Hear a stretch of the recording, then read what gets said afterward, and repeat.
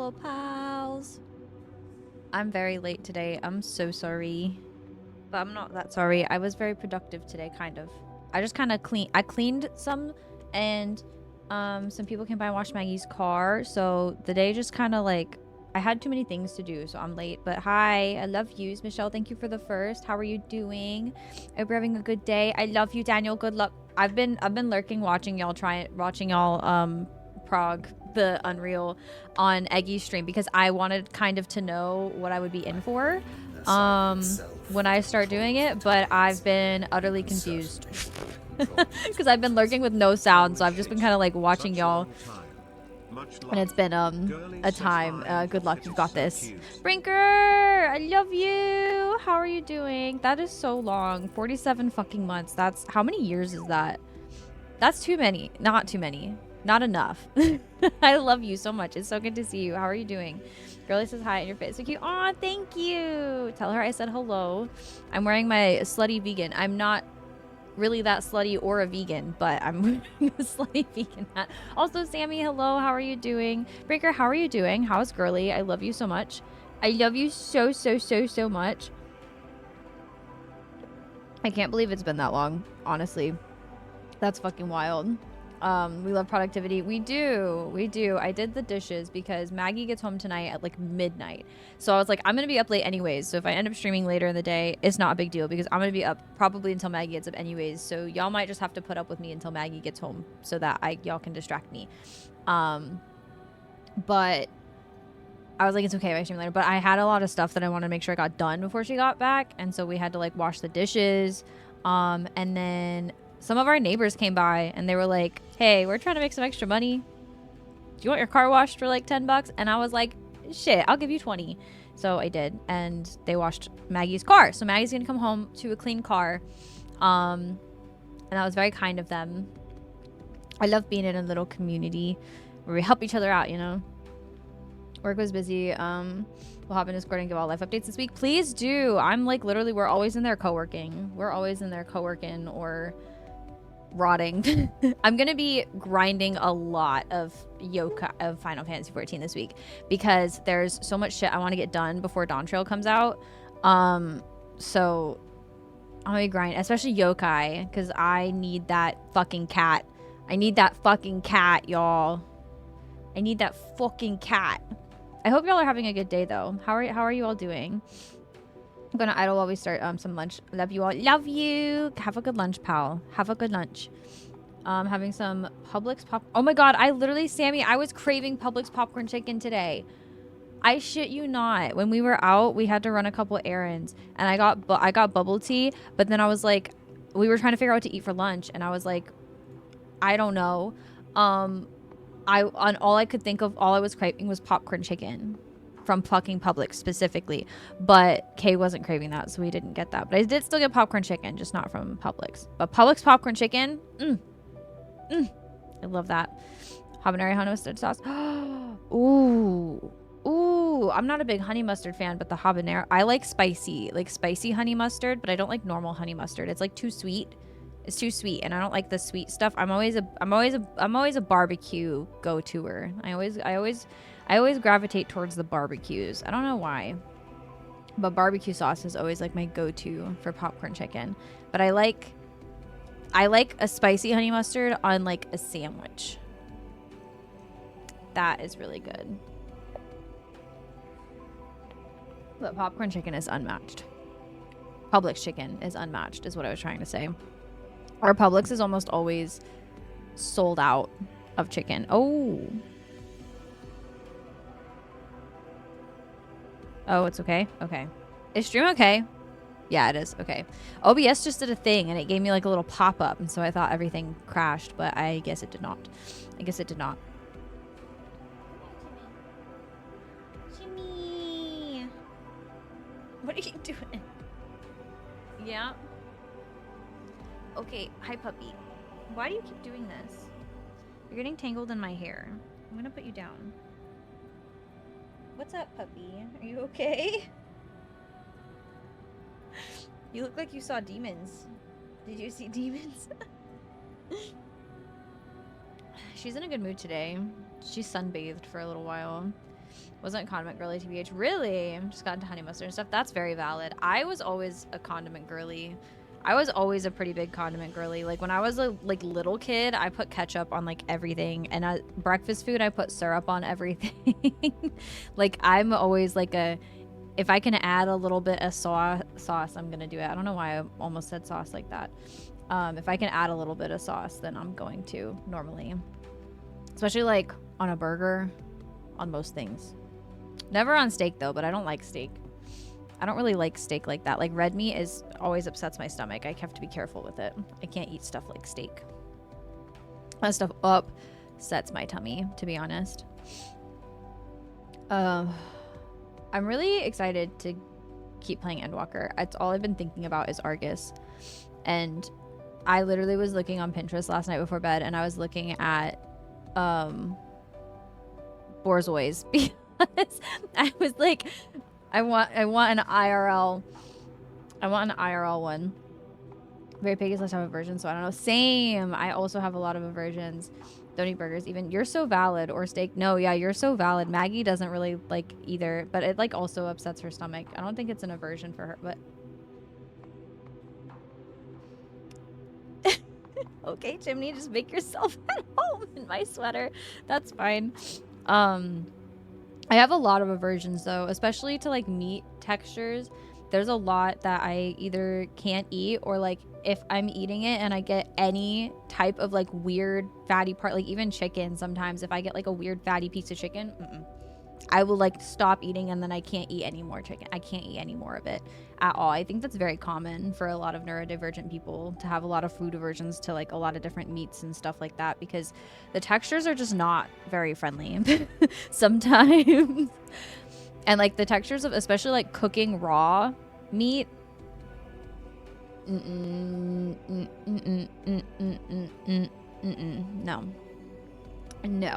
thank you.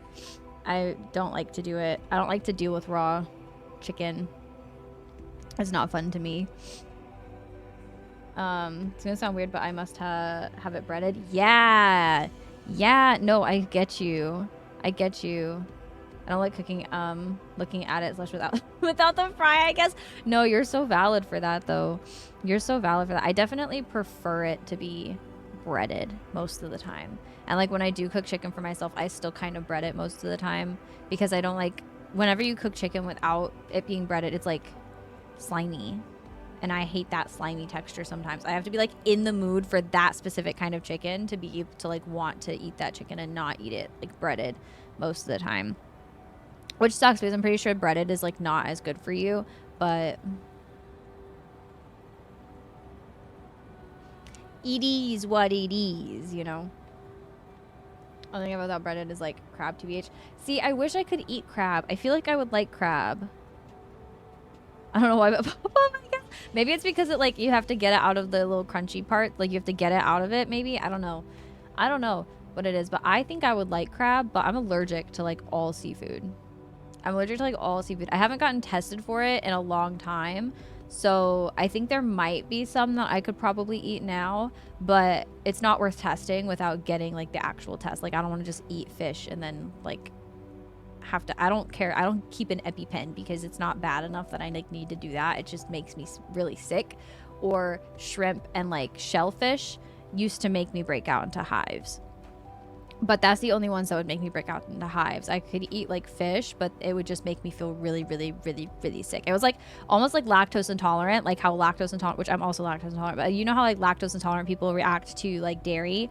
It was like that, but every time I ate fish, which sucked because I lived in the Pacific Northwest for like a really long time. And most of the food there is fish. I'm allergic to cats. Oh God.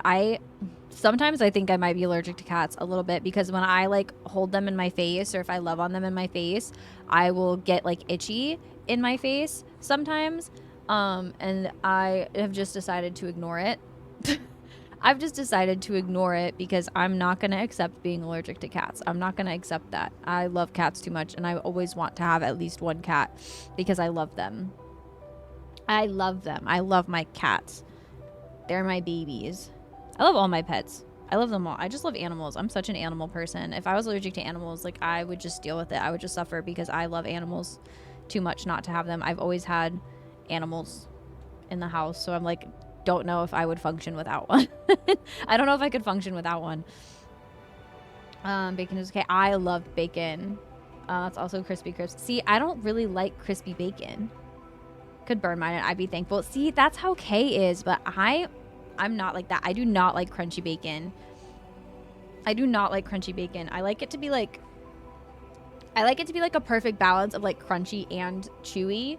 Like, but I don't want it to be like too chewy. I don't know. It's like getting my bacon to be like the perfect consistency is a skill that I have not mastered, but Maggie has. And that is one of the many reasons that I'm glad I married her, because she can make me perfect bacon.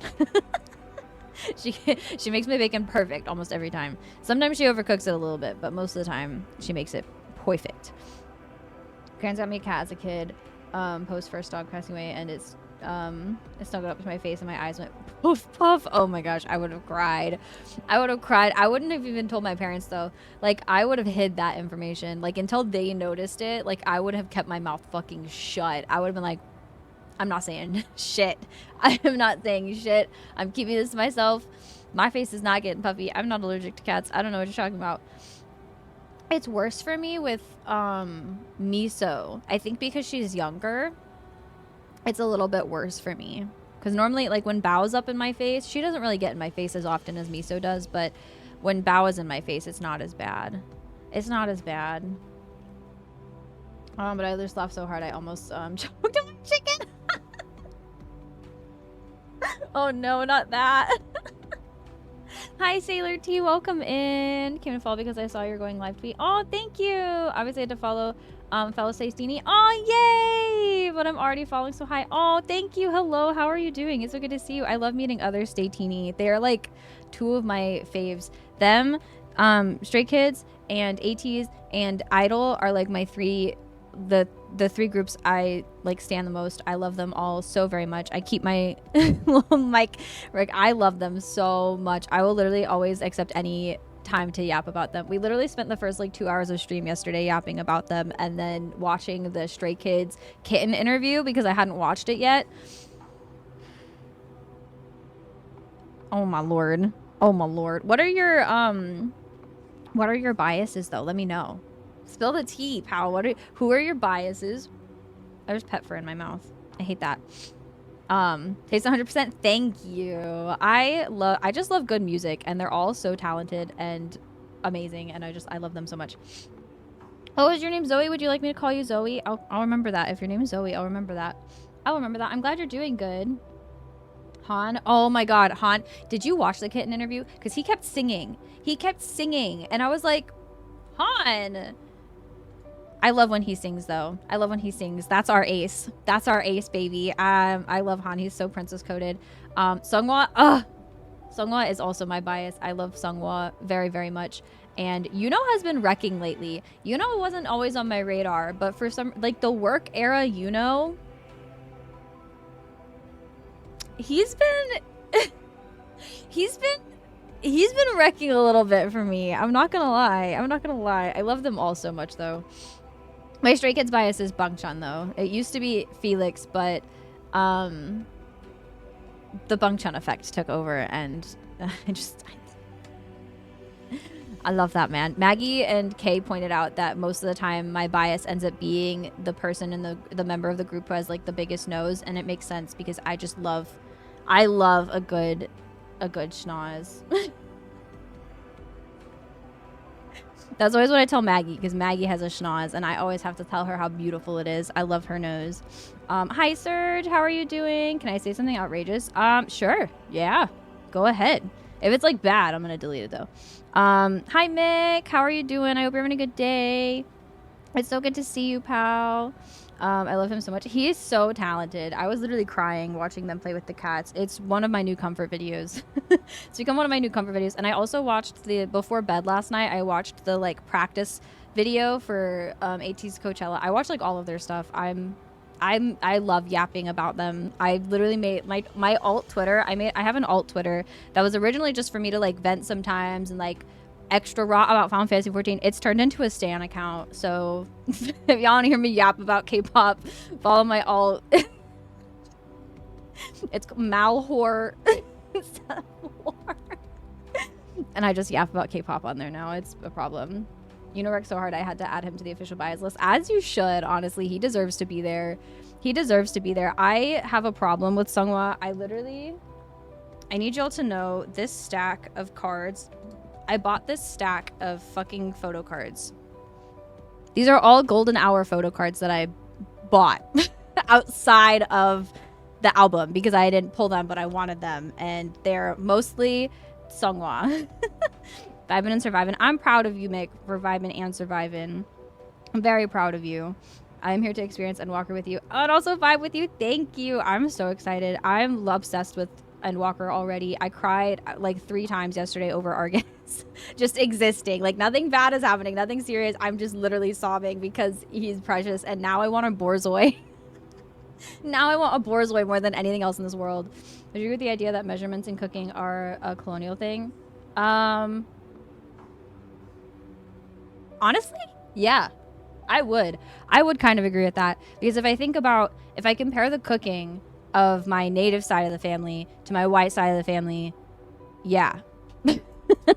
My birth mother, who is no longer in my life, measured everything to a T all of the fucking time.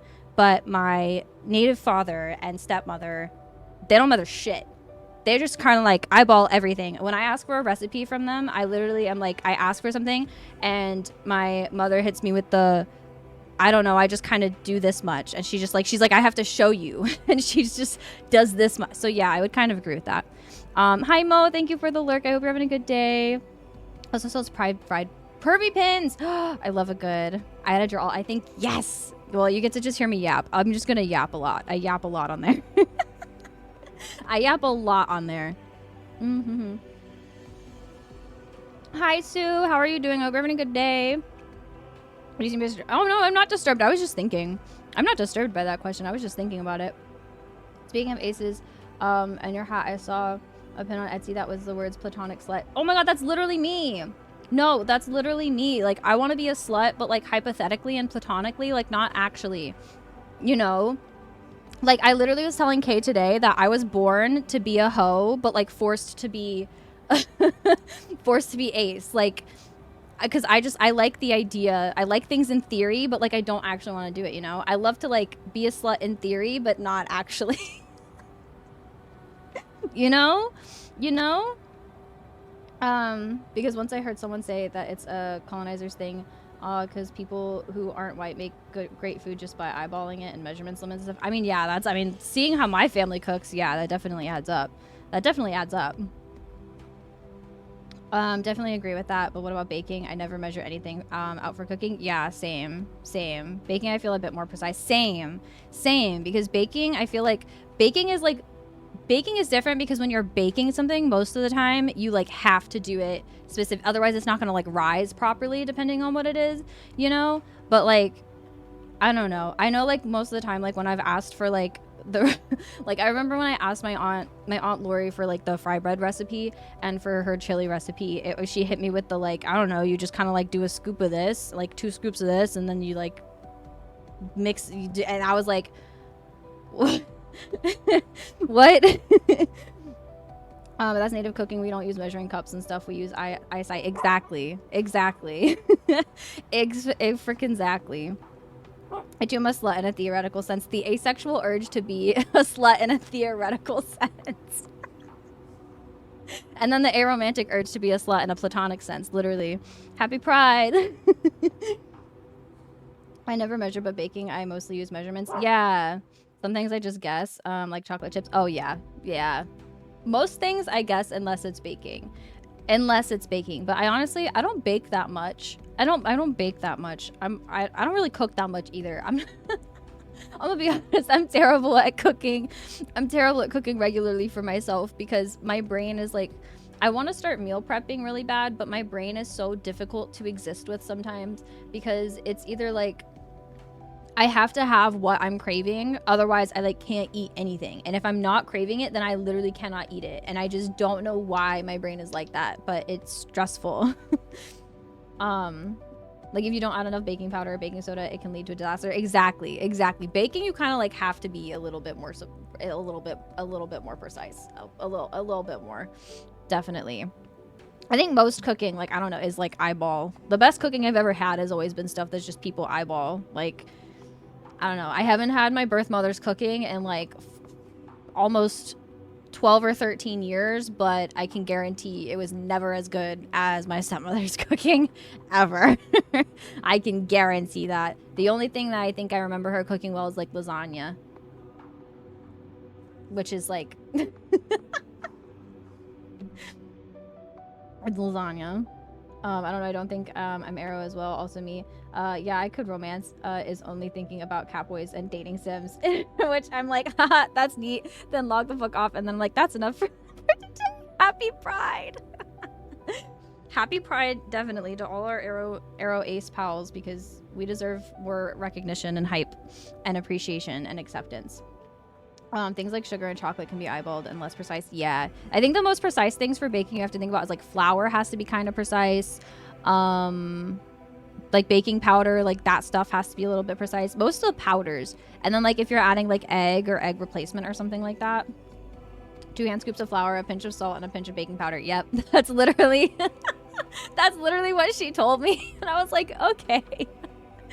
Okay, I can do that. Then again, school takes up a lot of my time, and I'm not on Twitch that as much. Yeah, which is good. It's good. I've also been not on Twitch as much, and I think I've been like, I used to be kind of nervous about only streaming 2 days a week, and I used to like force myself to try and keep up with doing like 3 days a week schedule. But like, I can't do that anymore, and I'm glad that I've gone to 2 days a week, because it's been so much more like, I've been so much more able to balance shit, and I don't spend as much time on Twitch as I used to, which has been nice and good for my mental chimney. And good for my job, because my job is stressing me out. They're expecting me to do way too much all the time. So I get so burnt out during the week that like after I clock out of work, I need to just like stare at a wall for a few hours. And then I'm also wanting to start trying to study for the like LSAT and stuff maybe, and there's too many things going on. Too many things going on in the world. I had Herdy, so I'm gonna lie down. Please do. Before I pick up Ivan, please do. Michelle, I love you so much. Please take care of yourself. I hope your head feels better. I hope your head feels better, pal. Hi, Dragon. How are you doing? Also, I saw that you got all of your homework done, or you were doing your homework for a while the other day, and I just want to say I'm proud of you, and you're doing great, and keep it up, because you're doing amazing, and I'm proud of you. If it's not sustainable, don't make yourself miserable. Exactly. Chimney. She keeps getting tangled. I don't understand. I don't understand what you want, puppy. There you go. Can you guys see her? Do you guys see what she's doing? You're so silly. You're so silly. No One Piece under crowd. So true, Demantic. Also, Hawaii, how are you doing? I hope you're having a good day. I adore your beanie. Thank you. Thank you. It's actually a restaurant. It's actually a restaurant. I'm not even vegan, but it's a restaurant. I don't know. I think it's a local. I think it's like a local chain. I don't think it's like other places, but it's in our city. And they have the best vegan burger that I've ever had in my entire life. Okay, Chimney, are you okay? This is fine. She just wants to be held up, and I don't understand why. I don't understand why. I camouflage. She's trying. She really is trying. She really is trying. Oh, I was trying to show you guys. Look at this photo card I got of Hongjoong for all my other 18-y out there. It's one of my prized possessions. I also got a Mingi, which I need to show Michelle. Michelle already left, but I got a Mingi. And then I got a lot of Seonghwa. And then I got a lot of Seonghwa. Such a little funky guy. I know. I only got ones of him that are little funky guys. I got them at little funky. And then this whole stack right here, this is all Seonghwa. Years away from completing my first year. Let's go! This is the 3rd time I've changed my major. Associates in general education because I'm majoring in chem and my associate in arts music. Pandemic stopped me from continuing vocals, so I switched to music production. Hell yeah. Hell yeah. The pandemic hit at like a terrible time for so many people who were in school. For so many people. And I'm so happy. Yay! The last assignment was a pain. It wasn't hard, but I had to input scales on the digital keyboard. Ooh, I hate scales. I hate scales. 20 scales, and if I misclicked, I would automatically get the skill wrong and lose 5 points. Oh no, I hate scales. I'm gonna be honest. I know that scales are the foundation of a good musician. I know this, but I hate scales. I hate them with a passion. I was always really good at them, but I hate them because on the clarinet, I don't know, scales are so annoying. Scales are so annoying on the clarinet, and I hate them. I don't like them. I probably could still do most of them from memory though, because of how much I had to practice them when I was a music major. So I hope that they didn't fry your brain too much. I love scales, but I hate inputting them for assignments. Oh yeah, because my fingers switch sometimes. No, literally, it's so easy to mess it up. It's so easy to mess it up. I'm jealous of your love for scales though. I feel like I probably would have been a better musician if I had a love for scales, but I didn't. I especially hated them when I was learning piano because my fingers, like I have small hands and my fingers just don't do the things for keyboard very well, and I want to be able to be good on the keyboard, but I never was because my fingers can't do it. I can't do it. I did end up went up and ended things with her today. She cried a bit but admitted it's the right thing to do. Good. I'm glad it went well, and she asked if we can stay friends. Then we went out to lunch and I took her back to her house. Oh, nice. Good. I'm glad y'all were able to end amicably and that you are still friends. That's really good. I'm really glad it went well. It sounds like it went the best that it could, so that's awesome. And I'm glad, and I'm proud of you for prioritizing what you need and what you want out of things. I'm very proud of you. Very, very proud of you. I know, I was clocked out for 1 minute. Dragon scales? No! No, silly, like music scales. I didn't like them. Once I stopped being a music major though, I like never touched scales again, unless we were doing like a practice where like I did actually have to practice. But once I stopped being a music major, I never touched scales again, and I only played for fun. I was thinking the other day though how much I miss music. Like I really miss music, and there's a part of me that will always wish that I kind of stuck with it, because I think that I would have really enjoyed if I would have tried to switch from, because I was going music ed route, and music ed just like seeped all of the love that I had for music out of me. Music ed was just so overwhelming, and I thought originally I wanted to be somebody who taught music to children with disabilities and like made music more accessible to students with disabilities and like autistic children and stuff like that, so that it was like they could also enjoy creating music, because creating music is for everyone, and oftentimes like people with disabilities get left behind in a lot of music scenes, especially things like full on like ensemble like band stuff. But the music ed courses and the stuff I had to do and how much it was and everything just like ruined everything for me. And I wanted to switch to performance, but then I would have had to like re-audition when I wanted to switch to performance.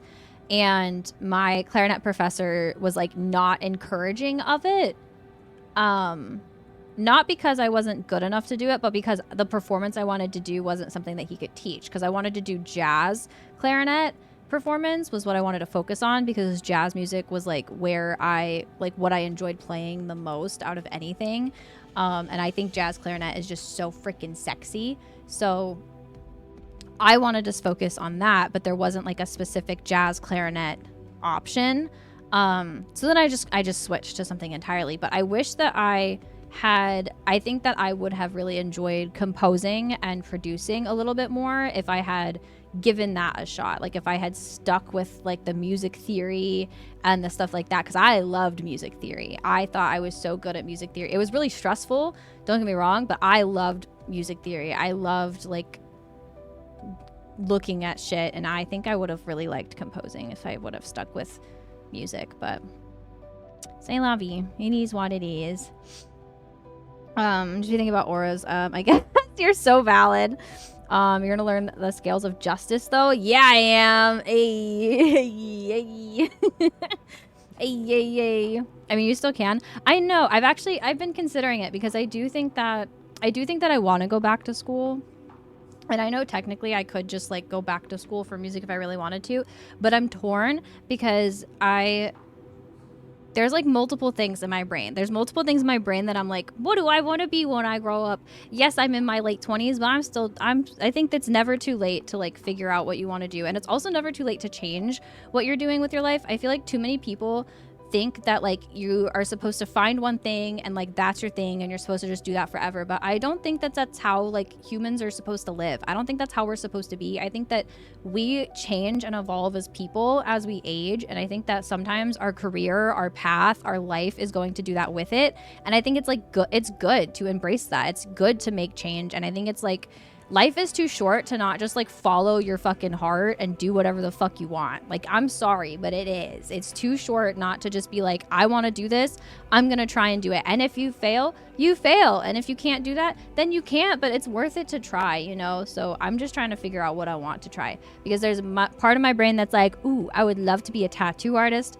I think I would vibe with that. And then also there's a part of me that's like, ooh, I would still also vibe with law. But if I went to law school, I'd be putting myself in debt for the rest of my life, but it's okay. I'm not gonna pay that shit back. The government sucks, and I don't want to pay them back, so I'm not going to. But if I went to law school, I could get into music law, like entertainment law, where like I could help advocate for a lot of like indie artists and like smaller artists, and help like make sure that they're not getting fucked over by like production corporations and shit like that. And like working in like music law is a whole like subsection of things, so that I could still be like close to music, but in a legal sense, and make more money. But then also there's a part of me that's like, I would love to just be able to like compose or like write things or produce, because I just love music. I love good music. And I've been realizing that more and more, the more that I've been like really getting into like K-pop, because I've been enjoying watching, like they do like behind the scenes of their production stuff, of their like everything. And I've been seeing like the ins and outs of everything that they do, and really just being like, damn, damn music, damn, I love music so much, oh my gosh. And it like, I always grew up around music. Like my dad is a musician. I grew up going to his shows and watching him still, like even though he couldn't make it his full-time thing. I know more than anything my dad wanted to make music his full-time thing, and still does. Like even where he is now, he's like, if at any point I got the offer to make music my full-time thing, I fucking would. And he would kick ass at it. Went back to music after a decade of leaving it behind. Yeah, caught me hanging, changing my major at 30. See, and you're so valid for that though. You're so valid for that, and that needs to be normalized more. I think that like, especially with how quickly people go to school, like I went to school right at 18, like fresh out of high school, because I thought that was the only thing I really had to do with my life. And I wanted to get the fuck out of my house. So I was like, easiest way for me to get the fuck out as soon as possible is go to school. So I did. And the only thing I really knew at that time was like music, because all I was doing with my life, like in high school, I was doing band and theater and working. Like that was all I did. I had like no free time ever. I was just doing band and theater and working, and those were the only things that I knew and did. So I was like, well, it's obviously what I have to do. So then I thought that like music was the only thing that I could do, but I don't know. I'm still glad that I got my degree in political science and legal studies, because I know a lot of really helpful shit now, and I can be a really good, or at least like attempt to be a really good advocate for things. So like that's cool, I guess, but I don't know. I do miss music. I do really miss music. When I took out my clarinet for memes the other day, it made me realize that I really missed music, because I was trying to, by ear, I'm proud of myself for this, by ear I was trying to listen to the clarinet part in the new ATEEZ song. And I was just like by ear and by like fiddling around trying to figure out what the like notes were, and I like wrote what it was in Muse score and like wrote it out, and like I was like, this is kind of fun. I was like, this is kind of fun, just like listening and trying to figure out what it is. And I think I figured it out. Instead of what do you want to be as a job, imagine what do you want to be as a concept, like happy, achieved, content, exploratory. Yes. I agree with that. I agree with that wholeheartedly. And I think that I personally am someone who wants to prioritize being happy. Like happy and like stable. Like my things, I want to be happy and I want to be financially stable. Like those are like my only life goals ever, is to be happy and financially stable. That's it. That's all I really want out of anything. See the thieves with the kiddo. Have fun, Dragon. Thank you for lurking. I appreciate you. I appreciate you so much. If you ever want to talk music sometime, feel free to hit me up. Oh, I definitely will. And composing is so much fun. Yeah, I will probably take you up on that, Mick, because I love getting to share like love and passion for music, and maybe you can help encourage me to figure out what the fuck I want to do. Because I don't know, I love music and I would love to be around it more, and I miss being around other musicians too. Like I've been really missing it. I've been really missing it. And I'll just like, I don't know, I want to get involved in stuff again. Part of me was like, what if I auditioned for like a local thing? But I don't even know what local things. I need to look it up. I know there's definitely a lot of local things because ATL is a big hotspot for a lot of musicians, but there's a lot of, I don't know. I love music though. I don't know if I would have to go back to get another bachelor's degree though, or if I could just go straight. I probably would have to get another bachelor's. No, there's a lot of prerequisites I'm missing. I was like, could I just go straight to a master's? No, I don't think I can. There was a girl though. It was really funny because when I was in college, there was a girl who was one of the master's students who worked really closely with like the marching band and stuff. And I worked in like the music office at the time as my work study job. So I would like help her out with stuff a lot. And she talked to me about how she went to she did her undergrad for like law, and then went to law school, but then ended up like working in law for a while and then hating it, and then went back to school to get her master's in music so that she could continue and pursue music instead. And I was like, you are such an icon. And now I'm like, is that gonna be me? Is that gonna be me? Am I gonna try and go to law school, and then eventually in my like late 30s be like, actually I regret everything. I'm gonna go back to music. That might be me. I don't know, we'll see. Be stable and feels productive, TBH. Yeah, watch a lot of composer reacts to Masayoshi Soken stuff. Oh, and it's always so entertaining because Soken is a god. Soken is a god amongst composers. I worship the ground that man walks on. I literally do. I literally do. Because like, I don't know, I don't even know how to compose super well because I only had like a year of music theory under my belt. So I don't think that I could compose anything beautiful right now, but as a music enjoyer, Final Fantasy 14, like that's one of the biggest things about Final Fantasy 14 that has kept me so hooked is the music. Because it, like, I can hear the music in certain areas of Final Fantasy 14. I just immediately start crying. I just immediately start bawling.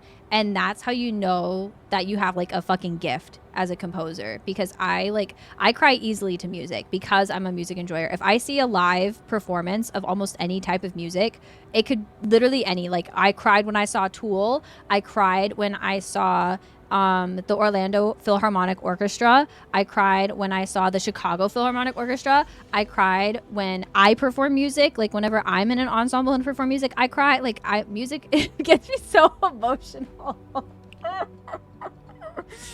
Oh God. So here's my inspiration. That's an iconic inspiration to have, honestly. It really is a big place for music. All my teachers talk about it. Yeah, it really is. It really is. Like, it's a really big place for music. I didn't realize how much of a hub ATL was until moving here and realizing, like, especially for entertainment and almost any entertainment industry, this is like a huge hub. And it's because Georgia is like is a really cheap state for people to rent out for like filming. So a lot of things are filmed here. Like a lot of stuff is filmed here, which is really cool. Really cool. He puts his entire soccer scene into everything he does. He really does. I've taken Uichi. Oh, what? Koichi Sugiyama off my list. Oh, and now Soken is there. Kim Koji, Kondo, and Nobu Uematsu. Wait, who are they? What did they compose? I don't remember. I don't know them by name. Koji Kondo and Nobu Uematsu. I don't know those by name. But now I need to. I love classical music. I love composer. I need to like listen to more classical music again. I feel like I always like go on trails of listening to like certain genres. I go through like phases where I'm like listening to certain genres of music. Chimney, why did you do this? She laid right on my cord. Okay, there you go. Lay back down, puppy. It's okay. Oh, a lot of the Nintendo. Yeah. Okay. Yeah. Is a composer for pretty much anything Final Fantasy. Oh, okay. So like the other Final Fantasy games. Okay. And then Nintendo. Okay, so icons. Got it. So icons. I literally was like, when I think about music, I think about oftentimes like what I wish if I stayed in performance, I would have wanted to probably either stuck with jazz or I would have wanted to work on scores. I think that being a musician that works on scores would have been so phenomenal. There was a time that my band, I did a thing. It was like a workshop because I went to music school in Orlando. I was in Orlando. And so they did a lot of stuff with Disney sometimes. And one of the things we did with Disney one time was we sent like a chunk of our like band. We went to Disney and we did like basically where we spent the day like learning music to different like films, and we played it while they like played the scene of the film in front of us. And so it was like we were like live scoring the movie, and it was my favorite thing that I think I did that year. The year that I was music major, that was one of my favorite things ever. One of my favorite things ever. That and playing what was it called? Something in Rome. Is Big Rome. Big, I don't remember what it's called. I don't even remember what it's called. It was one of my favorite pieces that I've ever played. I can't remember what it's called. Fuck, my memory's so bad. So you got me to Dragon Quest, but ended up being a terrible person. There's too many people like that. Too many shitty people in this world. He's also dead. Oh, well, rip. Well, rip. If he was a bad person, then I feel like, meh, rip. Sorrows, prayers. I've been saying that a lot ever since I watched Queen Charlotte. I want to do jazz. Yes! Somehow ended up creating music that sounds like it would be in video games. I wonder why. With your inspirations and like who you look up to the most, it makes sense though. It makes sense though. Honestly, give me more jazz in video games. Like give me like Persona, you know, like Persona 5 vibes. Give me some of that. Give me some of that. Give me some jazz in the video games. I want some jazz. I want some jazz in the video games. Give me that. I would love that. Oh my god. I would love that so much. Too many bad people for real. Yeah, literally. He was sexist and a Japanese nationalist. Oh, okay. Great. We love that. Sarcastically. That was sarcasm. We don't love that. We do not love that. That's always one of the things I'm always really hesitant about whenever I look into, specifically, like whenever I look into a lot of, I've noticed this a lot in Japanese media and like big names there. A lot of especially older people, a lot of them can be very sexist and very nationalist, which always really sucks. And I think that a lot of people don't like to talk about that openly enough, or like also a lot of the like racism that exists in Japan and in a lot of old, like especially older Japanese media, but even up into like even now there's still a problem. It is still a huge problem that I think is like important to talk about and be addressed. And I mean, it exists in like most areas, but yeah. I don't know if I'm articulating my words well, but I'm trying. A little 80 dungeons and jazzy. Oh, wait, which dungeon? Is it a dungeon I already did? I did the level 80 dungeons, or is it one of the bonus ones? Also, hi Zith. I hope you're having a good day. It's good to see you.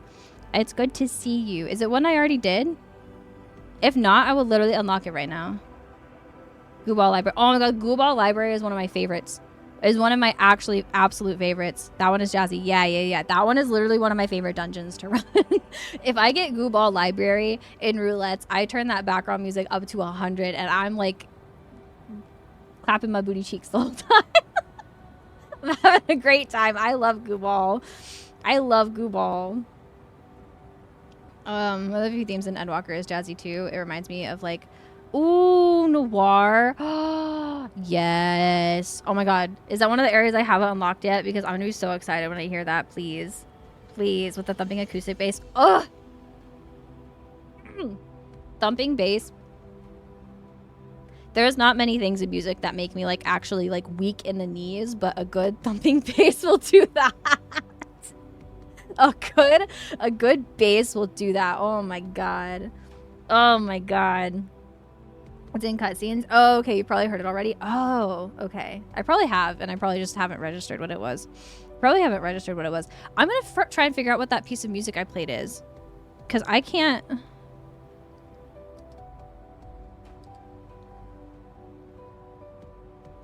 What is it called? It was like something about Rome. That's still bothering me. Yes, I'm still on that. I haven't been able to stop thinking about it since then, because I was like one of the hardest pieces of music I ever played. And I can't remember what it's called. This is gonna bother me. This is gonna bother me for so long. All I can think about talking about video game composers is that guy who faked being deaf and then made one of the most funny bad tracks in a Resident Evil game ever. Also love that hat, by the way. Oh, thank you. Welcome in, Jim. How are you doing? I hope you're having a good day. I hope you're doing well. Wait, which Resident Evil track? Which Resident was it in the game? I've played most of the Resident Evil games. I need to know what that track is. I need to know what that track is. Is that the basement song? Because let me tell you, is it the basement song? Wait. Is it? Wait. Yeah. You might have to whisper it to me because I can never get links to work. It's that? Okay, hold on. Send it. I need to hear it. I need to know it. I need to remember what this was. The basement song. Where were we in the basement? When were we in the basement? Director's cut basement. Oh, it's from Resi 1. Oh, that's why. It's in like the one Resident Evil game I haven't played. Because I haven't played the first one, and I probably won't until they make a remake, because I can't handle the still cameras. I can't handle that. Ooh.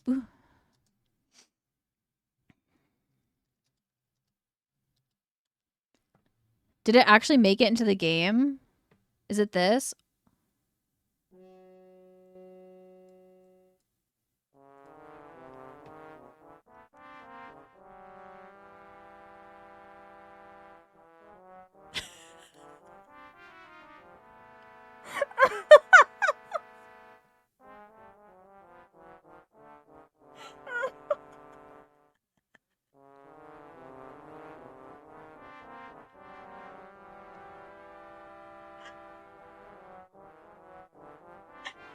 Like someone got paid to make that. Honestly, this gives me hope. This gives me hope. If this person can get paid to compose music, maybe I can be paid to compose music.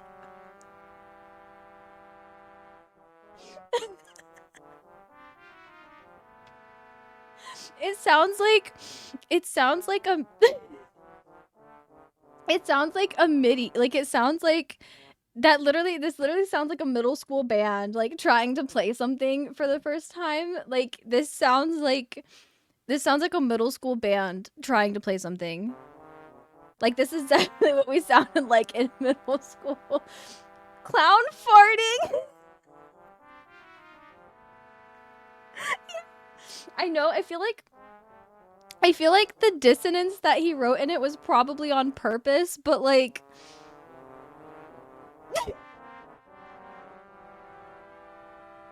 or like a villain. It sounds like the music you would play when like a villain shows up, but in like Looney Tunes, like a Looney Tunes ass villain, you know? What the fuck? Thank you for letting me know about that, Jim, because I'm gonna listen to that anytime that I'm like, I don't know if I can get into the music stuff anymore. I'm gonna listen to that. I'm gonna listen to that and be like, you know what? Maybe I can. Like there's no tonality whatsoever. No, literally, it's like everything is clashing. Everything is clashing. It's not even just like, I'm okay. Like dissonance can be really sexy sometimes, but that's not even just like, that was like out of tune on purpose, which is different than dissonance. I don't like it. Hi, Vike. That's a cat standing on a keyboard. You're so right. You're so right, pal. How are you doing? I hope you're having a good day. I hope you're having a good day. If I ever leave my electric piano on, my cat will stand on it and scare herself. Oh my god, that was a TikTok that I saw.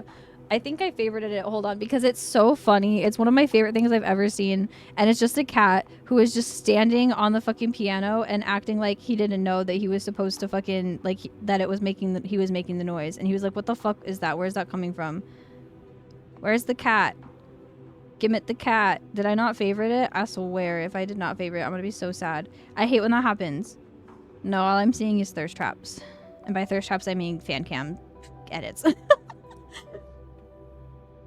Oh, like someone listened to it and greenlit it. Honestly, they're so based for that. I would greenlight that. I would greenlight for the memes. Yes, let's put that in the game. Yeah, for the memes. For the memes. You gotta do it for the memes.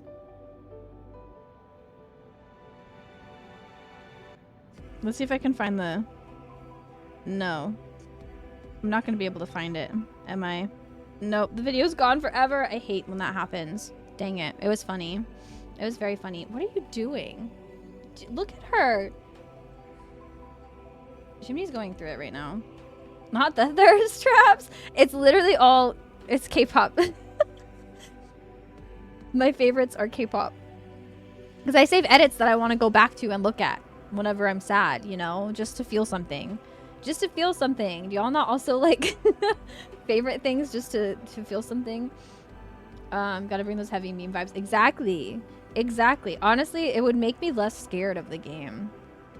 It would make me less scared of the game to hear that. Like, imagine just running through killing zombies and you hear wah wah wah wah wah wah wah wah wah. Literally, I would start crying. Hi Daniel! How far did you guys get with the proggin? How'd it go? How'd it go? I'm doing good. I'm doing good, thank you. My dogs are being weird though. Like, Chimney's being weird. I don't know what she's doing. But I'm doing good. I'm doing good. We're yapping about music. We're yapping about music.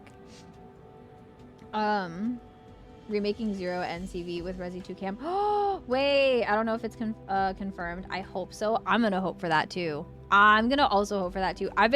But I think that we'll get it. I think that we'll get it because the Resident Evil community has been screaming for Code Veronica remake for like eons at this point. Like, we have been begging Capcom for like a crumb, just a crumb of Code Veronica. Like, please, we have been begging them. I think that we'll get it. I think that they'll cave eventually. I think they'll cave eventually. Okay, Pebble, I need to resituate you. There we go. There we go. We got to 33% of its health left. Oh, let's go. It was so difficult. What were you guys progging? What Unreal were you guys progging? Were you guys just doing like the first one? I don't really know how Unreals work yet. I still don't understand how they work. I would love to do them. I would love to do them. Someday we'll be grinding that shit, but not yet. Not till I'm caught up on MSQ, I fear. Hi, Fani. How are you doing? Welcome in. I lurk, but I hope you have fun. Oh, thank you. Love the beanie. Thank you. I appreciate you. I hope you're having a good day, and I hope you have a wonderful lurk. I appreciate you for lurking and for hanging out. It was Thornton Unreal. Unreals rotate every patch. It rotates every patch? What do you mean? Like every time that they update the game, it like changes, and the Unreal right now is Thornton, and it's not going to be that forever. Is that what you mean? That's wild.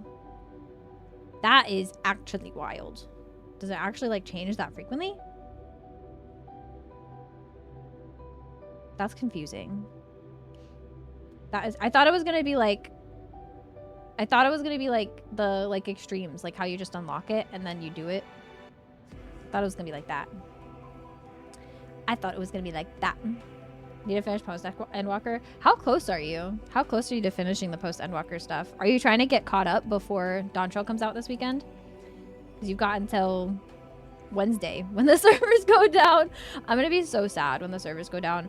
But I downloaded Palia so that I have something to play for those 2 days. So Unreals are old Extreme Trials pumped up to max difficulty. Oh, okay. Okay. I've only done one quest. Oh. Not too pressed about TBH. I don't think you should be either. I don't think you should be either. I think that like, I think it's good to take your time with everything. I mean, I've been taking my time with everything. I think it's good to do that. I don't want to rush. Yeah, I agree. I think that you can enjoy the story and everything more when you just take it at your own pace. I also have been saying that like I'm kind of excited to be able to play through some of Endwalker with the graphics update. Like, how blessed are we actually, Mick, that we get to play through Endwalker content with the graphics update? Like, we're actually winning. Actually. And all of the people who rushed, not winning. We're winning. We are winning. We are winning, exactly. I'm on Paleo right now. I made my character last night. I put it in the Discord. I made my character. And if you want to add me, my name is Mal Space Or. I didn't know what to name the character, so I just I named them Mal Space Or. So if you want to add me on Paleo, I'll add you whenever I'm on. I'm trying to decide what to do for food. Was gonna cook, but like, little treat. You deserve a little treat, Vike. I think you deserve a little treat. I had popcorn chicken. I had popcorn chicken from Checkers. From Checkers. I need to be back to Paleo. It's so fun, honestly. I played it a little bit last night. They are the losers. Exactly. We are the champions. They are the losers. You know, in the words of Queen. Mm-hmm. I've been so tempted to start New Game Plus rather than diving straight into Dawn Trail. Honestly, Demantic, I support that because I think that I'm excited to replay the story of Final Fantasy XIV again someday because I know that replaying it with the graphics update is going to be a different experience. Like, there's so much that's getting updated in the game in this update that I'm so pumped for it. I'm so freaking pumped for it. I'm also on Paleo. Hell yeah. It just overwhelmed me. No, same. I'm the same way. I get really overwhelmed with farming sim type games really easily. So I am just taking it at like my own pace. I downloaded it on my Switch because I'm going to try and make it just like a cozy little thing. Like just cozy. I just want it to be like my cozy, like shut off my brain game. Because now I'm to the point where Final Fantasy XIV, even the stuff I'm doing off stream is like grindy. I'm grinding. I'm leveling. I'm like grind mode. So it's stressful seeing Graha on the updated graphics. Oh my God, I know, Mick, we're gonna melt. How are we gonna handle it? How are we gonna handle Graha in the graphics update? Like, I'm literally going to malfunction. I'm going to malfunction. Oh my God, Thancred in the graphics update? I'm gonna malfunction. I can't handle it. I can't do it. Here's have a lot of options overwhelm me. Same. And it's supposed to be cozy. No, I'm the same way. That's why I never got into oh no, not the ad void. I'll repeat myself. I don't mind. I don't mind repeating myself. Samantha Gardwin. Okay, a mix of my Final Fantasy XIV character. Oh, that's cute, Sammy. That's really cute. I'm back. Okay, yay. I was saying, I don't know how we're gonna handle Graha in the graphics update. I don't know. We're gonna malfunction. I'm literally gonna short circuit as a person. I'm gonna short circuit as a person seeing Graha in the graphics update. Like, I don't know how I'm gonna exist. Like, seeing his ear rolls. Oh my God. The first thing I'm doing as soon as I boot up Final Fantasy XIV post graphics update, first thing, Friday morning, 5 a.m. Eastern Standard Time. You know what my ass is gonna do? I'm gonna boot up and allow myself to see Shadowbringers patch 5.3 cutscenes. Should you miss me? That's what I'm gonna do. So I can see that ear wiggle. In the nighttime. It brings me so much life. It literally brings me so much life. Reminded. Welcome in, Raiders. Hi, Enders. How was your stream? What were you getting up to today? Hi, pals. Welcome in. For anyone who is new here, Hawaii. My name is Mal. My pronouns are they, them. I am an autistic Wajoji Final Fantasy XIV streamer. And just kind of cozy viber. I hope you had a good stream. What were you getting up to today? Welcome in, pals. Thank you so much for trusting your community with me. I appreciate you. Let me get you a cheeky little shout out. And an affirmation as a thank you. I almost typed in affirmation instead of your name. Welcome in. I hope you're having a good day. I hope you're doing well. Dahlia, welcome in. I hope you're doing well. Thank you for coming along with that raid. Are you leveling crafters? No. No, Mick, I haven't touched crafters. I hate crafting. I hate crafting. I hate crafting. I hate crafting. And also leveling crafters is so expensive. And like, I may or may not have a sugar mama in game now, but like I'm scared to ask her for money. Like she literally told me like if I need anything, she said come to mama and I've got you. But like I'm still like so scared to ask her for anything. So I haven't, but like I should, because then I could actually level my crafters and not be worried about losing money. So maybe eventually. Maybe eventually. I think like post Endwalker is when I'll probably want to level crafters. It seems like that's when people get hit with the crafting bug, is when they beat Endwalker, from what I've noticed. From what I've noticed, that's what it seems to be. Was doing game dev things. Oh, yay! Some 3D modeling stuff. Oh, hell yeah. That's so badass. I'm so glad that you've been giving more time to that and that you've been focusing on that, because I know it's something that you love. Speaking of love, your affirmation is expressing love. And it says, today I notice the things I appreciate about the people in my life. I take a moment to send them love and to wish them well. My love is infinite and it feels great to express it. I hope that was a helpful affirmation for you, pal. If you do need to raid and run, if you need to lurk, please feel free to do so. I know streaming can take a lot of energy, especially since you were doing some game dev stuff. So anybody that came along with that raid, if y'all need to lurk, this is a very, very lurk friendly community and space. So if you need to lurk, please do, and take care of yourself. Because you're the only that exists, pal. Paley is the only game that's sticking for me right now. I'm so glad I picked it up again because I'm so burnt out from everything. You're so valid, and it was so upsetting. Oh, I hate when I get burnout from the games that I've really been enjoying. It really always makes me so sad. I'm really good. Doing a really good job at lurking. You're so fine. It's okay. Chat as much as you want and lurk as much as you want. That's the vibes that I always love to see, you know? I was at the club yesterday and saw a lot of people grinding, but I couldn't figure out what class they were playing. Oh, wait. Wait. I was literally, okay, Demanding, I thought you were being like slash serious for a second. Or are you being slash serious? Because I go to the club all the time in Final Fantasy 14. So like, I don't know if you were joking and making a joke about grinding, but like, I also do that.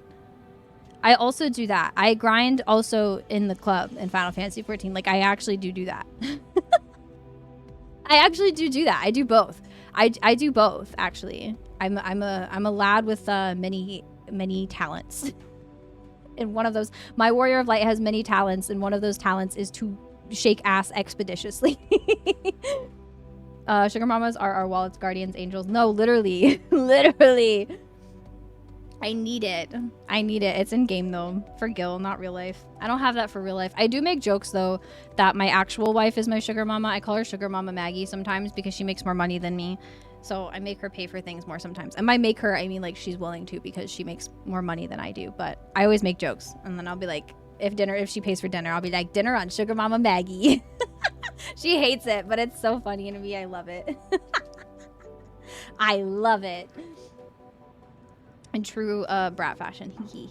If you need mats, I could definitely help you. Okay, bet. I definitely might take you up on that whenever I do start leveling crafters.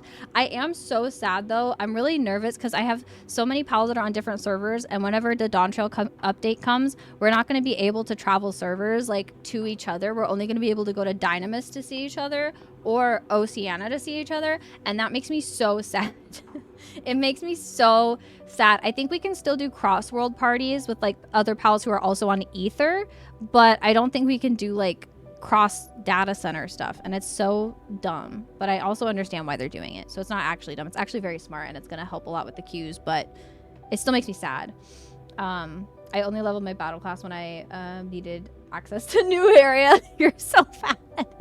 I was trying to get through Endwalker, so my crafters are still 80. See, my crafter, I only have leather worker unlocked, and my leather worker's at like level like 20 something, and then I gave up. And then I gave up because I was like, this is too much work. And I didn't like it. I want to like crafting though. I really do. Yasu leather daddy. Yasu would be a leather daddy. Let's get that really straight. Yasu would definitely be a leather daddy. 100%. 100%. Unfortunately, do gotta rain run. Please do, pal. So freaking good to catch you. And I appreciate you so much. Love you very much. Please take care of yourself. Thank you for the affirmation as well. You're so welcome. Mad love. Please take care of yourself, Enders. I appreciate you so much. Shaketh thine posterior in the direction of mineth gyrating hips. If I didn't have important stuff pinned, I would pin that. I just want you to know that, Demantic. If I didn't have important stuff pinned, which everybody go support Dr. Ahmed and his family.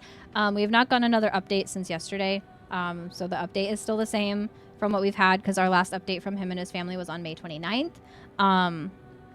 But if we do get more updates, I check it all the time and I will update you whenever we hear anything back from him. But they are getting closer to their goal day by day, just little by little. So every little bit counts.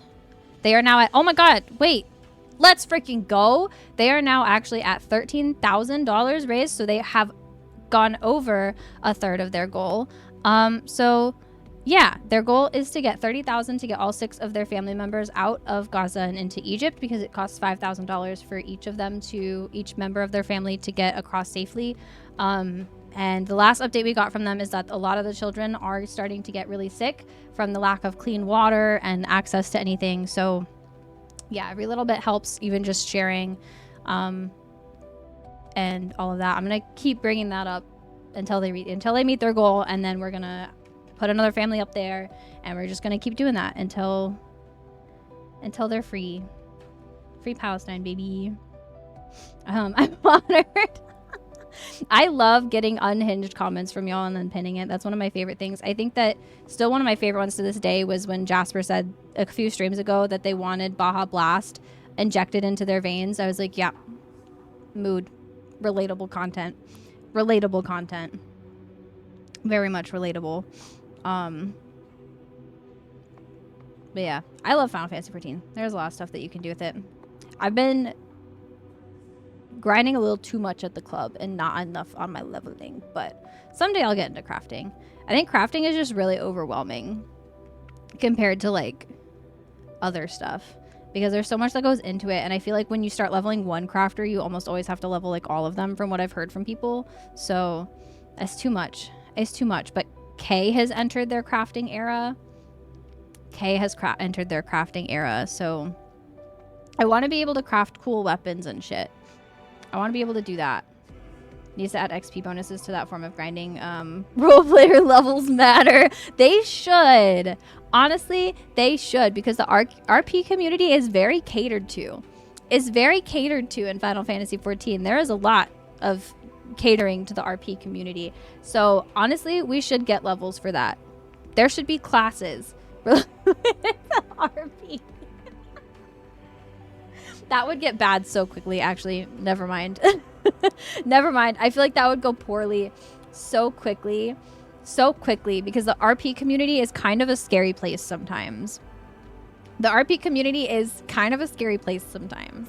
It's there. I interact with the RP community, but I don't really RP because I'm just not good at role playing. Like, I'm not good at it because I just always end up being myself and just talking to people like myself. I don't know. One of my like best friends, Robin, literally like goes to place and role plays and like is in character the entire time that they like talk to people and like interact with people. I don't know how they do it. I can't do it. I just can't. I can't do it. I think because I've put so much of myself into Yasu that I was like, I see Yasu as like an extension of myself. Therefore, like even role playing Yasu, I would just be myself. I would just be my fucking self. I don't know. Not too bad to do levies, list collectibles, beast tribes. Yeah, the beast tribes are the ones that I know are like some of the best for crafting. I have the Ixali ones unlocked, and I did those for a while because I wanted to be able to unlock soot black dye. Or is it the jet black dye? I don't remember which black dye they have, but I know that they have the black dye. And I grinded their crafting classes for a little while, or their crafting stuff for a little while, but I did that like forever ago. Especially if you got mats, you can just craft with music or show in the background. Yeah, that's what I want, because I've been really wanting to be able to I like doing botany when I want to have a show in the background. But I think that's what'll get me into it, honestly, is like when I can do that. And then I also normally when I do go to the club in Final Fantasy 14, I've been using that time to edit. So I'll edit YouTube stuff while I'm doing that. Because all I'm doing is sitting there and shaking my ass. And then sometimes people will come up and talk to me when I'm doing that. But most of the time I'm just talking to friends. So then I'll just edit while I do that. But it makes my shit crash a lot. It makes it crash all the time. and then turn it and bam, levels. And you can make money off of crafting too. And you can make money off of it. I know that like the best thing to do is like set up like a macro or something, and then you can just like hit the button and then it does a bunch of shit for you. My class is hoe. That would be, yep. My class is always looking for a glucose guardian. Give me money. Give me money, thank you. Kay gives me so much shit because like literally the only way I've gotten money in this game is from people giving it to me. And like scamming people on the market board a little bit, but like most of the, it's just like people, I just talk to people and I'm just like nice to them, and I just almost always end up talking to people who have a lot of money, and then they're like, wow, you are so sweet and so kind. Here's a bunch of money. And then I'm like, okay, bet. Thank you. What the heck? Like, and that's how I make money in Final Fantasy 14. I bat my eyelashes and I say, I'm poor. Give me money. I don't actually say give me money. I don't even really bat my eyelashes. I just be existing. I wish it was that easy in real life. I wish that I could just be like walking down the street and someone could be like, oh my God, you're really cute. And then I'll talk to them and they'll be like, wow, you're really nice. Here's a bunch of money. And then they say bye, and then they never talk to me again. Why can't that be like how you make money in real life? Why can't that be how I make money in real life? If someone did that in real life, they would expect something in return though. But like, I don't want to give you anything in return. Just give me money because you think I'm cute and nice. Like, that should be good enough, honestly. That's what I should tell my boss. I'd be like, pay me just for being cute and nice. Like, honestly, that's all I need. That's what we should all be being paid for, that. And then if you're a mean person, you get no money. That's how it should be. The world would be a better place. The world would be a better place because then all the people who have the most money would be some of the kindest people in the world. The world would be a better place. The world would be a better place, I think. Finally found the villager I needed to talk to, and he's asleep. Oh no. Oh no. I haven't met all the villagers in Palia yet. I got sleepy, and then I tried to download it on my Switch before I went to bed, but it didn't download quick enough. So I fell asleep before it downloaded, so I couldn't play it before bed last night. But I wanted to meet more of the villagers. I already have a huge crush on, what's her name? The first girl that we meet. The first girl we meet. I don't remember her name. Starts with a J. It starts with a J. I have a crush on her though, immediately. I was like, ooh. She's cute. She's cute. And my character is definitely a lesbian. Definitely a lesbian. They just look so lesbian coded. I shared a picture in Discord, but like my Palia character literally just looks like a cottagecore lesbian. So I'm running with the vibes. I'm running with those vibes. Usually talk to them. Gina, yes. Yes, Gina. Can I romance her? Can I romance Gina asking for a friend? That is me. But also Kay, because Kay was like, ooh, I might get that game now because they also thought Gina was cute. You can? I thought she was just so cute, and the way she was like nerding out, like I feel like she's the type of girl that would like info dump to me, and that's just so cute. That is just so freaking cute. I love having info dump yapping sessions, and I feel like she would have an info dump yapping session with me, and that is just so freaking cute. And I love her already. I'm in love with her. She's who I'm working on romancing. Oh, let's go. Like those space buns. Literally, she's so cute. Her space buns are so cute in their little glasses. And then she's like so smart. And she was like nerding out. Her little facial expressions. She did like a little like shock thing. And I was like, I'm risking it all. I'm about to risk it all for her. I don't even care. Haven't even met any other characters in the game. I'm tunnel visioned on Gina. I don't need to meet anybody else. I'm tunnel visioned already. She's very autistic coded. Yeah, and I love her for it. I love that about her. I cannot wait to interact with her more. I can't wait to interact with anybody more in that game. I'm really excited actually. I enjoyed it a little bit. The little bit that I played last night. And I got 2 free plushies just for opening the game. And there's so many outfits that I want. Oh, I actually did have a question. Okay. For the Palia Pals, I had a question about the featured items in the shop. Do those rotate or do they stay there? Do they stay there or do they rotate? Because I need to know how expeditiously I need to try and get some of those outfits, or if I have time to be patient and not try and get them all immediately because I will. Hodari, he was in his room. He woke up already, so I'm good now. Oh, okay, good. Good.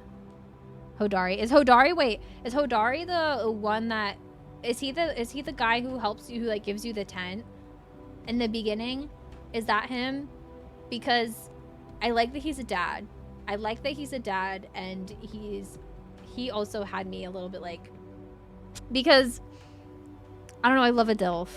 I love a DILF, okay? I do. I love it. I love a DILF. I think that's Hodari. Okay. Yeah. He was cool. I liked him. He seemed a little sassy. A little bit. Also, items are permanent. Okay, good. Okay. Okay. It's not a FOMO deal. Okay, good. Good, good. Okay, cool. I will take my time then, because so many of those outfits are so freaking cute. But I was like, I cannot drop a shit ton of money, right? I don't have money like that. I can't drop a ton of money on outfits, but because I think you buy them with real money. I don't know. I haven't looked at it enough. If I can get them in game, though, I'm about to grind. I'm about to grind for in-game currency if I can get them in game. I do not have cash shop funds. Oh, yeah. Me neither. But I want to. There's at least one that I need to get. One outfit. I have to pick at least one. Because I need it. The mushroom. The mushroom. The, like, witchy mushroom hat thing. I need it. I need it more than I need anything else in my entire life. But I also want the femme fatale set. There's so many outfits I want. There's so many outfits I want. It's so cute. And I need to not drop money because I don't have money like that. I'm broke. Cosmetics are real monies. Oh no.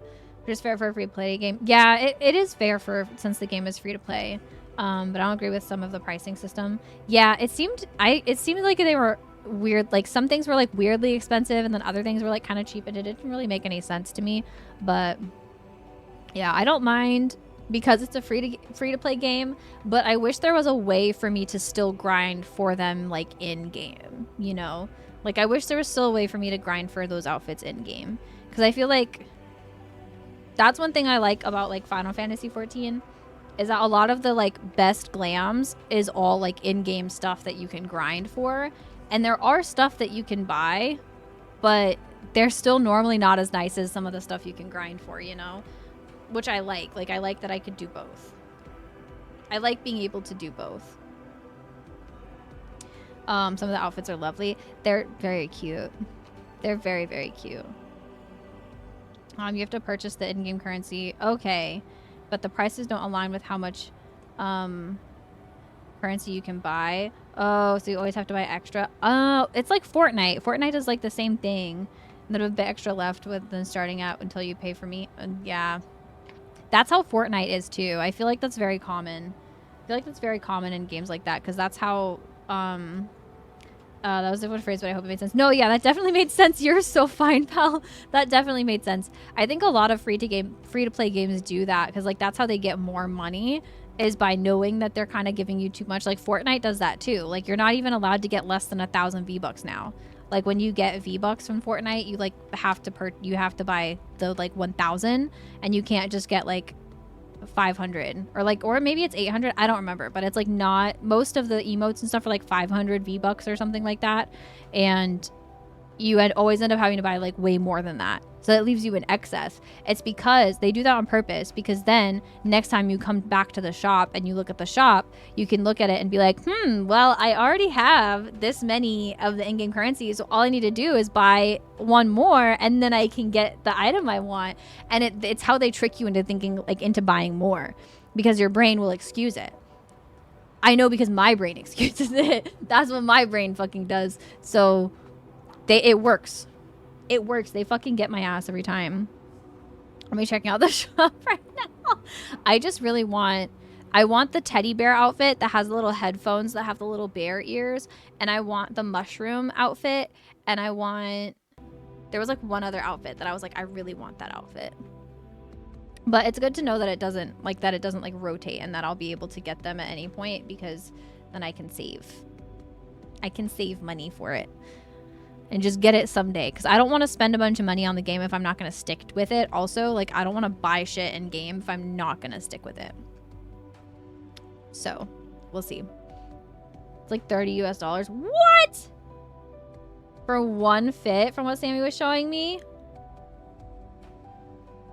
Nah, I don't have money like that. I don't have money like that. Never mind. Never mind. Maybe I'm not going to try and get those outfits. I don't got money like that. $30 for one outfit. I don't even spend $30 on an outfit for myself in real life. I go to the thrift store and I find stuff for cheaper. Like, what do they think? Who do they think I am? Who do they think I am? I'm not made of money like that. You buy things individually via colorways or something. Ooh, I'd probably do that so that I could just get like the one version of it that I want. I don't need to get the whole thing. It's closer to 20. Okay. That's not as bad, but that's still bad. That's still that's still so expensive. That's very expensive. I get it though. I do get it. Because their other stuff is free. Is there any like thing you can grind for glam wise in game in Palia? Like, is there in game outfits that you can grind for? Because I'll probably try to do those. I really want the new Palcat outfit. Oh wait, which one is that? Which one is that? I was just looking yesterday. Is that the one that has like the little paws and like literally has a tail and ears? Is that the one that has the tail and ears? Because that one was so fucking cute. That one was so fucking cute. You just started wardrobe. That's it. Oh, give you pause. Yeah. That was so cute. I was looking at it. I wish that you could separate it though. Like, I wish you could separate parts of it, because from what I could see, I feel like the bottoms, like the pants and the paws and the feet are not separated. And then like, I don't know if the ears are separated at least, I think. But like, yeah, I think it'd be cool if you could separate more of the outfit, because I don't think that they separate the outfits in Palia. I think that'd be cool though. The Palca outfit, so it's so freaking cute. I like the like dark and the black and purple one. That was my favorite. Hi Lindsay, I love you. You're so fine. We were progging Thornton. I know you were. I was lurking. I was watching Eggy's stream. I hope that y'all had fun. I heard y'all got to like 33% on Thornton. Good shit. Good shit. Is your brain mush? Outfit piece is just hat top bottoms for Palcat. Okay, yeah. We didn't clear, but we got him down to 31%. Yes! I'm running on fumes. Oh no, my brain is mush. If you need to lurk and just kind of shut your brain off, please do, pal. I am so proud of y'all for progging Unreals. I want to join y'all someday. I just am intimidated. I'm intimidated, and I don't know if I have to unlock it or if I haven't unlocked it yet. Or if I have already unlocked it. I don't know how it works. I need to look at it until we finish making dinner. Please do. Please do, pal. Make us food for recovery. Okay, good. I don't think you can buy pieces individually, but you can wear them, so don't quote me. No, yeah, I think so too. I don't think you can buy the piece. I think you have to buy the whole outfit. I think the outfit that I probably will buy first though in Palia, if I do buy any outfits, would probably be it'd have to be the mushroom one. One of the mushroom ones. There's two different mushroom ones. There's like the fungi something, and then like the witchy one. I don't know which one I would get, but I would probably get one of those first. I'll try progging stuff with you whenever. It's so fun. I definitely think I want to. I think whenever I get caught up on, like, when I get more caught up on MSQ or farther in MSQ and, like, need a break from MSQ, I think is when I'll want to do stuff like that. Because we also need to do Eureka. I want that cube mount. So we got to grind Eureka stuff. I need to unlock Bazia. I have so many things to grind. There's so many things to grind in Final Fantasy 14 and not enough time. This week, though, my focus is the yokai. My focus is the yokai this week. I am not allowing myself to unlock anything else until I finish that yokai. Like, off stream, all I'm doing is yokai stuff because I want that cat. And I still need so many medals. So if at any point this week any of y'all want to grind yokai with me, please let me know. Please let me know. Because your boy needs that mount. I have to pop on Palia so we can add each other. Yes! I played for like 2 months ago. I'm planning on playing on the days that Final Fantasy 14 is down. I'm planning on playing when Final Fantasy 14 is down. I shared my character in Discord last night when I made them. And my name is Mal Or. Mal space Orb. It's very fun. Vike convinced me to play it. Since you play a friend request, by the way. Hell yeah. Okay, bet. I will load up tonight, I'm sure, before I go to bed, and I will add you. Will it stay like when I go get on? Like, will it stay there until I get on, or do I need to like get on like right away?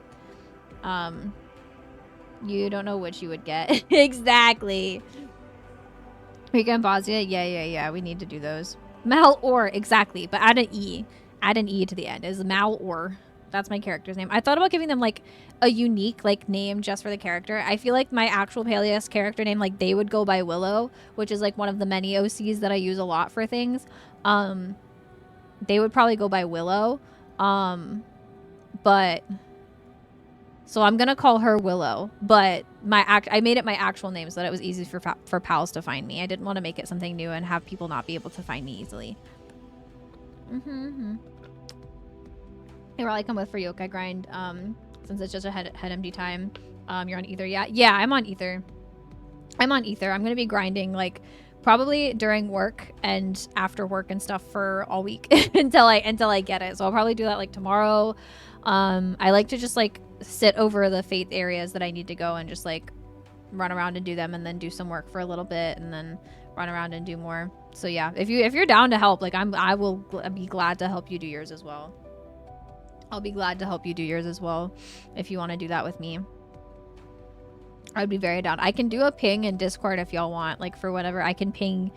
I don't have a Final Fantasy 14 ping. Like I don't have a Final Fantasy 14 role in Discord. I should probably make one, but I can just ping gamers. I can ping the gamers role for anybody who wants to grind yokai with me, and then I can like, we can hang out either muted or unmuted in voice chat and just kind of vibe. Low spoons yokai event grind. Mine was Alluvian Moon. That makes sense. Alora Silverflame. My new baby OC. Let's go. Let's freaking go. I love that. Maybe I should have named her just Willow. I could have done that. It would have been Willow Sweetgrass, because that's the OC that I use a lot. That was my Baldur's Gate 3 character, like my OC for that. And I've used her in like other like in D&D campaigns and stuff. She's normally a tiefling, but you can't be a tiefling in Palea, so she's a human. She's a human, unfortunately, but it's fine. Try to get in the server soon. I've just had an overwhelming day, so I've not built up yet. No, you're so valid. Please take your time. Like, take your time and everything. You're so fine. I probably won't be grinding yokai today because I want to do MSQ. I thought about it though. I did think about grinding yokai today. I was like, ooh, maybe I could, but no. I really want to get more in an MSQ. We're like at such a hype spot right now. Not really super hype.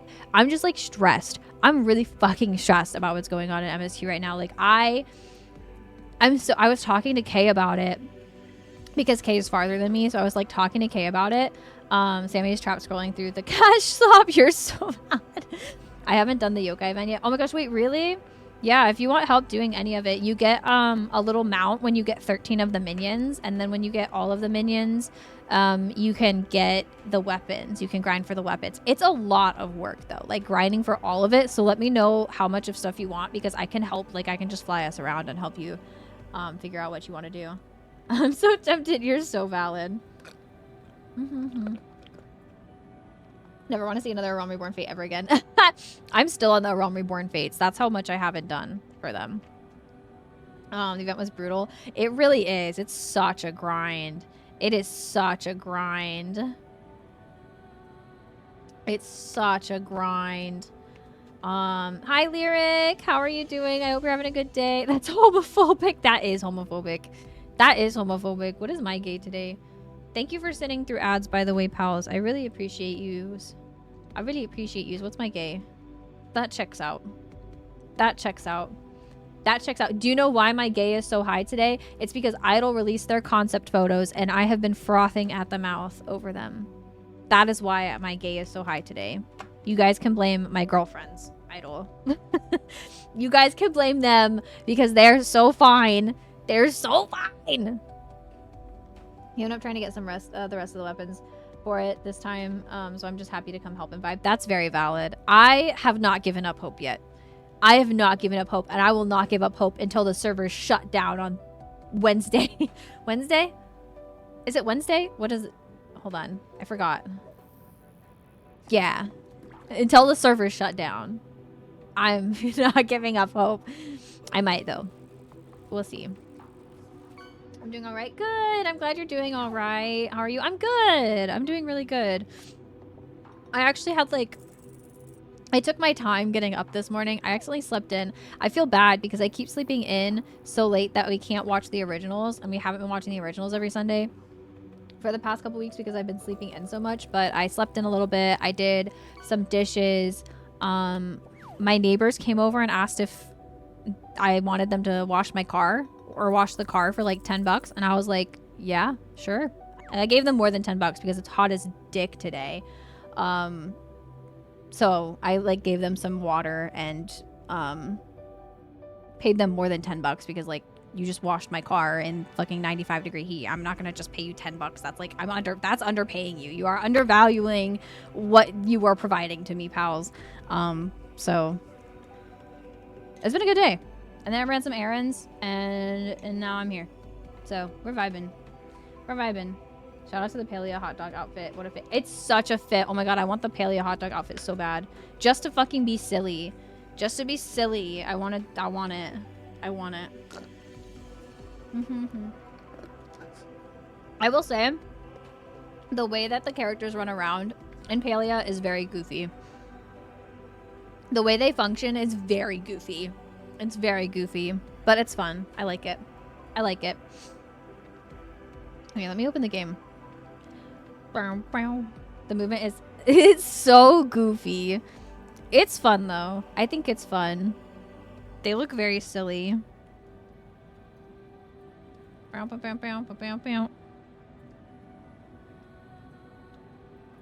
Okay. Login. I'm opening Final Fantasy 14. So if y'all are not caught up on main story, this is your cue to go into lurk mode if you need to, if you want to protect yourself from spoilies. Oh no. Okay. Bam, bam, bam, bam.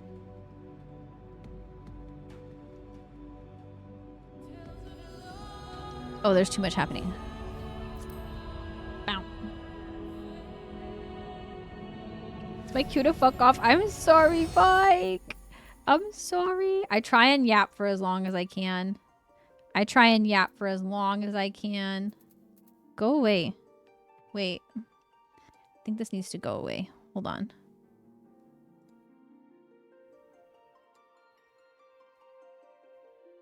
What? Oh, hold on. I need to do something. Can I turn you off? Yeah, okay. Cool. I carry you, Vike. I carry you. Need to get food anyways. You deserve to get yourself some food. I hope that you enjoy your food and you get yourself some safe food, some comfort food, and I hope it's delicious. Every time I've logged in, every single day, that number gets higher. Every single day, that number gets a little bit higher. Yesterday, it was in the 30s. Before that, it was in like the 20s. It gets a little bit higher every day. Do I control my yapping and make myself stop? Same. Same. I do the same shit, but out here giving unreasonably high tips. I do that too sometimes. I'm not gonna lie. Oh my god, this loading screen! That loading screen is so cute. I'm gonna throw up. Oops, sorry, Pibby. Okay, so to recap where we're at, what's going on. We're with the Loporrits, and I love them so much. I want to make a Lalafell, and I want to try and make a Loporrit cosplay out of my Lalafell, because I want to be a Loporrit, actually. I actually want to be a Loporrit. I think that if they, the next Lalaprit, exactly, Demantic, exactly. You see my vision. You see my vision. You see the vision. That is the vision. That is the vision. I want to be a Lalaprit so fucking bad. And I think that Yoshi P, if you're listening to me, if you wanted to add any other playable characters to the game, like any other races someday, I think that you should add the Loporrits, because I would like to be a small bunny. Because imagine we can be the big bunny, we can be Vieiras, but then we could be little tiny baby bunnies. Like, look at them. They're just babies. They're just babies. Did I already talk to Thancred? Why do I get the feeling we're going to have our hands full dealing with the Loperates? He said that because we're going to have to parent them, and we like to parent things together. I'm sick. I love them. I'm back in my Thancred brain rot. It didn't take long. It didn't take much. I kind of have always been in my Thancred brain rot. Let's be real. It's been Thancred brain rot with a side of Graha, or Graha brain rot with a side of Thancred, but neither of them have ever been fully left out. Yeah, Yoshi do it. Exactly. Also, hi, Risk. How are you doing? I hope you're having a good day. I hope you're doing well. It's good to see you. I like this still because it's just Yasu and Thancred looking at each other, and then Urianger and Ashtola looking at us and being like, can these fucking hoes get a room? Yes, we absolutely can. Thank you. Yes, we can. And we will. On the final day is fast approaching. Oh my god. Okay, yeah, I forgot. Literally the final. Oh my god. Oh, I meant to tell you what we were talking about. Okay, so me and Kay were talking about how I was like stressed the fuck out because I was like, we caused the final days. And then they were like, no, we didn't cause the final days. Like, Fan Daniel caused them. And I was like, but like, he tricked us into causing them. Like, our actions are still the ones that caused them. And then they were like, yeah, I just chose not to think about it that way. And I was like, Yasu would think about it that way though. Like, Yasu would be like beating themselves up right now, being like, I literally am causing the end of times, and that is tragic, and I'm stressed. Tired as heck. You're so valid. It's hard work flying over Eorzea. Risk, listen, hold on. I have something to show you actually. I did this the other day, and I was like, Risk is gonna be so proud of me. Look at this. Are you ready? Are you ready? Oh, not that one. Look at this. Can I get claps? Can I get some cheers in the chat? Can I get some claps for my hard work? Look at that. Heavensward flying, baby. I can fly in Heavensward now. I can do it. Every location. I did it. I grinded it. I did it. I was like, I'm gonna make it I'm gonna make it Risk proud. You did a thing for one expansion. 20 more to go. Baby steps, okay? Baby steps. We're taking baby steps. We're taking baby steps. I have one place in this one. I have the fringes. See? I have the fringes. And then no place in Shadowbringers. And definitely no place in Endwalker. Oh my god, why is there a snake? Hello? What is that? What is that? How do I get that? Caduceus? Caduceus? Look at it. It's got a little scarf. Oh my god. It's a little baby with a scarf. It's a little baby with a scarf. I'm about to cry. Wait, I love him. I need him. Thank you for the follow. Welcome in. I hope you're having a good day. Still proud of you though. Thank you.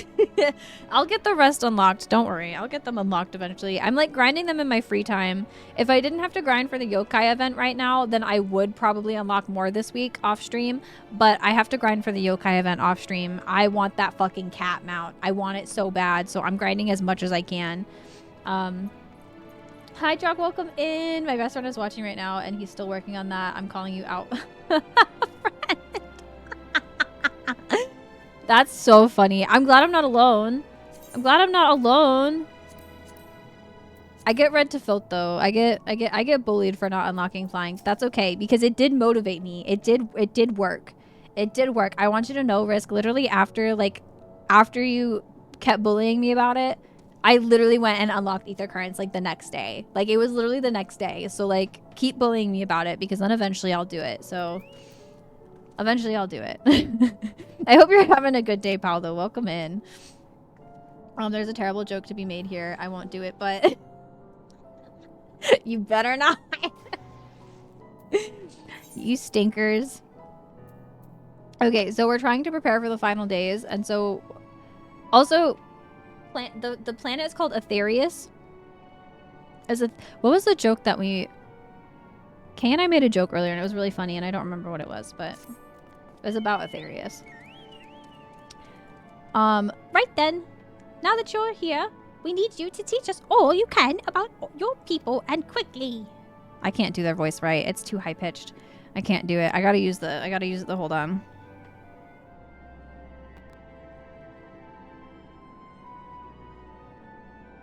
Does this sound right?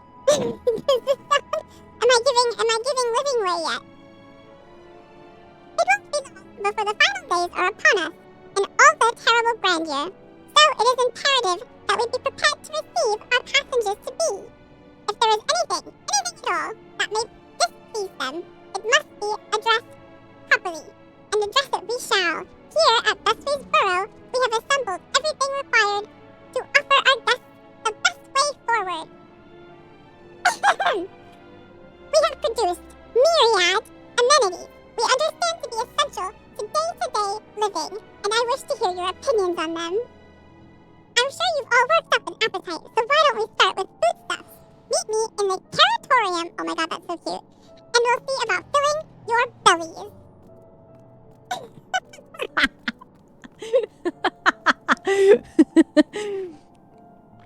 Do you guys like my chipmunk voice?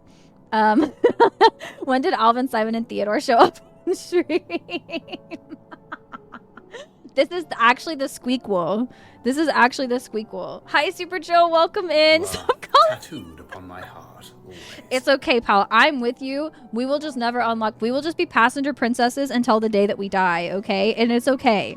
And it's okay. Live your truth. Live your truth, Joe, because I see you and I am with you, okay? We can just be passenger princesses until the day that we die. It's fine. I accept that fate. You gotta accept it too. That's what we were destined to be. Thank you very much for the follows. For the welcome in. She does not want for enthusiasm. The notion of etheris, rotting to its core, being a matter of course is rather concerning though. Nevertheless, let us take this opportunity to learn more of the Loperites and this vessel. Because I keep thinking about Lalafels and the Loperites, I keep wanting to say Lalaperites. Lalaperites. Okay, where the heck? That way? My map is so big. Okay. That way. Hi, Angie. Thank you for the lurk. Welcome in. I hope you're having a lovely day, and I hope you have a lovely lurk. I really appreciate you for lurking in the kitchen, and I was like, did Mouse swap to Animal Crossing? Oh my god, wait. I could totally do an Animal Crossing impression. Hold on.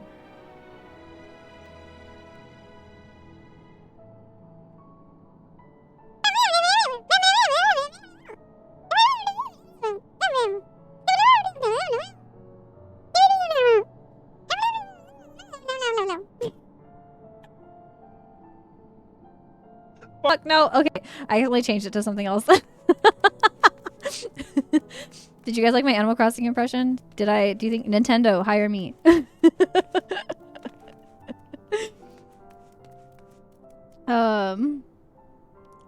Joe for real, now just guides me through the exact places the currents are. So yeah, I'm a real little princess then, huh? You really are, yeah. That's what I need. That's what I need too. I've been doing the quests, but I need that for the Aether Currents because I don't fucking know where I'm supposed to go. I don't know where I'm supposed to go for them. I know I have one of my best friends was literally like, they were like, put your Aether compass on your hotbar, and then I was like, Lindsay, look, it's right there. It's right there. I just never use it. I just don't use it. So, is it down? Do I gotta go down? Whee! Yasu floating gracefully. Look, I even have the Loperate with me. Oh my god, that door's huge. There's a compass. Yeah, you should have gotten a compass at some point. I don't remember. I think it's in Calig. No, it's in your like maybe. No, where is it at? Where does it stay at? I don't know where it stays at. I think it's in collections, maybe? Collection. Yeah, it's in collection, and you can put it on your hotbar, and it tells you how far away the closest Aether Current is. And it, like, tells you which direction to go and everything, yeah. It helps a lot. 10 out of 10 stream.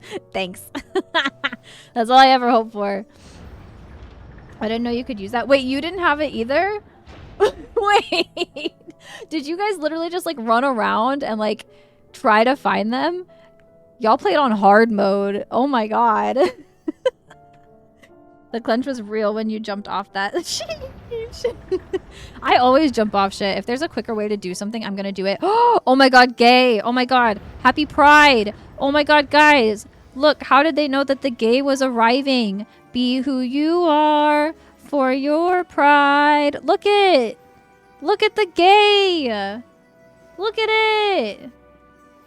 Don't tell my friend he won't guide me anymore. Yeah, Jack, actually, they don't actually have an aether. They don't actually know. They don't actually exist. You actually have to keep Flying Joe around, actually.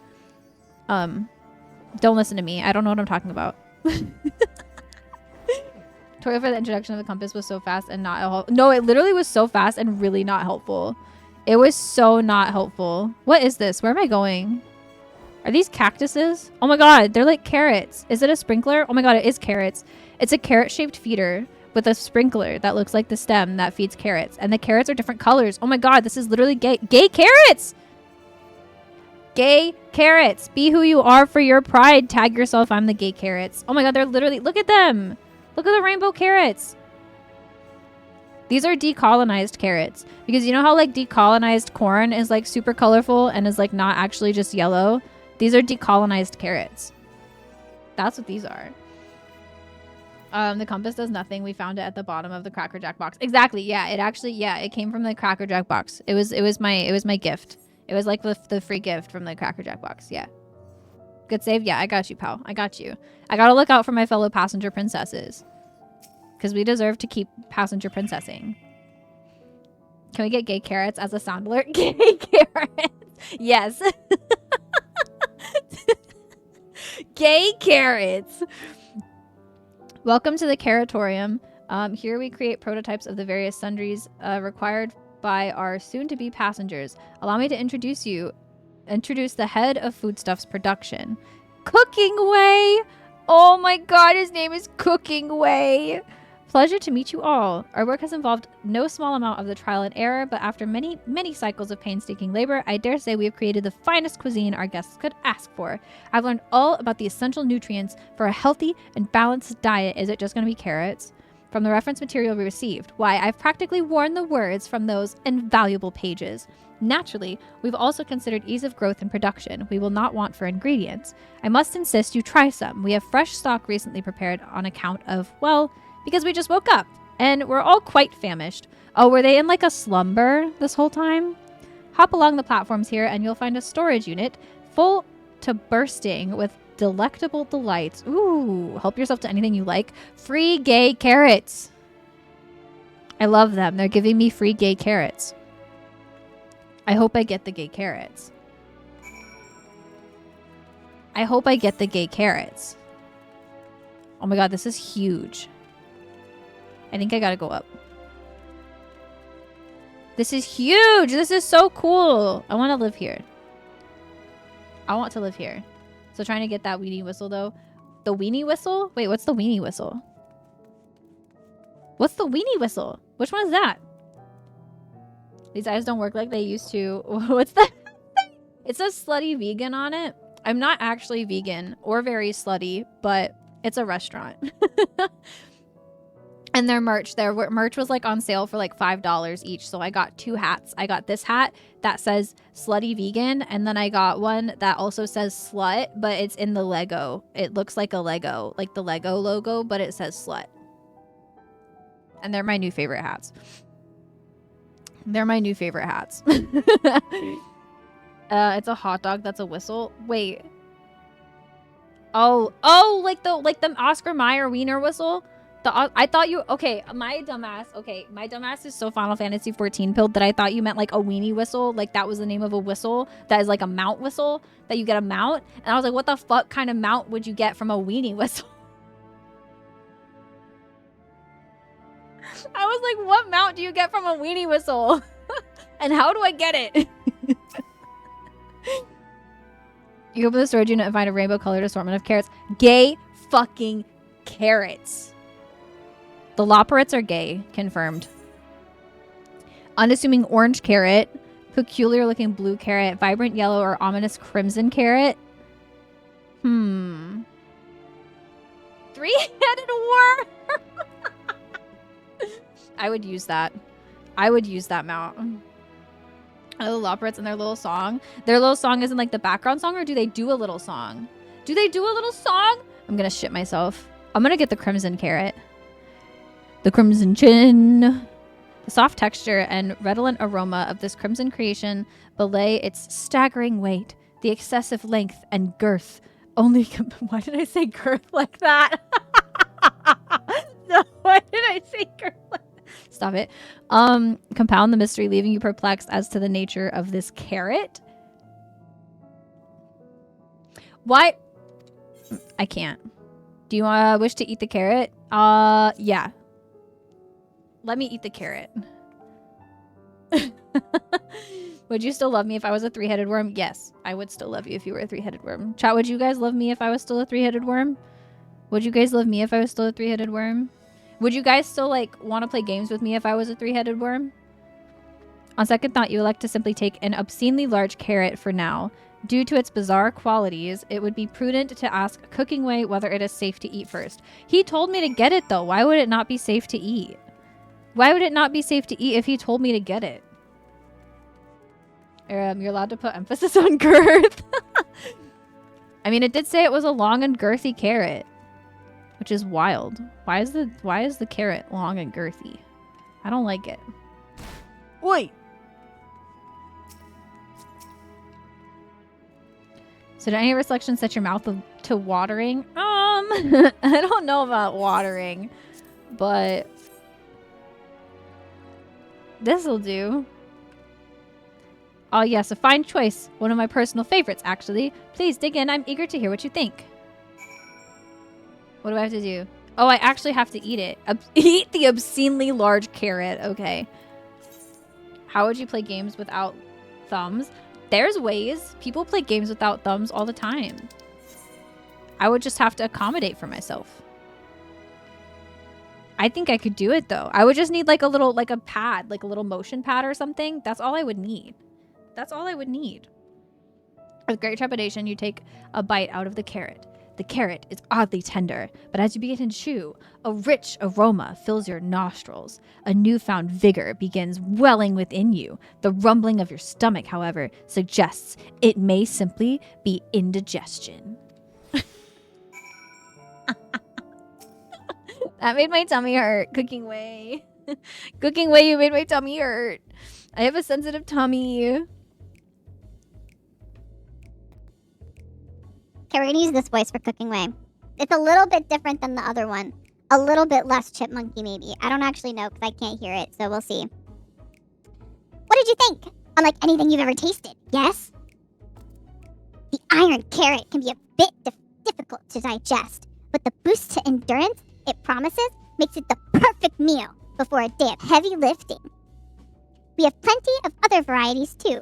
Bleeding carrots to improve blood flow, dream carrots to help with sleep. So you see, we have a carrot for every occasion.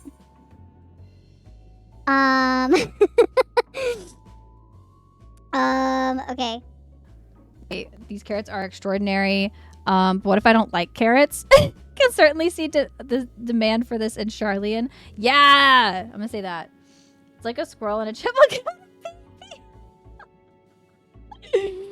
I just realized I forgot to take all my meds today. Oh no! Brain Unreal, only Unreal. Literally, you said I'm only about that grind. Take your meds, pals. This is a good reminder for any of you. If y'all need to take your meds still today or need to drink some water, please do so. Take care of yourselves, okay? Okay?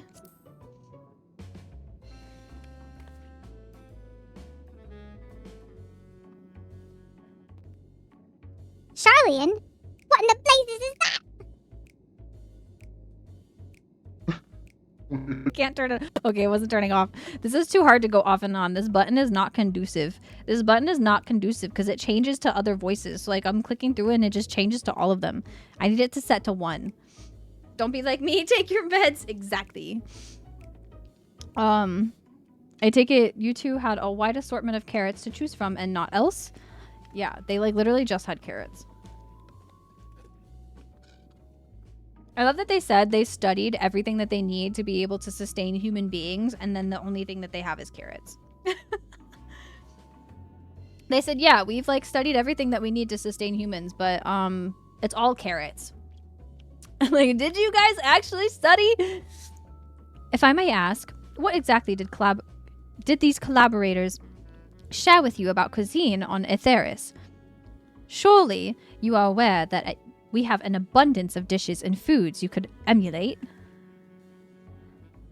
Of course we are, but, well, it was only quite recently that we established contact. Even holding a conversation was a struggle at first, so imagine our surprise when they sent a mountain of books and documents with no clear instructions. The sheer amount of information was overwhelming. If it wasn't for that encyclopedia I found, we would have been at a loss where to begin. And so we decided, rather than divide our resources to prepare a variety of middling and potentially unsatisfying meals, it would be more efficient to devote our efforts to the production of a single, perfect food. Oh, he's hot when he shrugs. That's all well and good, but man cannot live on raw carrots alone. Have you considered cooking them? You mean steaming, boiling, roasting, and the like? I suppose we could prepare the carrots in other ways, but our primary concern was efficiency, and what's more efficient than sinking your teeth into a carrot fresh from production? Rather strange approach to take for one named Cooking Way, isn't it? Well, technically speaking, Cooking Way isn't my given name. When first created, we were all named in the old tongue, you know, the otherwise impenetrable parlance the Watcher speaks.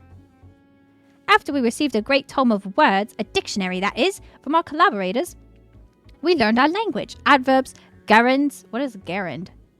Present continuous verb conjunctions, just the basics.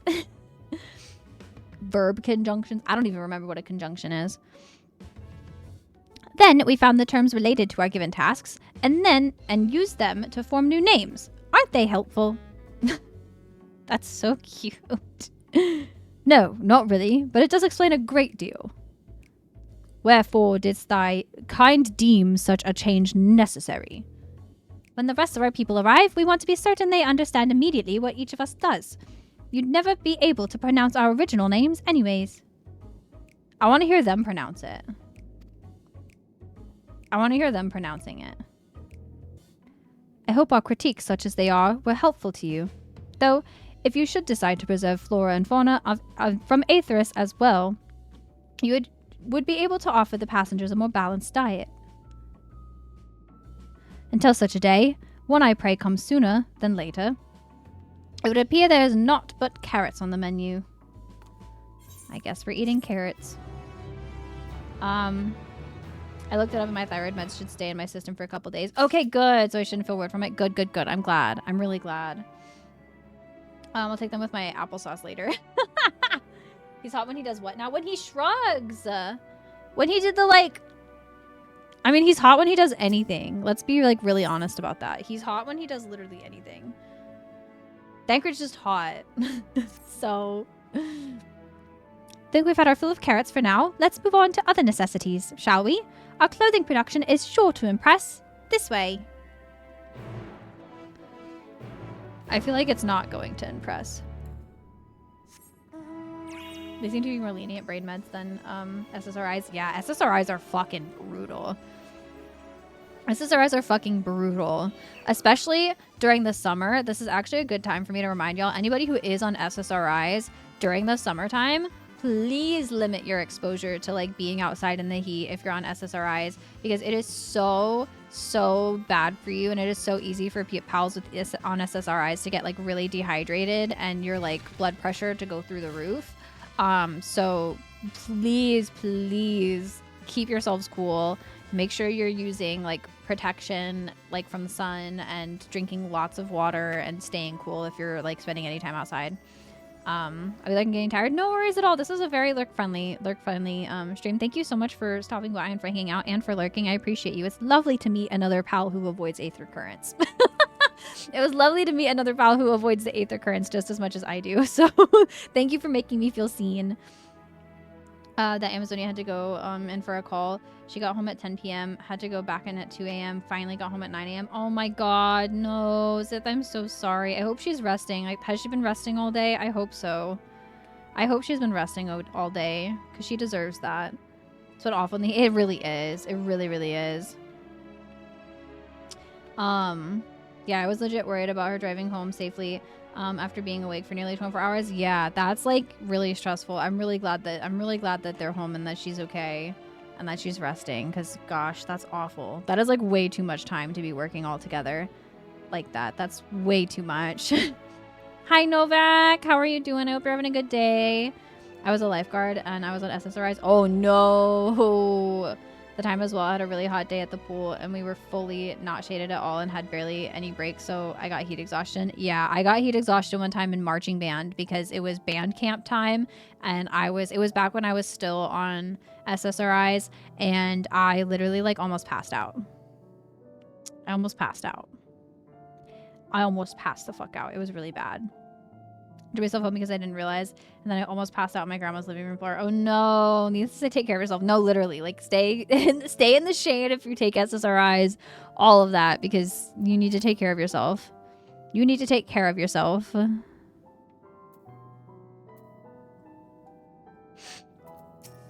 SSRIs are not friendly with the heat at all. I hope you're doing well, Novak. I hope you're doing well. It's good to see you. Got a few hours of sleep, but doesn't want to throw off her sleep schedule. Oh, since she has a 9 a.m. class tomorrow. That is so valid. I feel so bad for her. I feel so bad. I feel like she's always always go, go, go, go, go, go. And so I'm really glad that like she has you to help her through all of that, because I feel like it'd be really overwhelming and stressful if she had to deal with a lot of what she does alone. So I'm thankful that y'all have each other.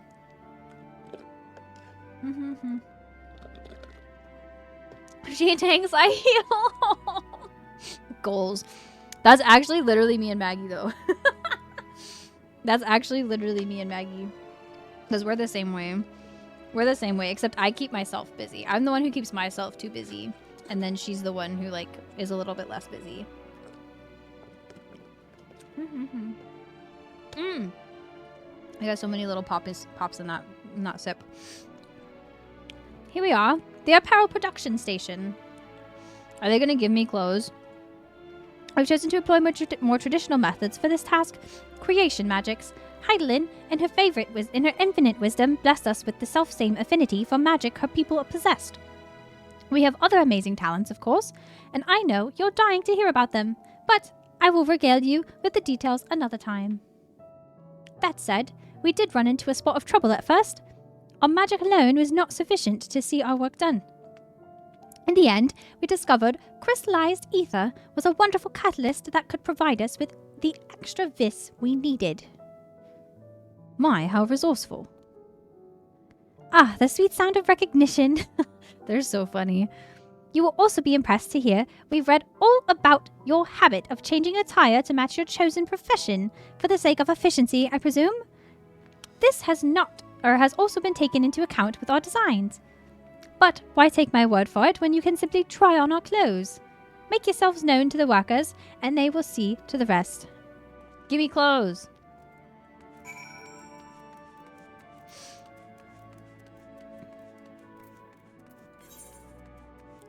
Doing that high-pitched of a voice, like, is hard, actually.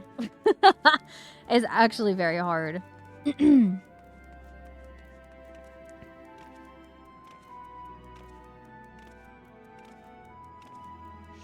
I always like giving them voices, though. Like, I don't like reading everything out as myself. I think it's more fun. How far is it? Oh, I'm passing it.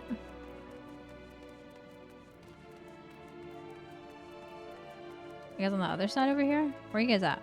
What do I gotta do? Nope, that door doesn't open. I gotta go up.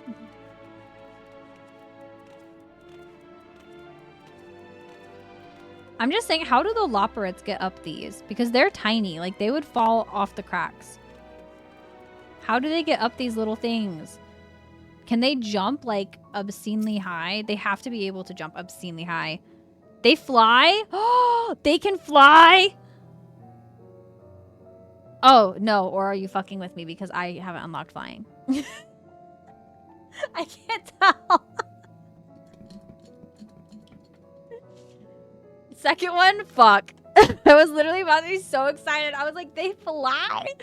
Oh my god, that's so cool. Nah. Listen. Oh. Let me see them. I guess I gotta look from this angle. What are these flowers? They're cool looking. Ah, it's you! One of the visitors from Aetheris. Goodness me, Mapping Way wasn't kidding. You really are smaller than the water. Yes, I am. By quite a lot. Oh, right. You're here to try on a set of clothes, yes? What would you like me to fashion for you today? An outfit that embodies my bloodlust. Why is that something I can say? Why is that something I can say?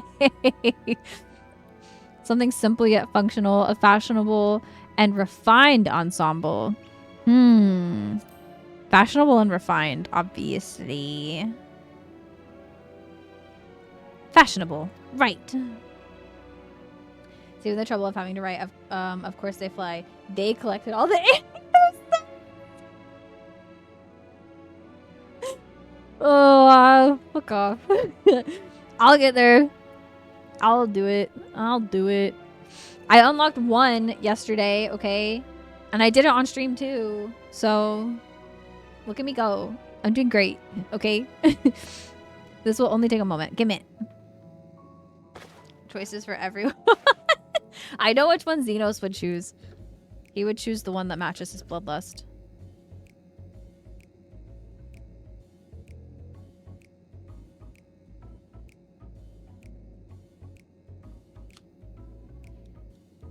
This is supposed to be fashionable and refined. Brother, there we are, all finished. The perfect fit, if I do say so myself. I'll be honest, I know nothing of fashion, let alone fashion on Aetheris. I can tell, but I'd wager no one down there has ever worn anything like this fine ensemble. Perhaps you can start a new trend. Even Yasu looks fucking sick of this. Would you look at that? Speechless. And here I thought you may not like it. How do I tell them nicely? How do I tell them nicely that I fucking hate it? If you have a mind to try something else, why not speak to my fellow artisans? I'm sure they'd be happy to oblige. Okay. You must continue wearing these garments in order to progress. What? We'll change back to your normal garments if you move too far away. Look to your map for the garment changes areas of effect. Speak with the restless Loperit to restore or prolong the garment change. This injustice, literally, what the fuck am I wearing? I look like a fucking paper bag. I look like a paper bag. What is this? What is this? I hate it. I hate it. Rabbit's back. The most beautiful paper bag, if you say so. Where's Yasu's ass? Yasu's ass is gone. My figure is gone. This is depressing. I'm sad. What the fuck is this? Okay, what do you have? Do you have something better for me?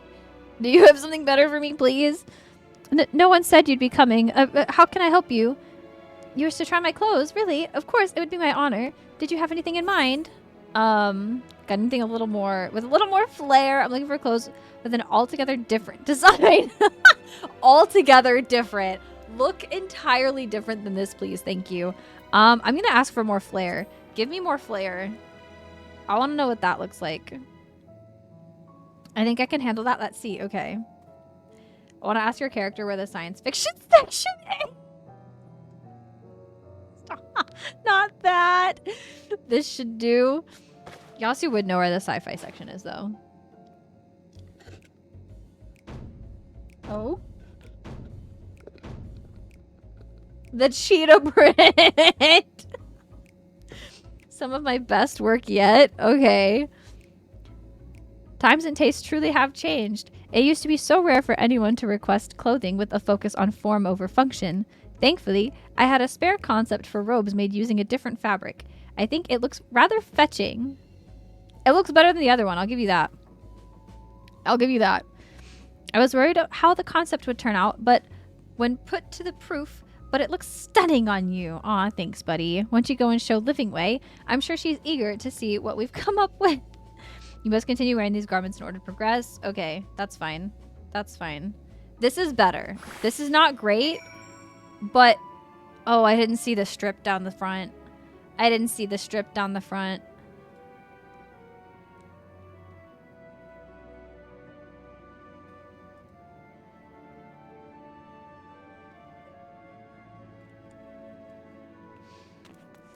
I take it back. I take it back. It's not that much better. What are the pants? I'm so confused by this outfit. I'm so confused by this outfit. I hope these rabbits do not have dreams of becoming fashion designers, because I do not think that that dream is going to go well. Disney called. They have a script and they want to be read for a sequel. And they want to make it for a movie 20 years later. Bunnies didn't study Eorzean fashion, okay? Obviously. They keep saying they did, though. They keep saying that they looked... Well, they didn't study... They said they didn't study the fashion. My, don't we look splendid? The result of much trial and error, and I know quality work when I see it. Shh, you needn't speak. I can see your adoration for the moon, and we loporits in your eyes. No doubt your friends feel the same, having sampled our creations. Yes, he looks really good. Orion, please. How are you doing? It's good to see you. I hope you're having a good day. Oh my god, Urianger! Sorry to have kept you waiting. He is also in the leopard print. Oh, me and my baby are matching. We're matching. Look at him. They insisted we sampled all of their concepts ere we returned. Ooh, the gloves. Urianger. Ooh. Ooh. Did you guys see that? Did you see the... Ooh, the side and the side? Why does he kind of look like Big Sippin'?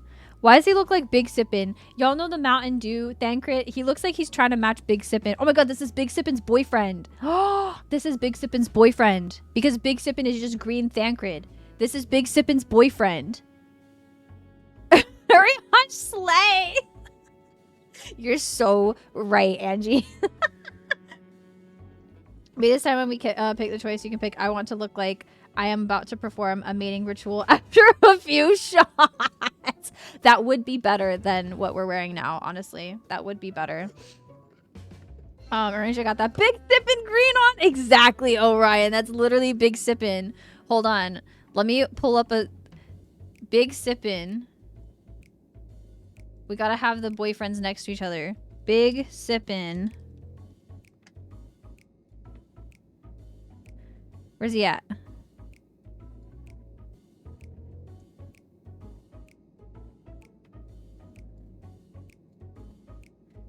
They're literally boyfriends. Look at them.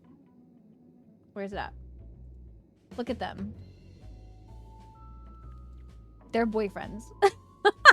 This Urianger with this Thancred. Big Sippin' and Big Pimpin'. Yeah.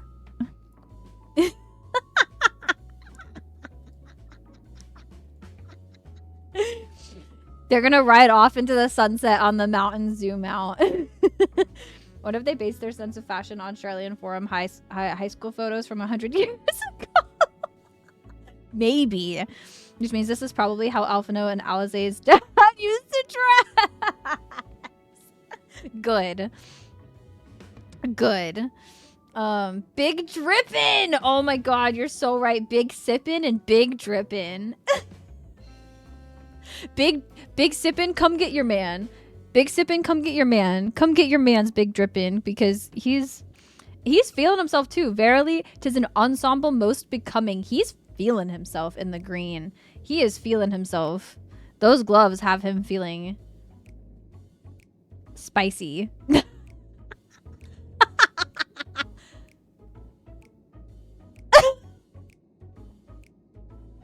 way they're all just like... They look so funny. We're matching though. We're matching. I think it's past time we return these clothes. I don't know, Thancred. I think you can keep the cheetah print on. I think you can keep the cheetah print on.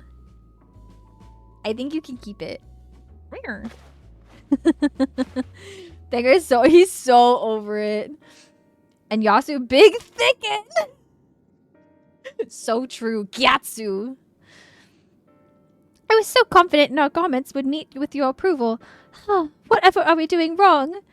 The Watcher taught us that, in this time, everyone wore the same robes. To do otherwise was against social etiquette. We thought that we could appeal to modern tastes by tailoring the robes to specific professions, but... Just look at what we're wearing, buddy. Please, you mustn't be so hard on yourself. Should we resort to evacuating people of Aetheris? They will most likely certainly have need for your attire. 'Tis clear you spared no effort in addressing our needs, but you must understand that we are not quite so homogeneous. Homogeneous, that's the word. Homogeneous. I am a homogeneous. I don't know about you, Ashtola, but I am a homogeneous, actually. Speaking for myself, what I wear now better suits my tastes, even if it is of inferior make. But there are others whose choices may be influenced by traditions or personal experience. Rather than make assumptions for the whole, you must consider the individual and their potential preferences. Thancred 100% has a Cheeto print Speedo. Oh my god. I need to see Thancred in a Cheeto print Speedo right now. Expeditiously. Oh. I fear we've underestimated the complexity and diversity of your people. Even if we'd memorized every tome we'd received, I doubt we'd have fared much better. Maybe we're doing you a disservice trying to shower you with our baubles and frippery, thinking it was for your benefit when you'd be better off on your own. There are some who might agree, people who prefer to keep others at arm's length, even when they know they shouldn't. Are you speaking from experience, Mr. I don't like to share my emotions? As one such former fool, I'd like to ask you a question. He said I used to be that way until I was changed by Yasu. This plan to evacuate and escape the final days, did it account for the reflections of the source as well? She said, nope. She acts like it interests too. Someone staying in her level 70 job gear even as level 83 mage. Yeah, she said, it's fine. Guess yours more since her hood can't brood in the corner. You're so right. We were born of Heidelin's love for Aetheris and the salvation of the people on that star, and that star alone has ever been our aim. Surely, it's better to devote ourselves to saving one world than to divide our efforts across 14 and risk failing them all. I suppose you're right.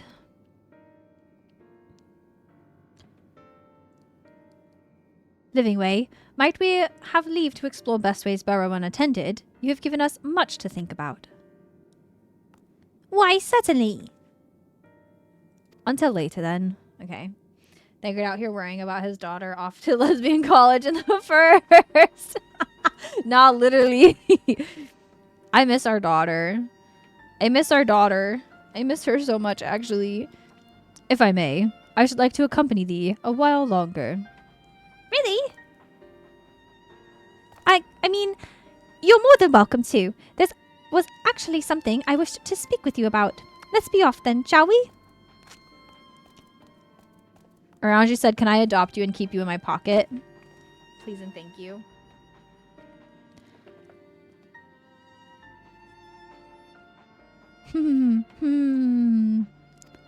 Who are you?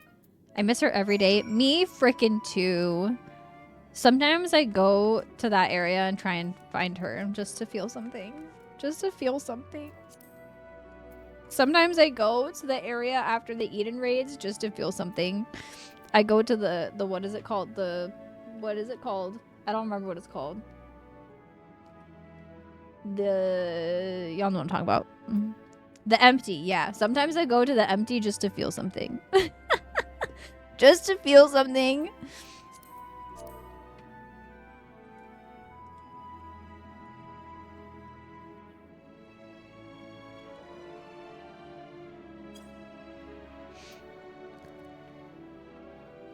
Just to feel something. I go to the empty and I just sob.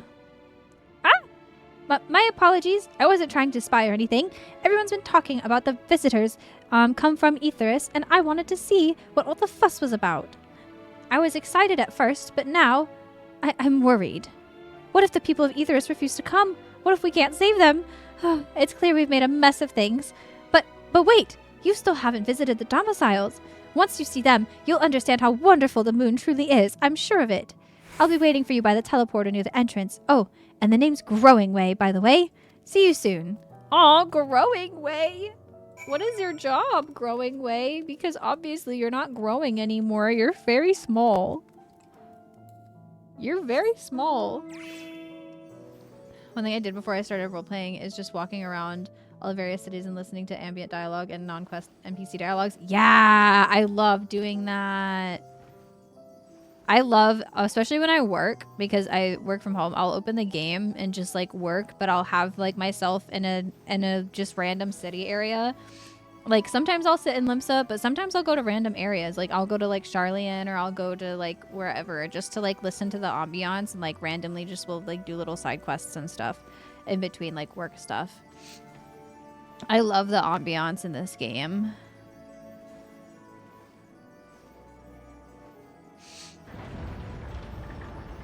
Wow, wow, wow, wow, wow, wow. And the ambiance in the empty is some of my favorite. And a lot of the Shadowbringers locations, honestly. I like to go to the Crystarium often.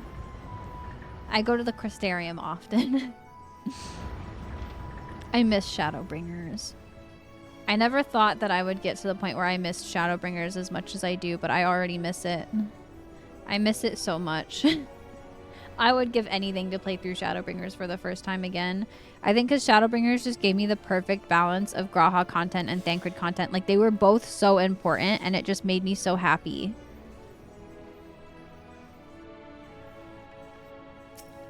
Shadowbringers was fucking stressful, though. I don't miss the stress, but I'm just as stressed now. I'm literally, the world is literally ending. So I'm literally just as stressed now as I was. You're here. You're really here. Thank you. Thank you so much. Sorry. What should I call you? Yasu Kaiseri, eh? Crikey. Even your names are amazing. Well, Yasu, we'll be using this teleporter to enter the residential area. Whenever you're ready. Proceed to residential area?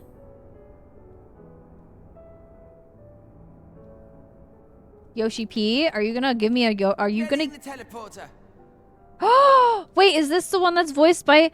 Is this the one that's voiced by Gwaha? Is this the one that's voiced by Gwaha?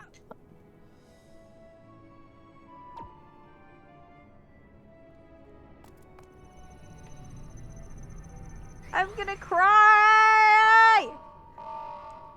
He's my best friend now. We're best friends. Huh?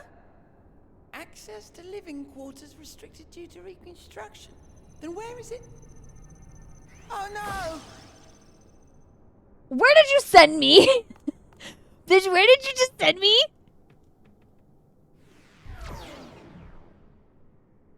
Hello? Hello? Private audience, as thou didst request, for reasons I know not.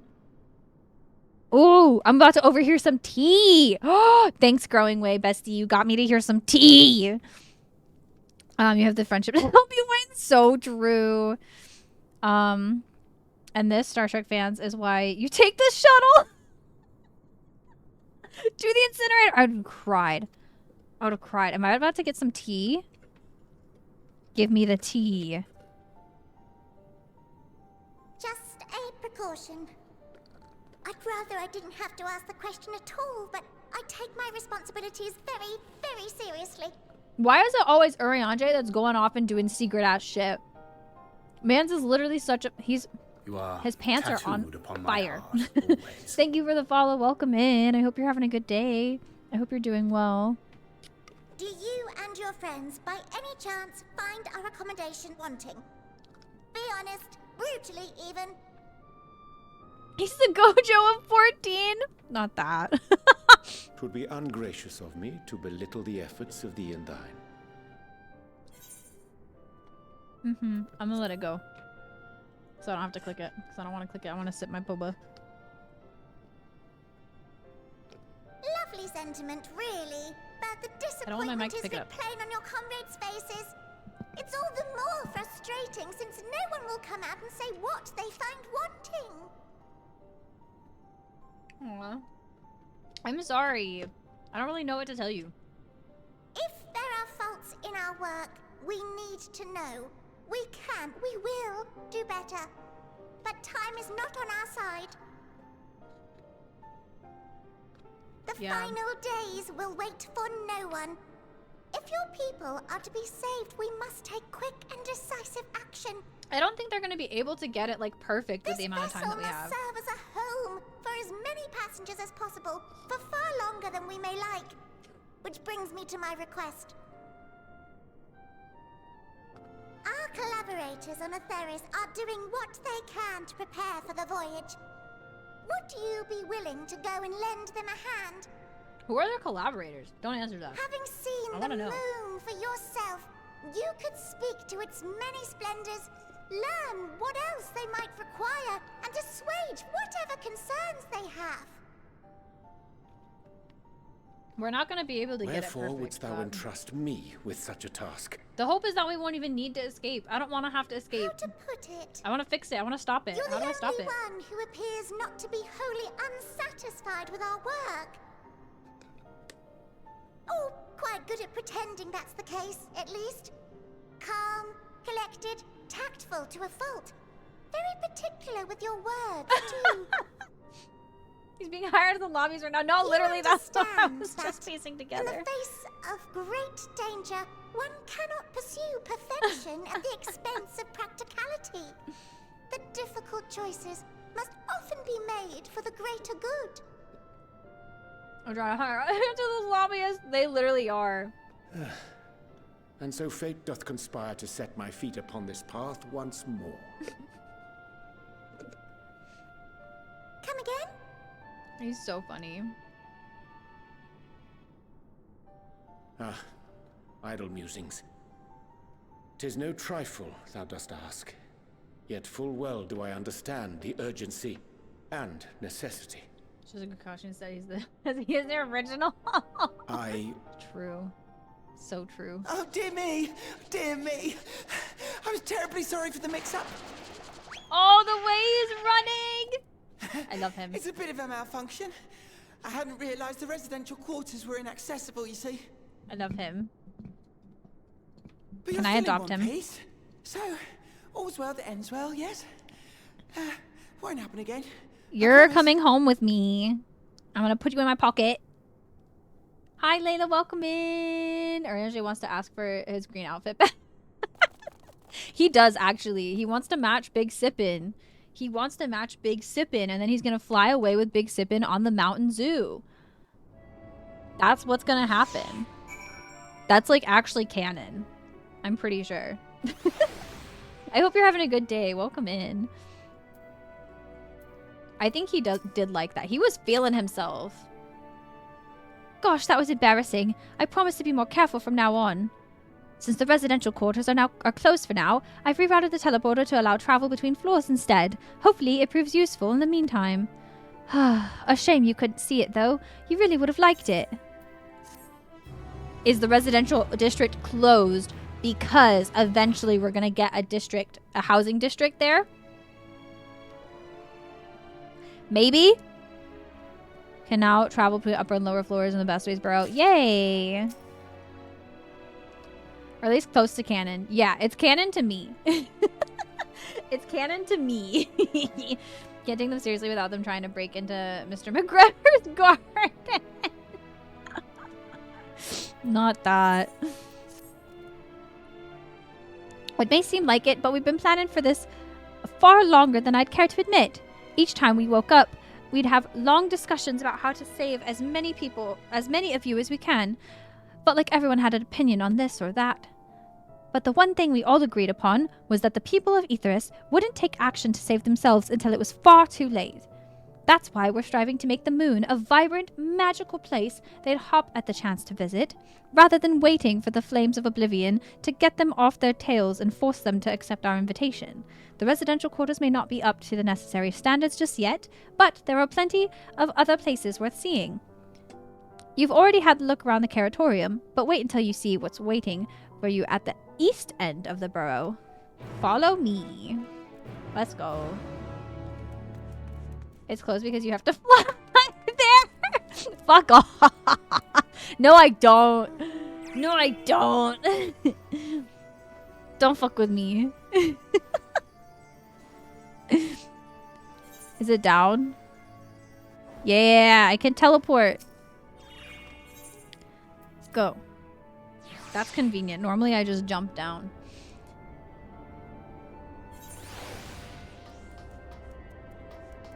Is this stairs? They're so big. Everything is so big here. Even though like the Loporrits are so small, everything here is so fucking big. It's massive. It makes sense though because they thought that we were all gonna be just as big. So back in my day, jumping down killed you instead of just putting you at 1 HP. Did it used to actually kill you? Glad they patched that. Oh my god, it did used to kill you? That would have been awful. I would have died so many times. So many times.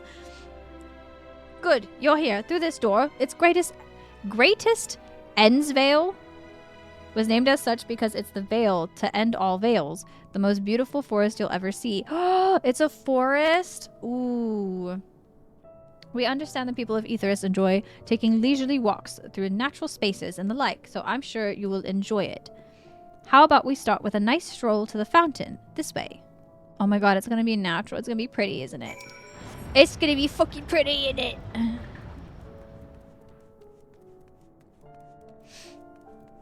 A forest? A forest? Wait, is it not a forest? Wait.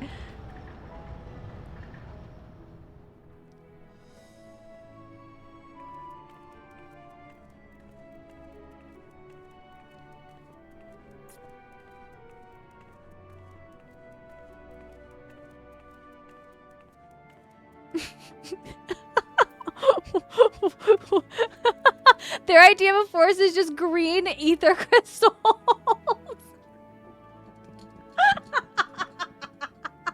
They said the ether crystals are green. That's like trees, right?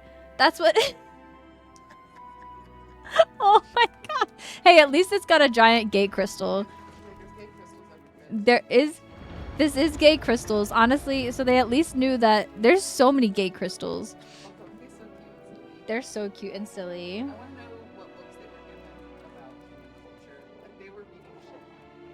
Yeah. Was that following you? It's Guaha! It's Guaha! There's also metal trees? Metal trees? Oh god. What's your question? Okay. Are those the trees? Okay. Hit me with the silly hypothetical. Alright. What's my birthday? November 8th. What's my favorite color? Purple. What's my middle name? The same as mine. Okay. It says if you have to pick a friend, and if they can list those 3 things without hesitation, we both get $5 million. Ah, fuck yeah, let's go. Where's my $5 million? We are $5 million. We're $5 million richer, y'all. Y'all, we're $5 million richer because a random man on the internet said that if I could answer all of those questions right about Kay, that we get $5 million. So now... All those questions without hesitation. Yeah. The idea was that people don't have friends? that could answer those questions without hesitating. Which is crazy to me. Like, you don't have one friend that can be like, Not a single black, one. black. Actually, your favorite color changes, so I would possibly get that wrong. But I'm gonna say green right now. Is that still accurate, or is it more yellow? Or is it just straight up black? Or I mean, you've been followed by red a lot. Your color changes too. Yeah, my color changes, honestly. So I'd probably just say yes to whatever you guessed. Because What's it right now? I don't know. I don't know. I can't pick one. Oh my God. Don't make me pick one favorite color during Pride Month. That's homophobic. My favorite color is rainbow, obviously. They told me to shut up. Change my favorite color on my friends every 30 minutes. Gotta keep the friends guessing. Exactly. Exactly. I used to be that way, and then I said, nah, fuck it. It's purple. It's always purple. It's Yeah. always gonna be purple. Kay's Ain't no favorite color is better than purple. Kay's favorite color is also purple, Orion. I think that, like, honestly, right now it's probably like a red, but I always love greens. I just like colors. I like a bunch of colors. So you could say one of like different colors, and I'd probably like sunset orange is one of my favorite colors.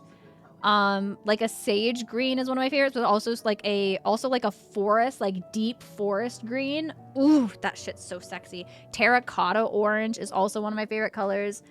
I love a good red. I love a good red. Right now, being like, I'm this being annoying? specific orange and this specific. Leave me alone.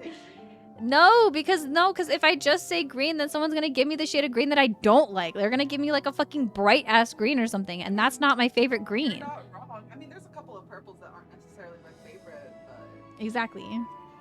Kay has the right fave color. People whose favorite color is purple always think that. I don't know a single person whose favorite color is purple, and that's not like a part of their personality. I found something like a while ago because I was like, I had like, God, when was it? Like in high school, I feel like I was like, yeah, I'm gonna decide favorite color purple, whatever. And I thought that this was like my first time really liking that color. And then I found something that I had done when I was like 4 or 5 years old, and it was like draw like your favorite animal or some shit, and I drew a purple giraffe. And I referenced purple as my favorite color, and I was like, dang, I just full circle went back to my little kid ideas. Yeah. Is it purple or is it plum? No, purple. You don't like the big sipping green? No, I actually hate the big sipping green. Like, actually, I actually don't like it at all. The metallic green, I think, is atrocious. I think it's atrocious. But Thancred looks good in it, so. Yeah, like in 14, my favorite purple colors are lavender purple, gloom purple, and currant purple, or currant purple. I don't know how you say that one. And then occasionally the grape purple. But the grape purple, depending on what it's on, it's a little too grapey. Ooh, the iris purple is cute. Ooh, it's yeah. just a little too light for me, so that's why I like the lavender purple. That's more of like a cool, light color. Kind of like the color, I don't know if your name is lavender for you right now, but that color on Mal's chat, that's like my peak purple. Just like change it from lavender, light to dark, and that is peak purple. Yasu doesn't wear only dark purple clothes. It's okay. Yasu only wears black clothes. Yasu only wears black clothes and sometimes a Yeah. pop of red. Razes are purple or black.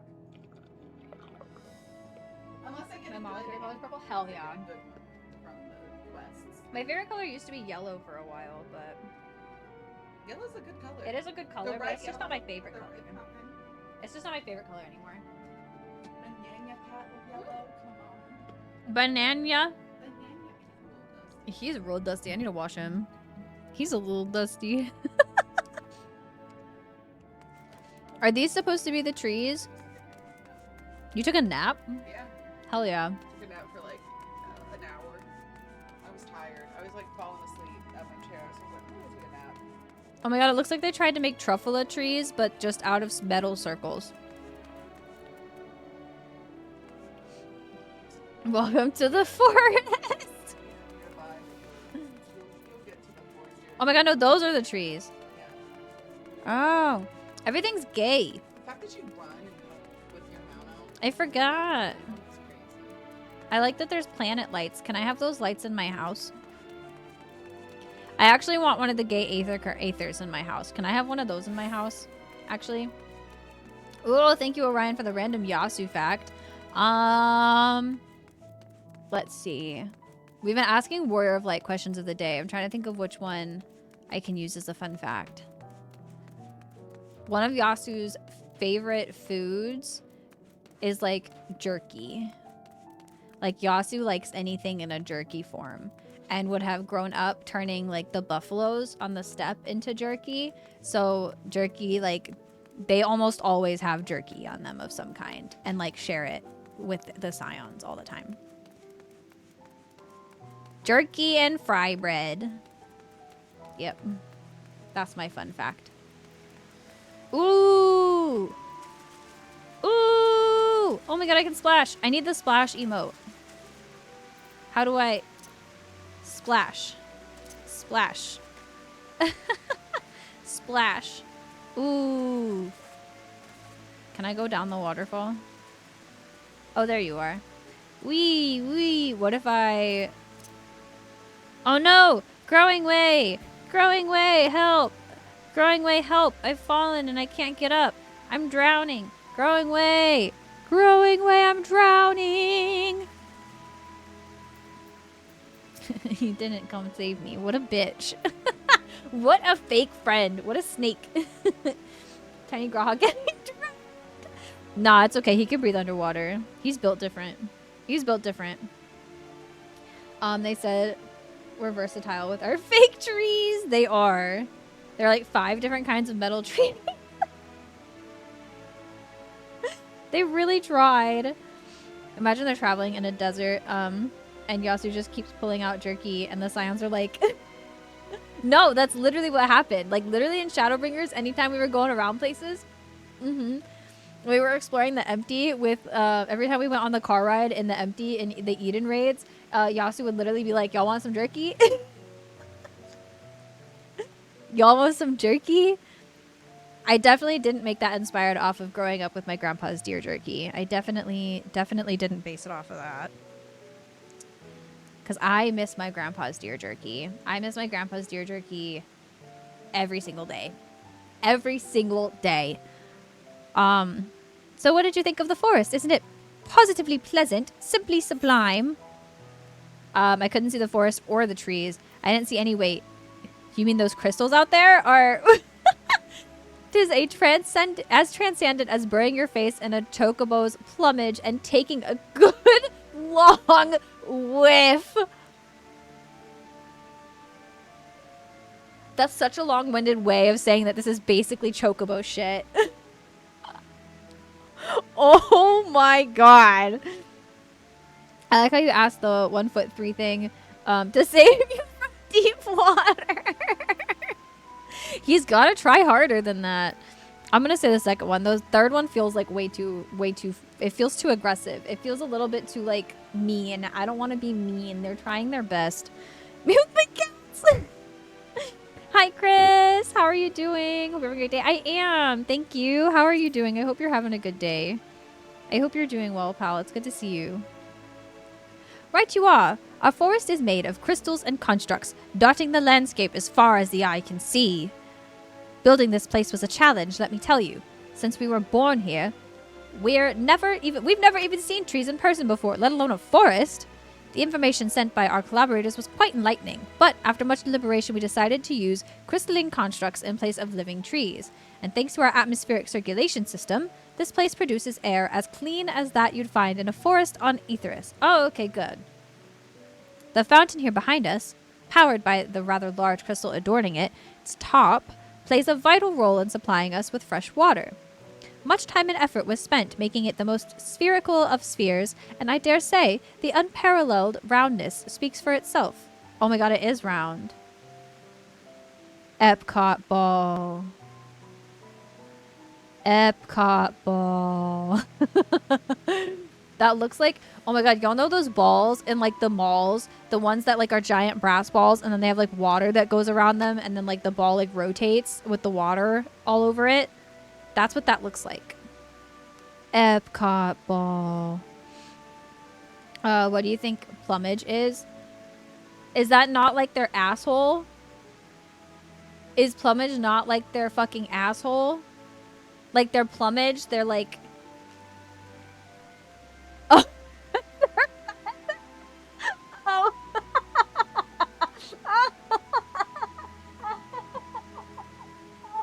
Oh, plumage. Oh, plumage. It's plumage like a marching band plume, which is like feathers. It's like a plume. Also, hi, Nano. How are you doing? Wait, it was like like a plume?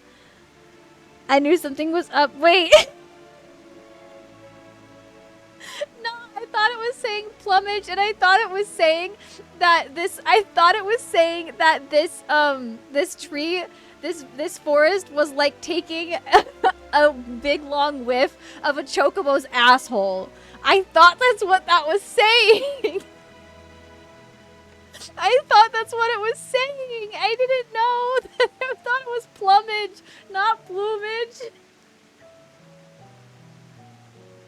Listen. It's definitely their asshole now. I'm gonna rewrite history. That's why I was like, I can't say that because that's so mean. I don't want to tell him like I know they worked hard on this forest. I don't want to tell them that their forest is like sniffing a chocobo's asshole. Like that's so fucking brutal. There's not many things that I would compare to smelling a chocobo's asshole. That shit's probably foul. Oh my god. Their asshole is their cloaca. Oh.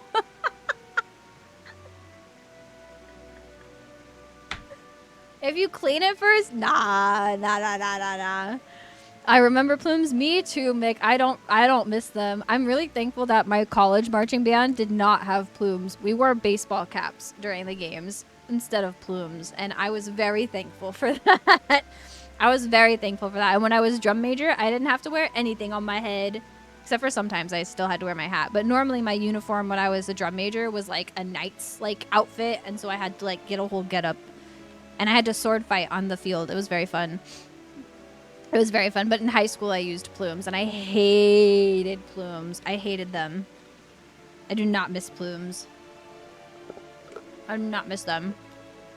I cannot believe I thought that that was fucking asshole. And it's talking about their fucking feathers.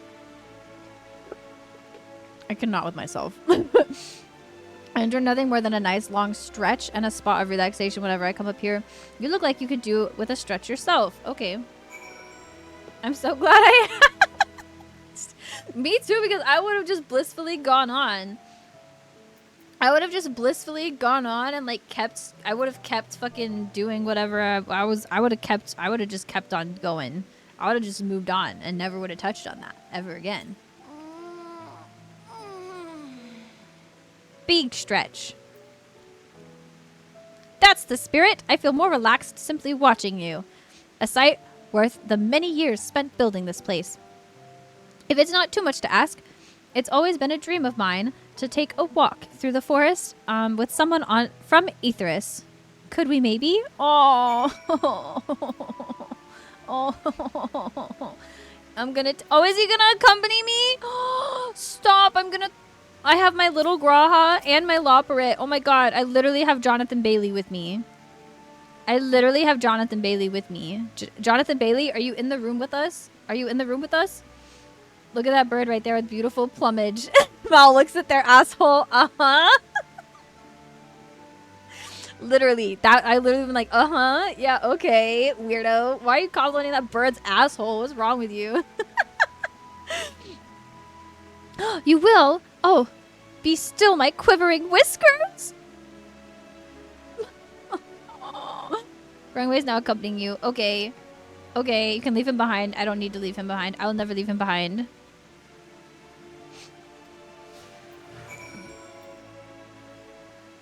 Baby! Look at my look at that! Stop it right now. I'm gonna throw up. Look at them running together. Look at them running together. I'm gonna throw up. This is my favorite thing I've ever done in the entire life. I'm literally about to start crying over this. I'm not kidding. I'm not kidding. Look at them. They're so precious. Okay, we gotta go. We gotta do things.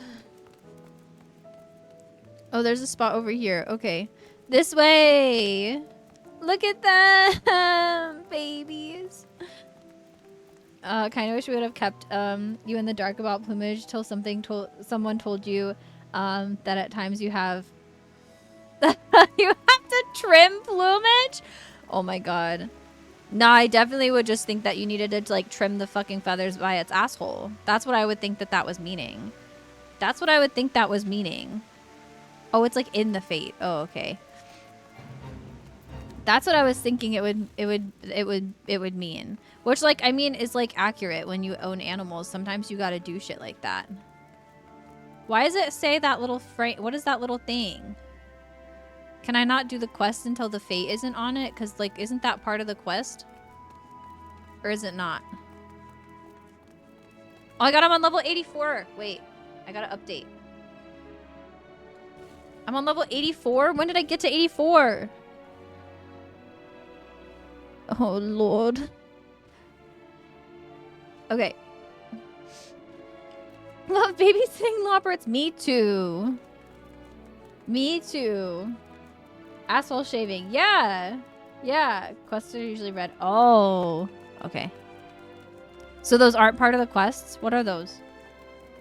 84 progress. I know. We've actually made so much progress this weekend. Leave me alone.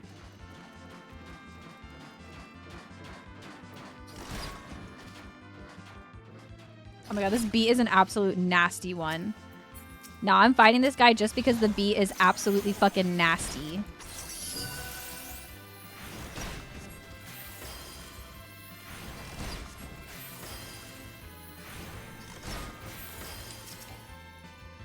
I'll get out of the way. Fuck.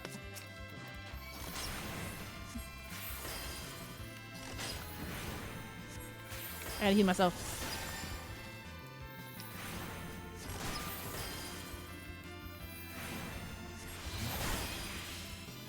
I'm gonna die. Nasty is good here, right? Yes. Yeah. If I'm ever talking about music and I say nasty, it's a good thing. It's a good thing.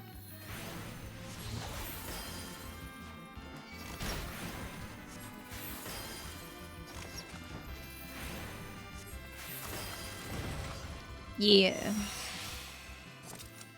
Oh, he's got a little coin slot in the back. He's got a little coin slot in the back.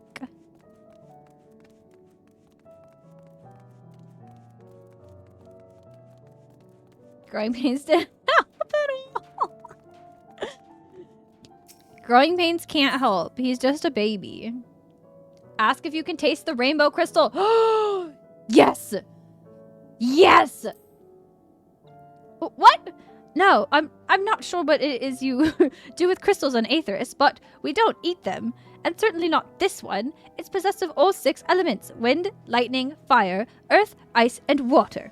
We use crystals like these to maintain the moon's elemental equilibrium. It's worth mentioning, though, that because of Heidelin's influence, being the embodiment of tranquility and stasis and all, manipulating the elements here is different than it might be on Aetheris. A conjuring of fire would sooner dry your clothes than singe them, for example. Put simply, the aetheric conditions are ill-suited to growth, which is why the surface is mostly barren. Of course, this is all necessary to keep the raging energies of Zodiark in check. He said, do not try to fucking eat the crystal. Yasu would want to eat the rocks, though. Yasu would be like, can I eat the rock? Can I eat the rock? Nothing like relaxing stroll to forget one's worries, eh? Oh, okay. That's it. I love a good dialogue. I love a good dialogue. There it is. Can I lick your crystal? That's literally... I want to lick the rainbow crystal. The writers also felt really good about themselves with that taste the rainbow. They felt really good about themselves. I was thinking, Yasu, that I could be more helpful to you by teaching you a little bit more about the moon and what it is we do. When we were first created, the moon's sole purpose was to hold Zodiark, and there was absolutely nothing to be found here. Eventually, Heidelin gave us our first task, furnish the moon with propulsion systems capable of facilitating travel to other stars. It sounds impressive, and I suppose in some aspects it is, but it was only possible thanks to all the knowledge Heidelin shared with us. We also had a lot of time to get it done. 6,000 years, give or take. Oh my god! Has he been alive that whole time? Like, is Growing Way actually like 6,000 years old? Or like, how long do the Loporrits live? I need to know. I need to know. But anyway, let's keep going. Okay. Look at them running together. I'm gonna cry. This may come as a surprise, but we didn't begin building the habitable areas until after the propulsion systems were ready. Considering how long it took, I wish we'd started sooner. Who would have thought that we'd need 4,000 years to make all this? It certainly wasn't work you dare rush either. We had to create infrastructure and countless supporting systems, some of which wouldn't be operational until hundreds of years later. And then there was that brief period where our productivity came to a screeching halt when that bizarre red satellite was sent up from Aetheris, the Allegan's mischief, I think. We thought maybe some new nefarious actor was colluding with Zodiark. All we could do was stand by and brace ourselves for the worst. What was that noise? What was that noise? I can't tell you how relieved we were when Heidelin informed us of its destruction. Oh yes, there was much joyous humming that day. Did he make that noise? Did that noise come from Grahaway? I'm calling him Grahaway. That's his name now. It's not actually Growing Way, it's Grahaway. Look at them, right next to each other, babies. Say, do you notice anything peculiar about the treetops? I mean, apart from the fact that they're massive crystals and not trees. I'll give you a hint. It's the golden rings emanating from the glowing spears. Along with the device fixed near the ceiling, they fulfill a role similar to our sun. Oh, and do so better even. Oh.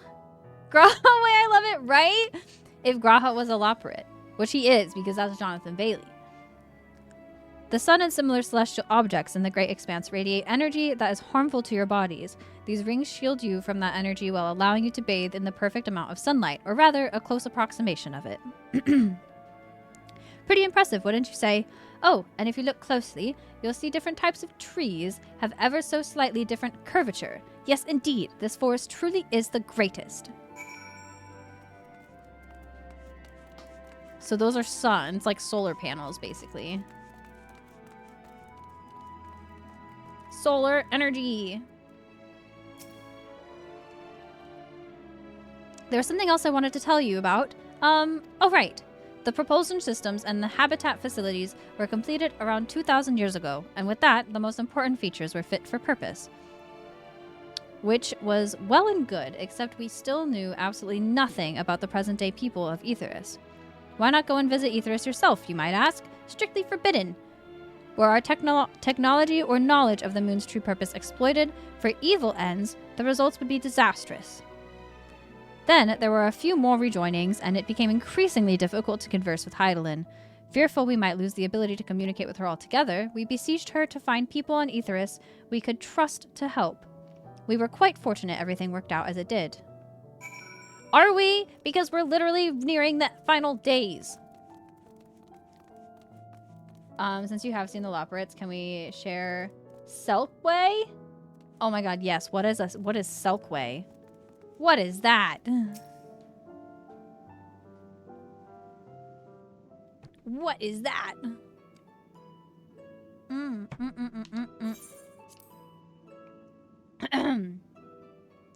With the exception of routine inspections and maintenance, we remained asleep and waited, hopeful Heidelin would find someone who would help us.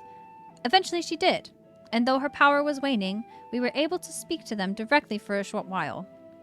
We shared with them everything we could, including our knowledge of the heavens and a means to travel here to the moon. Knowledge of the heavens. What is that you say? What is that? They certainly didn't waste any time with what we taught them. No more than a few years after that, our collaborators found a means to convey messages and supplies to us from down below. With all the letters, books, and other resources they sent, we learned enough to start making more meaningful changes to the moon. And now, you're here. Hopefully enjoying yourself as much as I am. Aw, I love him. Can I keep him in my pocket? I knew you would like Greatest Endsvale. I knew it. Thank you again for coming here, by the way. I know it was just a walk through the forest, but it meant a lot to me.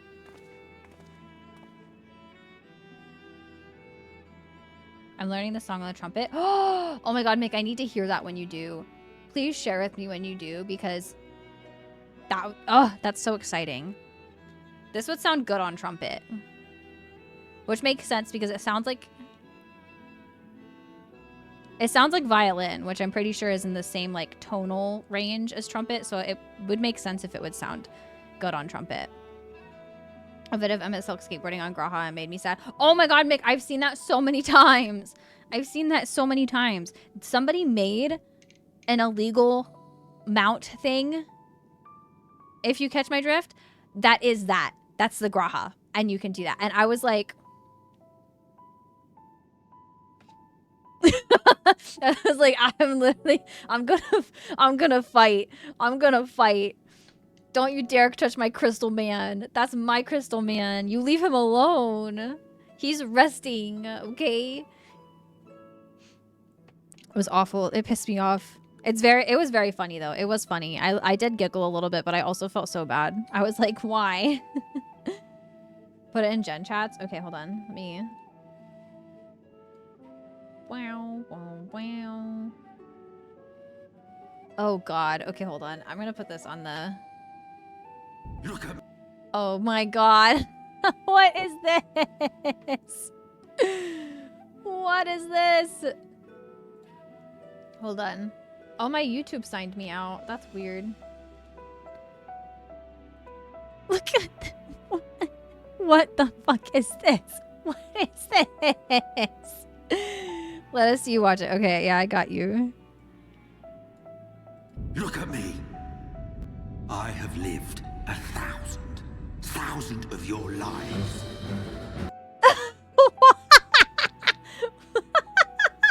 The like actual Emmett in the back. Oh shit, what is this? It's showing me spoilers. What is this? No, stop it, stop it, stop it. I exited very fast. What? I don't know when it started playing, but that was very funny. Thank you for sharing that with me. I love him. He's so funny. I have lived 1,000 years. The energy of that line makes me think of the line from Monsters, Inc. where he says, I'll kidnap 1,000 children before I let this company die. That's literally Emmett Silk. That's literally Emmett. I'll murder 1,000 people before I let my dream of not having all my people back die. I don't know how to word that. But that's literally Emmett. That's literally Emmett. There you are. I take it you've already received the grand tour. A shame we missed it. Growingway, I've been looking all over for you. Oh, it's them. Arianje and his fucking secrets. Oh, is this about the teleporter to the residential area? No, never mind that. We have more pressing matters at hand. I will be calling an emergency meeting shortly, and your attendance is required. Really? I can't imagine why you'd need me there, but if you insist. We won't be away long, so you all are more than welcome to continue looking about the burrow. Now, come along, Growingway. Come along, Grahaway. Before we arrived, you seemed to be in the midst of a rousing conversation with your guide. Did you learn anything of import? These are supposed to be trees, and they work like trees, but they don't look like trees, and they're also gay. They've spent 12,000 years preparing for this. That's definitely not what I told you, Thancred, but I'm glad that you picked up that information. With the appointed hour fast approaching, I can certainly understand their restlessness, but still. It remains to be seen if the people can't be persuaded to evacuate when there are yet no signs of the final days. What's more, the technology of this place defies imagination. I doubt there are many who would readily come to terms with living in such surroundings. Whoever these collaborators are, unless they are possessed of the world's most charming personalities or a means to forcibly evacuate people, they will meet with a great deal of resistance. Indeed, even if faced with annihilation, the decision to forsake all one knows cannot be made lightly. That's why we just have to stop the end of the final days before we even have to use the moon to evacuate everybody. Like, why aren't we thinking about that? Why aren't we thinking about that? Excuse me. Sorry. Forgive me, friends, but I must beg your leave. There is another matter which yet begs for mine attention. Why do you keep... Of course, we can accompany you if you like. Thancred said, let me in. Let me in. Nay, that will not be necessary. If you will excuse me. Ariange and his fucking secrets. Why is he always keeping secrets? Yasu said, why is he always keeping secrets? Sussy ass bitch. Sussy ass bitch. It is clear now that difficult decisions lie ahead of us. Preparation for the evacuation of Aetheris is indeed crucial, but I am not yet willing to forsake our world and its reflections, and I trust I am not alone in my resistance. Nope. Definitely not. Thank you for sitting through ads, by the way. I appreciate y'all. I appreciate y'all very much. Ooh, Ariange. This is a badass top. Ariange. Yo. He looks so... Look at his arm. Ariange. We now Thancred can tell when his friends are up to something. That just says by now Thancred knows when Ariange's lying bitch ass is fucking lying. Because what does Ariange do the most? He fucking lies. He's a fucking liar. I don't even know if he can help it at this point. He just be lying. All the time. Did Ariange seem strange to you? More so than usual, I mean. I know he has a penchant for keeping his own counsel, but I'd be lying if I said I wasn't worried. Would you go and see if he's alright? Estrol and I will remain here and see what else we can learn about the final days. If you hurry, perhaps you can catch up to him. He's watching me run away. He said, I'm going to send my spouse to go see what my boyfriend is up to because I don't want to figure it out myself. Teehee. I'm not going to communicate. I'm going to make Yasu do it for me. He's a liar. It's Shakespearean? No, literally. Literally. Thine ist lying. Thine is a liar, and thine pants seem to be on fire. I can't even speak like Orange. I don't even know how he does it. But that fire does not burn as brightly as the sun. For it is only used when needed for important situations. He does it with the best of intentions. I know he does. He always does it when he's like trying, because he's like, I feel like Oriange is the type of person that's like, something really stressful is going on and like I want help and like should reach out to somebody but just doesn't. He's like, I can just handle it myself because I should be able to just handle it myself. And I feel like that's the type of person he is. So like I understand him and I empathize with him, but also why are you always lying? Stop it.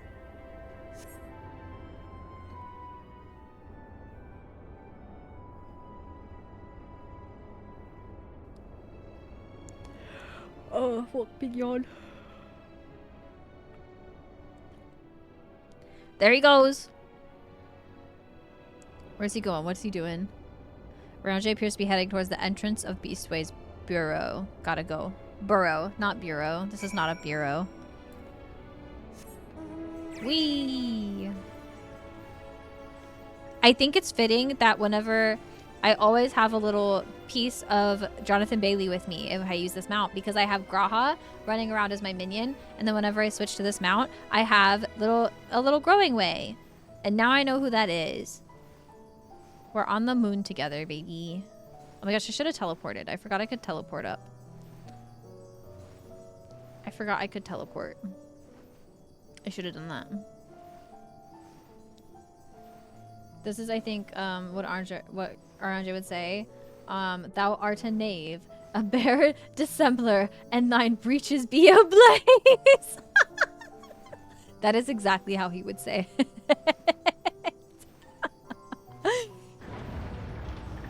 You're good at writing Urianger speak, Nano. Much better than I am. That's what ChatGPT told me. Wait, you can make them... Wait, what is ChatGPT? Is that like a thing where you can like... It makes the character say stuff?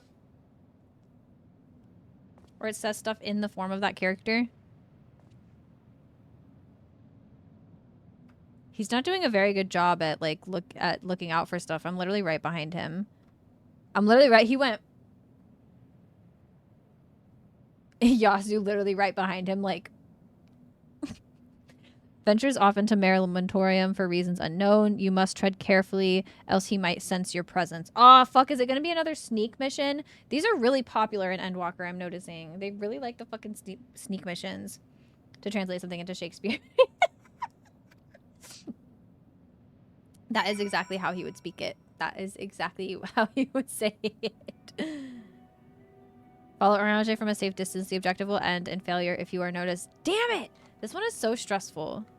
Should you fail to complete the objective, you may try again by returning to the designated location. Okay. What can I hide behind? I don't even know. There's like nothing for me to hide behind. There's nothing for me to hide behind. I'm hiding behind this rock. Are you gonna stop and turn around?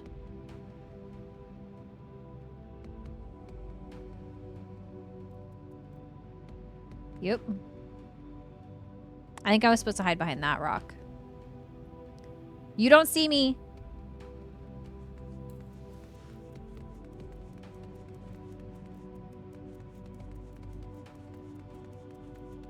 Now I'll hide behind this rock.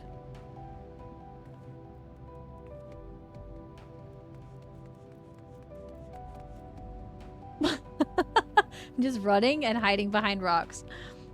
Do not like the sneaky missions? Me neither, Meg. I don't like them either. I hope that they don't have them in Dawn Trail because I don't like them either. Who's there? Not me.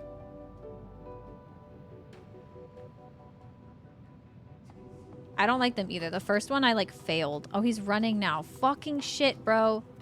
I can't keep up with you if you're running. I lost my sprint already. He's gonna stop there, right? You're gonna stop there? You're... okay. Also ask for 1800s English. Thou art a liar, thou art a liar, and thy breeches are a fire. Either of those are stuff that Urianger would say. I fear.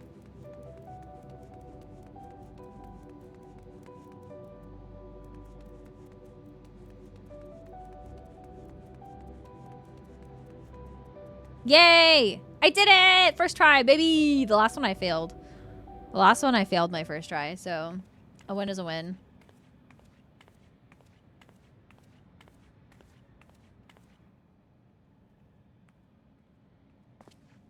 Oh, he looks so pretty. Thine arrival is timely as ever. Oh my god. Oh my god. He literally looks like a fucking angel. Why does he look so pretty?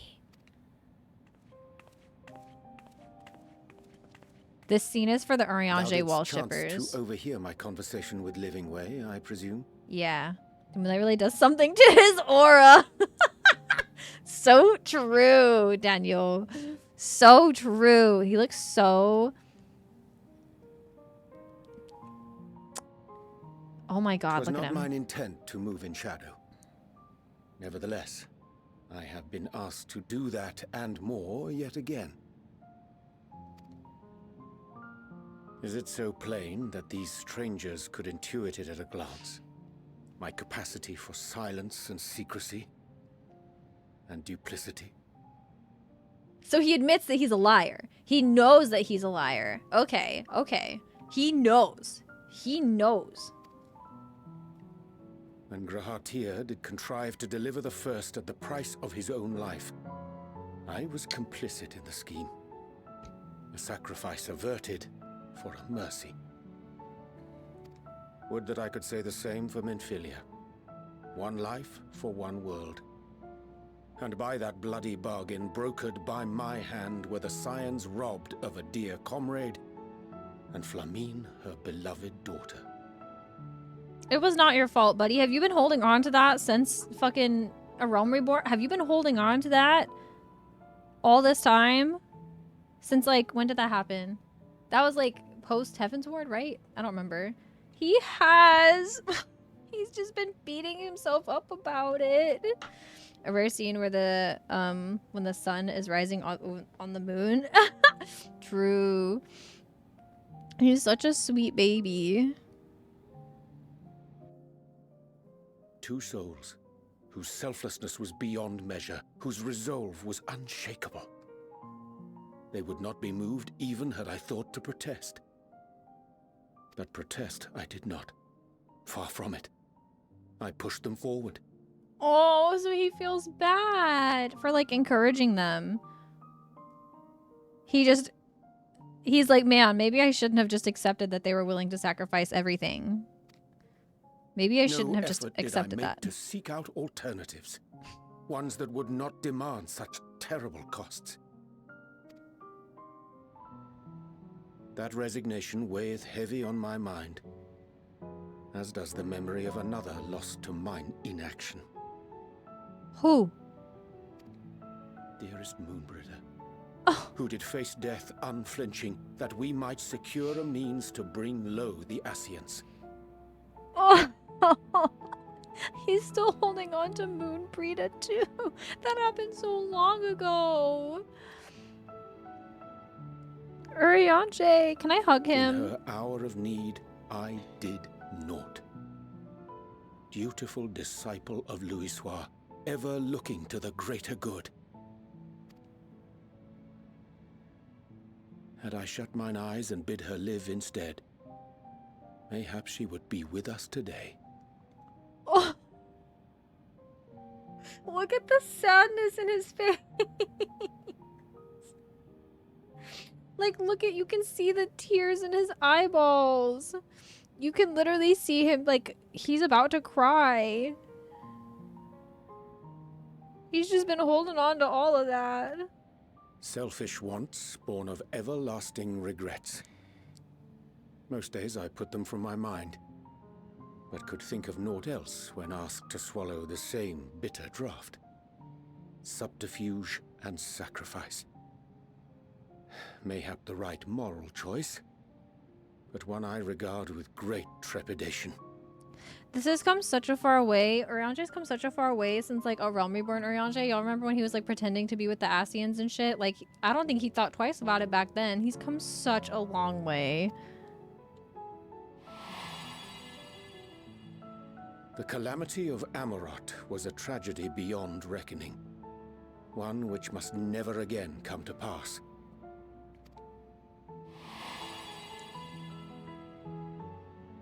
Thus must we struggle, haunted by ghosts of those we have lost, clinging to those we pray we can yet save. For those we have lost and for those that we can yet save. But what of those we cannot? Don't say that. How do we make peace with the dreadful algebra of necessity?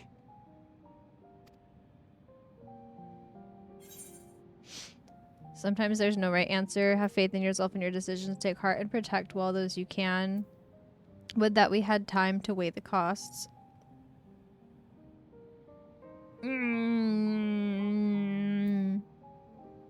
What would Yasu say?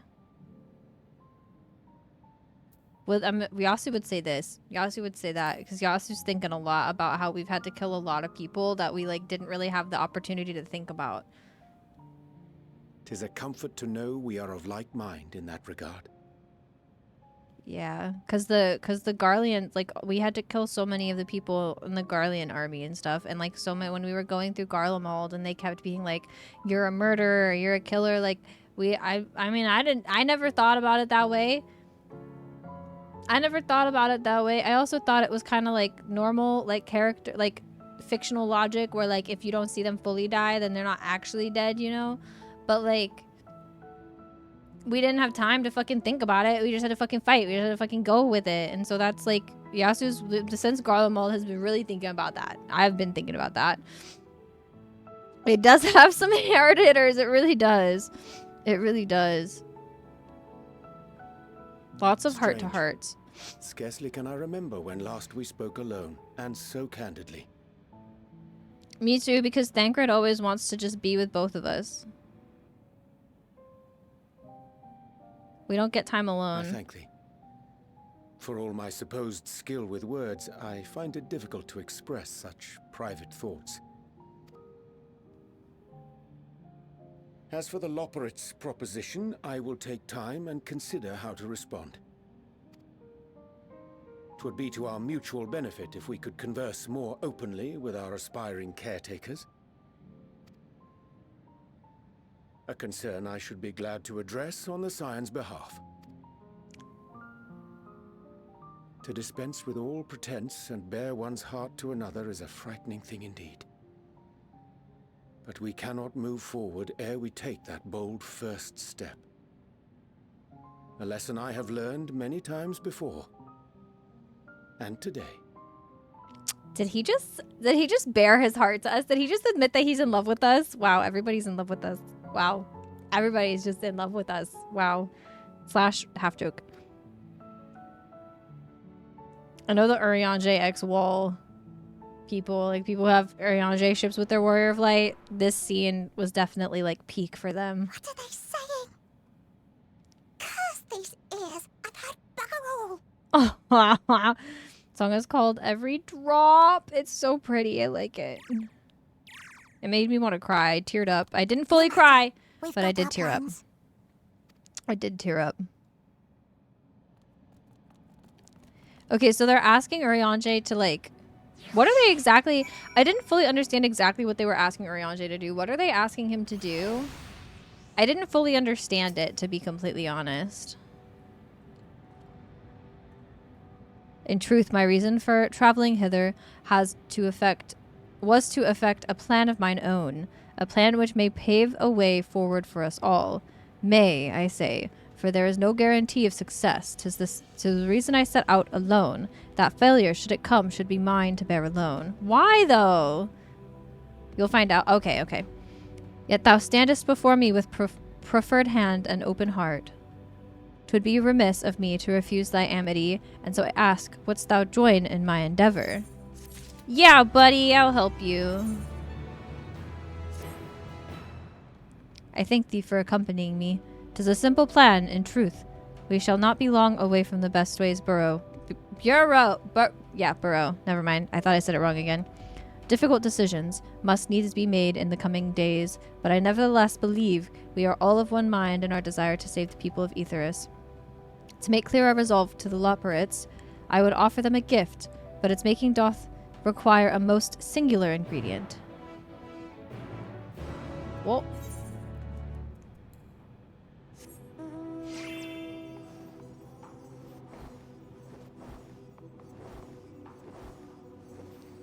I gotta go up. It says I gotta go up. What's right here?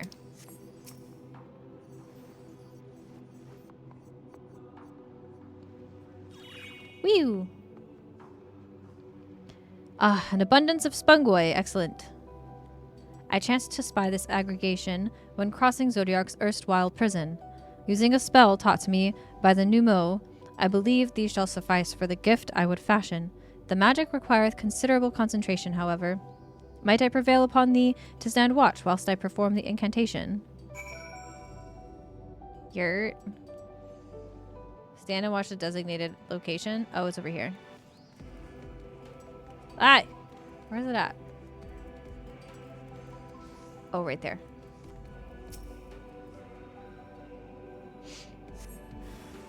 Oh, I have to fight something.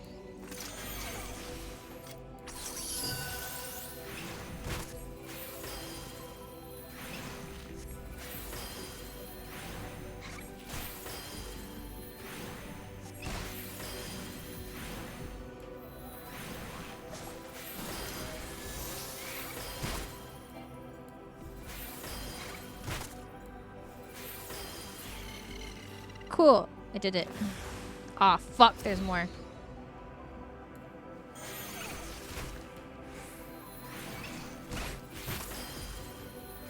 Not 2. What are these things? They're cute.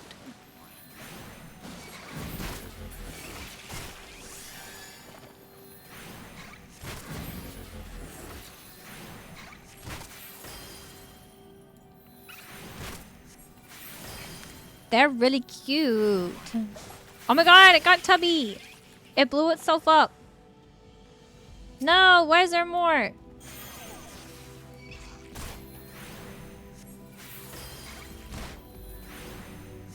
And I like their little antennae crowns.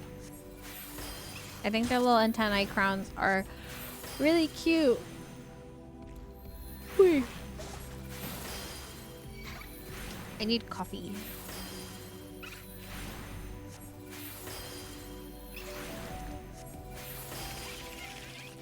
Did I do it? Are you done? Yay!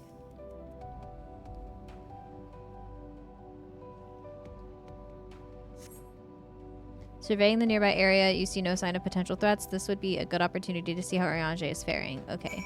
How you doing, buddy? Oh. Remains fixated on his work. Got it. Ooh, cutscene. Yasu standing guard, please. There, 'tis done. 'Tis done. A magicked ink, every ounce as efficacious as that crafted by the Numu. Rare in this occasion, I would conjure mine own, but is nevertheless a most useful skill. The resulting product is admittedly possessed of no preternatural properties, but its hue is one of mine own choosing, which I pray the Loporrits will appreciate. Is it going to be that bright-ass lime green? I bet it's going to be that bright-ass lime green. Yasu, Oriange! Oh, thank goodness. I thought you had been eaten, or had perhaps fallen into a crater. It's going to be living way? Yeah. Yeah. Ishtola has been looking all over for you, Yasu. She says that she needs to speak with you about something most urgent, dire even. Oh, shit. She was also quite clear that she wishes to speak with Yasu alone, which means I'm afraid you must stay behind, Oriange. But worry not. It just so happens that we need your help with an errand, delivering a package from the Water's Palace to Bestway's burrow. It's quite large and heavy, perhaps even too heavy for we poor Loporrits, and we would be ever so grateful if you could lend us a hand. I suppose I should get going then. How about an extra pair of hands before I go meet with Ishtola? That's convenient, suspiciously convenient. I'm going to ask if they need my hands because this is suspicious. I literally just heard them being like, ah, we have a plan. Ah. So I'm going to ask, I'm going to be like, I can help too. I can help too. And no. That won't be necessary. Oriange's help should more than suffice. And I'm sure you don't want to risk getting Ishtola's bad side by keeping her waiting. She seems prickly. Now, off with you. Worry not, Yasu. I shan't be long. Alright, bitch. You better keep me updated if they ask you to do more secret shit. I'm watching you.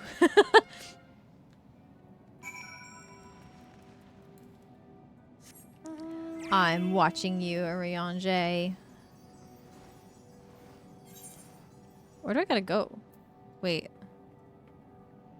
Oh, I gotta go back this way. Okay. I keep getting lost on the moon. It's so easy to get lost there. Oh my gosh, Aether Current! Look, I'm unlocking an Aether Current. Look at me go, pals. I'm doing it.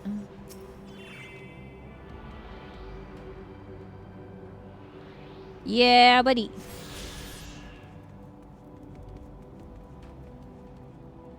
Oh, I gotta go down. Can I jump down? Let me jump down. No, don't make me go around. Don't make me go around. Just let me jump. How do I get back down? Do I go this way?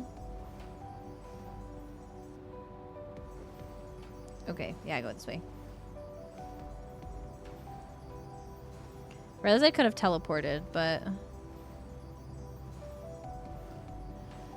too late. I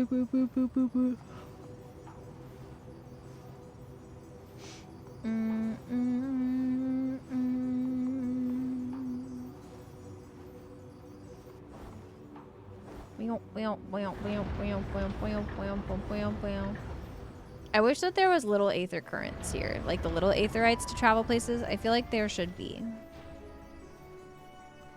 Is it upstairs or it's downstairs? Okay, I can jump down. Wee!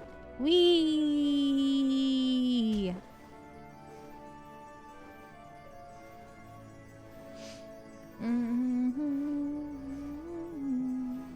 Oh my god, they have the Amaro! Gimme!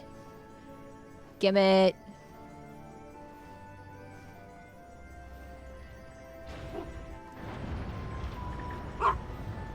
Chimney, you don't need to bark, puppy. It's okay.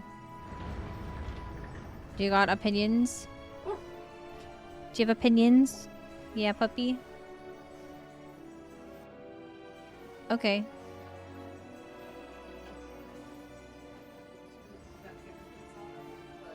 I will soon. I mean, I fed them breakfast late, so I still like to make them... Like, I don't like them to feed them too close together.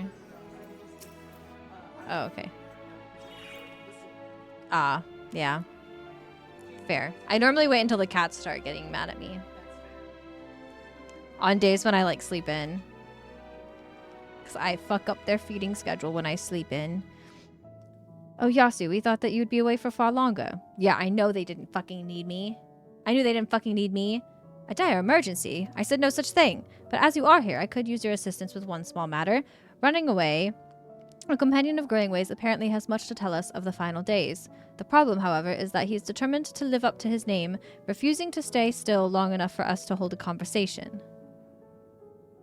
Is there any way that he's likely to stop and rest? Or perhaps there's a way to slow him down?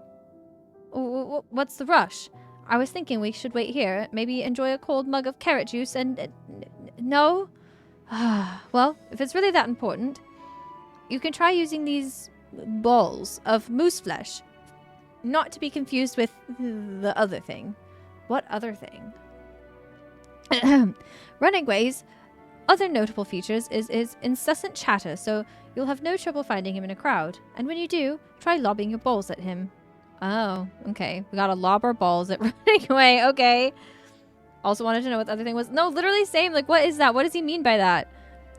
Crude, but if it proves effective. He was here in the greatest Endsville when last I saw him. Let us split up and find him.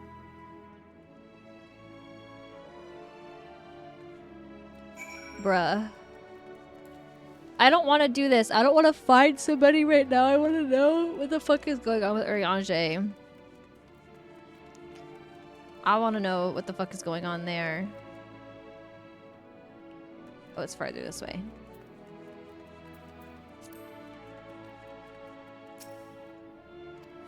Oh, I didn't read that. Fuck. I didn't mean to skip that. Oh. Oh, shit. It's probably this guy. It's probably the one that's fucking moving. It's probably that one. Yeah, I found him! Oh, that's smart. If this was meant to be a joke, it isn't funny. I found him immediately. Look at me go. Look at me go.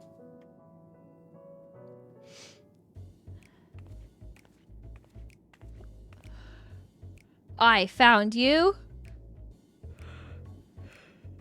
Who? Yes, I'm running away. Do you mind explaining why you hit me in the face with your balls of moose flesh? To stop you from your yapping. He's a yapper. They should have called him Yapping Way. That's what they should have called him. I'm highly knowledgeable about the final days. It's the most ridiculous thing I've ever heard since I woke up. Who told you that joke? As if we've got time to look into the final days when there's so much to do before the great voyage. It's true that Heidelin did impart us with some knowledge of the event, but I know about as much as any other Loperate around here. Less, probably. I don't know why anyone would think it's funny to go around telling people I'm an expert, but they'd better hope I don't get my paws on them. Sorry, I couldn't be of more help, but if there's nothing else, I've work to do. So he doesn't know anything. And I'm off. He said, and I'm off.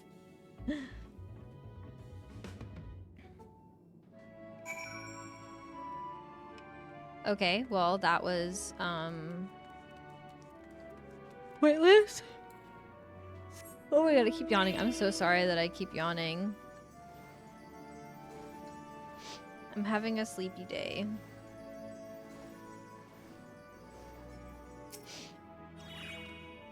Stola, he knew nothing. He knew nothing. I could find neither hide nor hair of him. How did you fare? I found him and he knew nothing.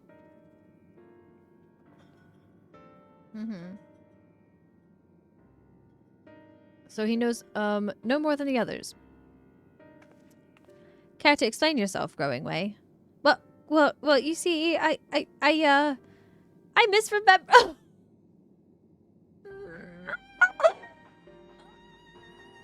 I have cute aggression. Yes, that's it. I misremembered. Terribly sorry about that. Afraid I'm drawing a blank, though. Try as I might, I can't remember who I was thinking of. Damn.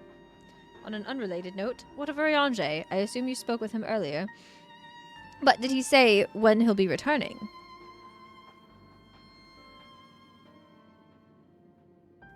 On his way to the Watcher's Palace with Livingway.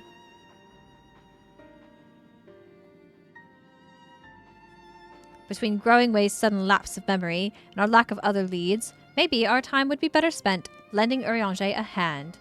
What? No, hold on a moment. Nah, we're going. Haha. It's all coming back to me. Yes, I remember. The information you're looking for is in the archives. Yes, that's where you'll find all sorts of useful knowledge, including that pertaining to the final days. Istola's shaking her head. She said, I don't fucking know. I don't fucking know. What do the things look like that I got? Oh my god, my thing is full.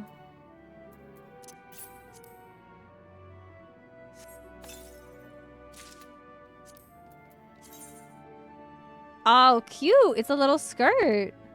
This is actually kind of cute. This is actually kind of cute. Actually. Oh my gosh, actually, this skirt is kind of freaking cute.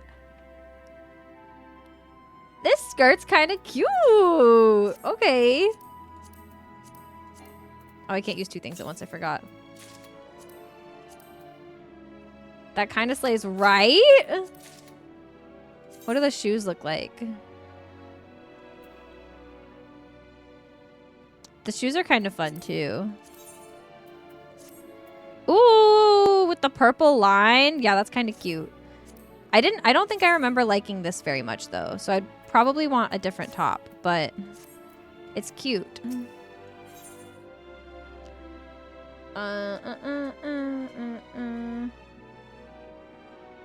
Okay. Growing Way is fidgeting with nervous energy, but is it from excitement or worry? Oh, what to do? I promised Living Way that I would help, but... No, I promised I'd help, so that's what I'll do. The archives are on the second floor of the main plaza, the eastern wing. Follow me. Bruh, no. What if I just don't? I suspect the Loporits are up to something, but if there is aught to be learned of the final days, I think it's best we play along. For now, at least. No! I don't want to. I want to fucking know what they're up to. I want to know what they're up to. Oh, there's another Aether Current right there. Can I go up it like this? Can I go up it this way? Oh my gosh, Pebble. Please, what? Pebble, why? You've situated yourself on all of my cords, puppy. And you're sitting on your sister. You're sitting on Chimney.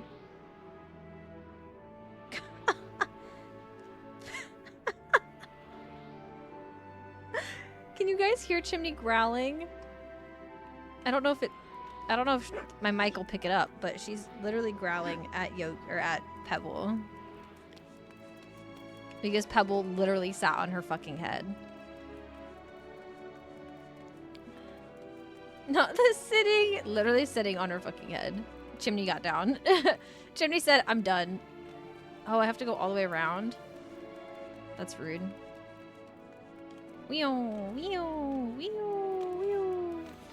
I'd be crawling too.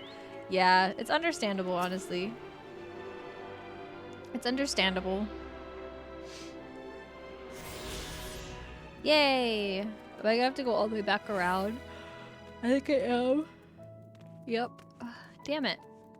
Why would they do that to me? That's so rude.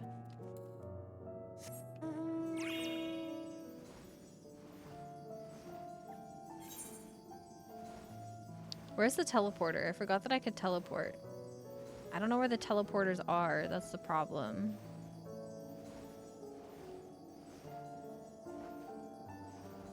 Where are all the teleporters? Oh, is it on this side? I think it's over here. Meow, meow, meow, meow, meow, meow, meow, meow, meow.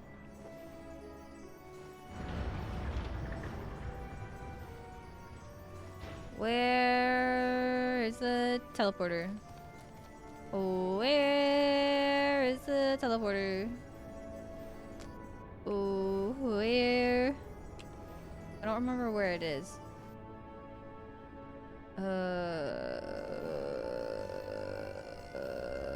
Is it over here? Yeah, over here.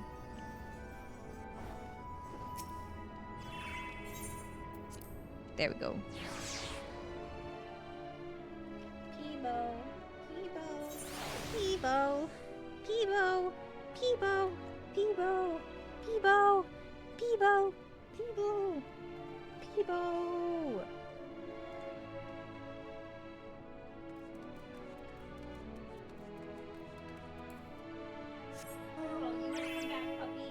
You wanna come back, puppy? You wanna come back, puppy? What is the? What is this way that you? What is the, what is this? What is this way of sitting that you've chosen? What are you doing? Okay.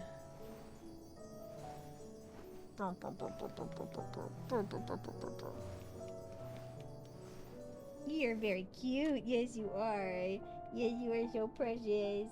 You're a precious pooper.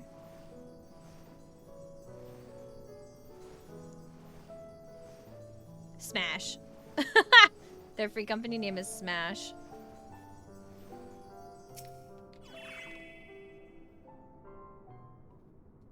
She just wants belly rubs. Look at her. You're so silly. You're so silly. The archives are right through this door, but it seems to be locked. I guess we'll just have to go and find whoever has the key. Growing way, enough. If you have naught else to tell us about the final days, you need only say so. We can ill afford to be wasting time here, as you well know. Did you yourselves not tell us that we must act quickly? Yes, we did, but the moon has to be perfect paradise for the people of Aetheris, and we're running out of time to make everything ready for their arrival. We hoped you'd see the wonders we have to offer, and you've found nothing but faults and flaws in our work. Only one of you saw our potential, so you others must be kept here. Wait. Ah, so that's Living Way's game. Run us about in circles, and failing that, lock us away so that we can't put the plan at risk. Everyone except Urianger. Stop it. He understands what is at stake, what must be done. I fear you've misjudged us, Growing Way. Never have we decried the notion of using the moon as a means of escape. That said, my heart breaks at the thought of abandoning Aetheris and her reflections to their doom. If there is a way to avert the final days, I wish to find it. We all do. We may fail, but our efforts would never be at the expense of your plans. But why would you take that risk? There's no room for ifs and maybes now. The people of Aetheris will escape here to the moon. They'll be safe, and we'll finally get to see all their happy, smiling faces. They're not going to be happy or smiling. I'm sorry, but we can't let you leave. We just can't. Oh my god. Growing Way, please. No, you have to. Am I going to have to fight them? Do what you must, but try not to hurt them. What? I'll be back in a moment. Don't do anything rash while I'm gone. You're literally doing something rash right now. Oh my god. Oh my god. You guys, we literally cannot do this. If we dally, they'll overwhelm us in sheer numbers. I say we knock these ones out, split up, and make our way to the exit. Yep, sounds like a good plan. Agreed. Let us reconvene with Argos. Argos waits us outside. Okay. I got so mad at this part. Like, I do not like being deceived. No, literally same. I do not like being deceived. And like, growing way, I don't, not only do I not like being deceived, I don't like that they don't, like they're just like, nah, you guys can't even, we're not even gonna allow you to like think that there's other potential outcomes. Like, we're just gonna make you accept that everyone's gonna die and there's nothing you can do about it. And like, I hate that. I hate that. I've always been like, I've never liked the like, Earth is dying, so let's fucking leave it mentality. I don't know. I don't like that. Makes my little native blood boil. Because like, what do you mean? What do you mean you'd rather just fucking leave than fix things? Like, I don't know. It's fucked. It's wrong. I don't like it. I understand where they're coming from, but also like, enough.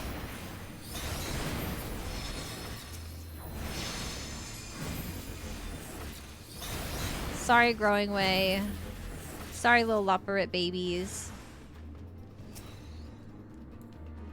Oh, I have to fight Growing Way now. Sorry, Graha Way.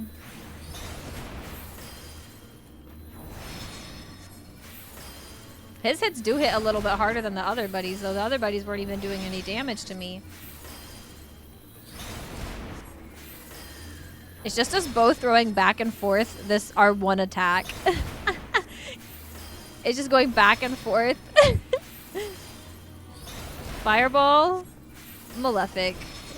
Fireball, Malefic. Fireball. Come on, buddy. Come on, come on, come on. I'm so sorry. I'm so sorry. No, not making him stay there. I'm so sorry. No! Okay, he disappeared. I was like, why is it gonna make me stare at him just fucking laying there? That's fucking tragic. Why would you do that to me? Okay, we gotta go around this way.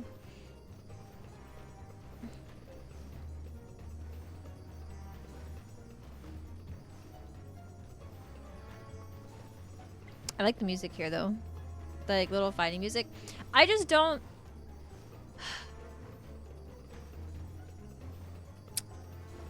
I don't like the way they went about this. Like, they could have gone about this so much better.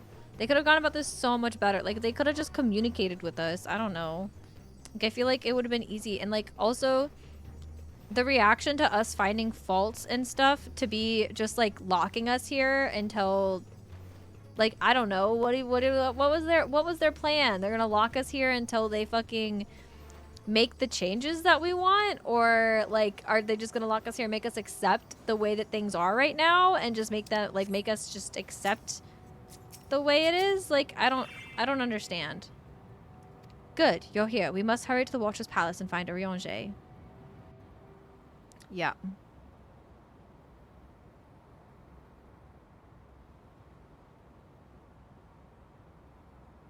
Oriange looks so silly with those little babies. He's on a babysitting mission. And what, pray tell, do we seek at the Watcher's Palace? Oh, come off it, friend. You know full well why we're here. The time has come for you to return to Atheris and help your brethren prepare for their journey here and beyond. Bruh! Forgive me, Living Way. But I cannot in good conscience proceed with this plan. Let's go, Oriange. Put your foot down. Huh? But what about the final days?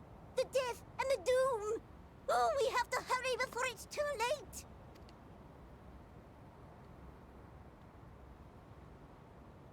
Your unflagging commitment to your duty is endearing, to say the least. He put them down so nicely.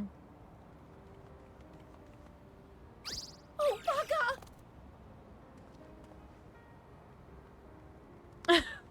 Ooh, that's kind of hot. Ooh. He said, Be at ease. okay. They bear you no grudge, Yes, nor sir. do I. How could we, having come to understand your purpose? For millennia, you and yours worked tirelessly towards the singular purpose of this heavenly vessel's construction. An arduous feat by any measure. It is clear you have spared no effort. Why, your very names are a testament to your dedication.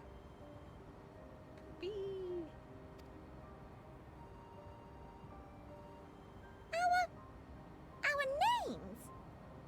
I'm not sure I understand what you're getting at. Names are an expression of the self. A declaration of one's hopes and aspirations. Thancred in the background. Hold on, y'all can't see his goofy off face.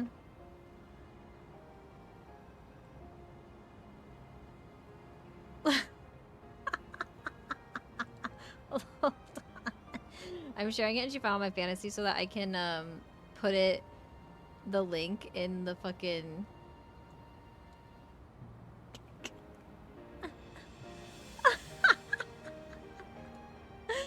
Look at this man. The zoom in on his face.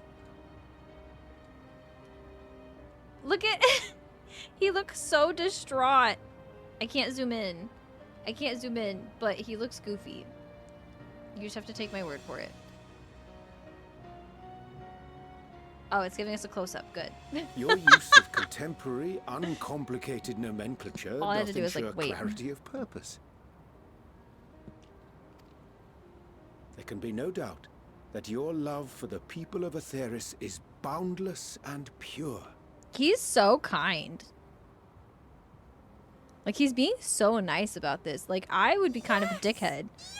Yes! A most mellifluous phrasing. We Loporrits were born of Hydaelyn's love for Atheris. That shining, shimmering blue jewel, brightest star in the sky, brimming with life and possibilities. For as long as I can remember, I've toiled in anticipation of the day when this vessel might be needed. All I've ever wanted was to meet those she cherished so dearly. To Aww. serve and serve well. Why don't they come to Earth? Come with us. goes Or for all of Atheris. us. Don't Sorry. you see? So help us. Help us help them. Lead them here where we can keep them safe.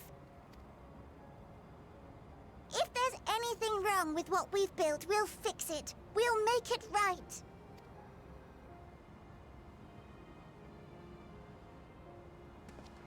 Babies who have a secret villain side. Not literally. People thought the Lullafils were the evil little baby Your gremlins. works It's want actually not them. for repair. Yet there remaineth much for you to learn of men and your own kin besides.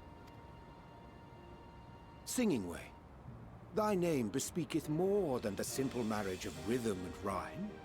The songs of Atheris are beyond counting, and span the length and breadth of emotion. Maps are monuments to man's pioneering spirit and his devotion to charting the furthest reaches of our star. Many have devoted their lifetimes to exploratory pursuits, to venture unto the highest mountains and the deepest oceans in search of unknown frontiers. I may not understand some of the stuff that Oriange says sometimes when he speaks, but boy, do I love listening to him yap. I love listening to him yap. And thou, my friend, I do not think we've met. My name is Puddingway. Puddingway! Puddingway? Yes, indeed. A name of deep and abiding significance, I'm sure. But one perhaps better communicated through delicious deeds than tasteless words. Hi, Eggy. How are you doing? How was your progging earlier? I hope it went well. Orange is my other son. I love him so much. He is definitely not my son. He Mantis walking. He really is. I love listening to him talk. Me too. I could listen to him talk for like hours. A judicious application of fey magics at a later juncture may be appropriate.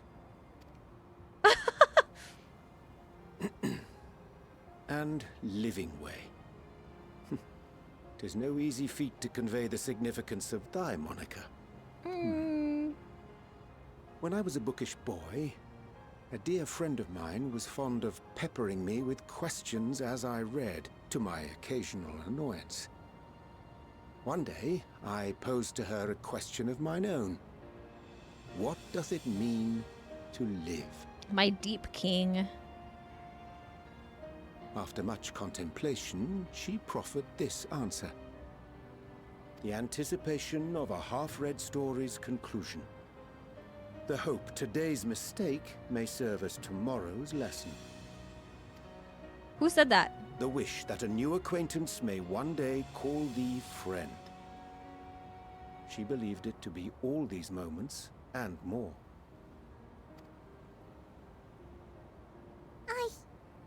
I want to understand, but I, too, still labor to find mine own answer. The little 'Twould be eyebrow, my like pleasure to assist you his and little- yours in embarking on a journey of self-discovery and enlightenment. You are tattooed upon my heart. Thank you for the always. follow. Welcome in. For thee, I hope you're doing well. Oh, it's the ink. Pablimo, I miss Pablimo. ink as blue I'll as never the waters recover of from that. I'm Aetheris. not gonna lie. Made in haste, though I assure thee, the quality has not suffered for it. Oh, it's supposed to be like the ocean.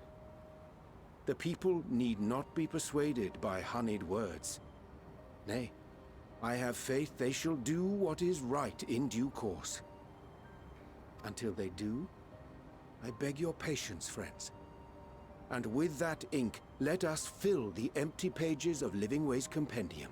Oh, he's so An open good. exchange of ideas will surely afford you all a better understanding of modern man, and with it, ideas for improvements and renovations.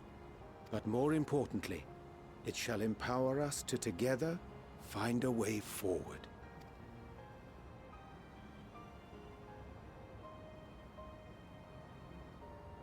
I hope you're right.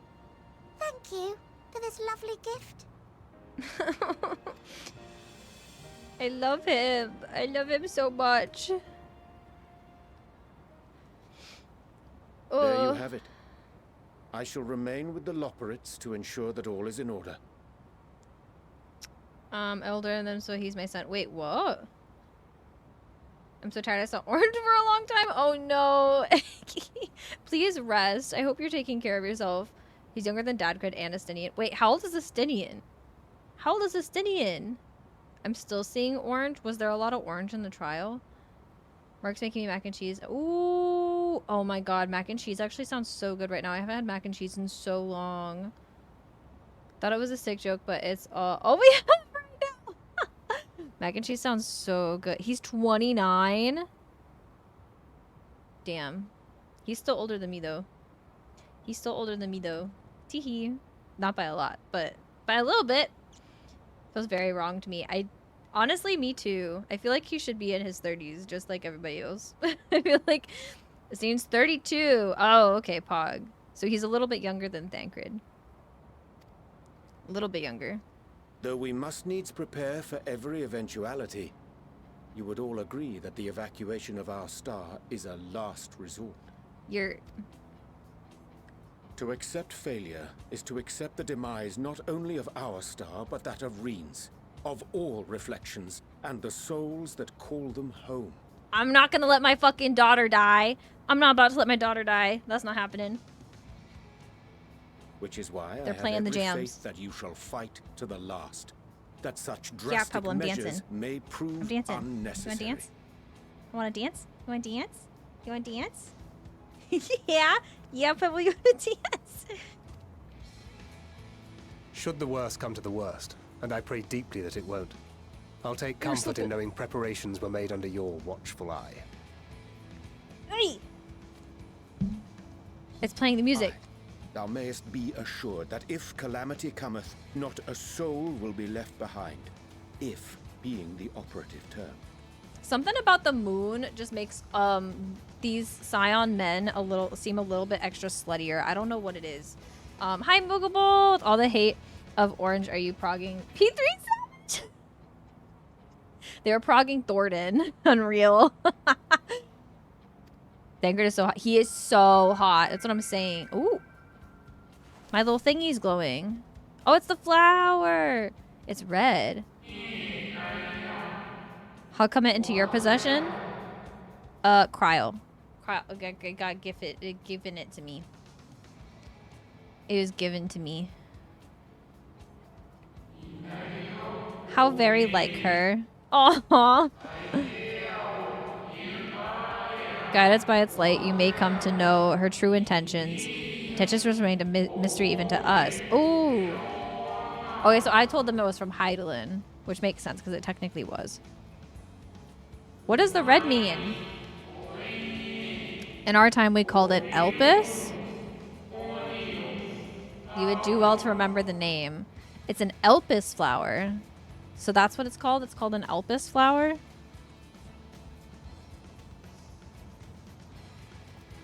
What does the red mean? I hate to interrupt, but I feel like I need to make amends for all the secrecy. Yes, you fucking do, Living Way. Thank you. Think nothing of it. We haven't been the most gracious of guests. Do convey our apologies to Growing Way and I've the been others. so gracious. I don't know what the fuck you're talking about, Ishtola. I've literally been so gracious. I literally went on a little hike Of course. with Growing Way. And when next we welcome more guests from Aetheris, we'll have learned to be much more hospitable hosts. Thank you. Oh, and circling back to the matter of inappropriate secrecy, we ought to discuss our benefactors. Yeah, who are they? Agreed. The Charleyan Forum, yes? Oh! How did Ashtola put that together? Wait. That's why they've been so fucking secret? That's why they haven't been... This is the plan. This is the thing they've already been preparing for? So the Forum knew, and they just already had a plan, and it was... those motherfuckers. Those motherfuckers. Those fucking motherfuckers. Are you joking? Are you joking? It's literally... Oh my god. If they would have just told me... No, I'm pissed. Okay, I'm so fucking angry right now. Because if the people of the Forum would have just communicated what the fuck their plan was, I would not have had to go through all of the shit right now of, like, fighting Zodiark to figure out the law. Like, I found it all out anyways.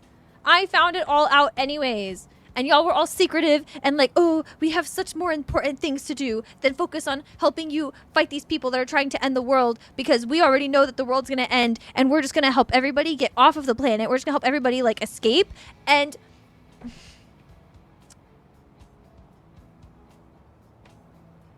I found it out anyways, you motherfuckers. I called it when I did this and I was so mad I was right. I did not call it at all.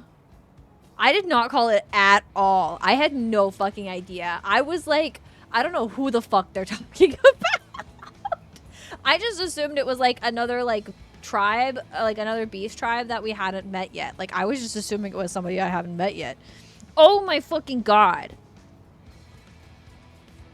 What? How did you know? The more I heard, the more obvious it became. The Forum's aims align closely with those of your anonymous patrons. A telling coincidence would be an understatement. Bruh. I had no fucking Though idea. had we not taken it upon ourselves to peruse certain restricted tones in Labyrinthos, we might still be unaware of their plans. But let us continue this discussion upon our return. I dare say we have kept Alphino and the others waiting long enough. Are we going back now? Don't worry, Guaha, we're coming back. When Ashtola said it, I yelled. I didn't even have, like, an inkling. I didn't even have a guess about that, y'all. I didn't even fucking think about that. I didn't even think about it. 'Twas a relief to see Livingway was pleased with my gift of ink. To serve and serve well, though their knowledge may be lacking, their boundless love is a blessing without peer.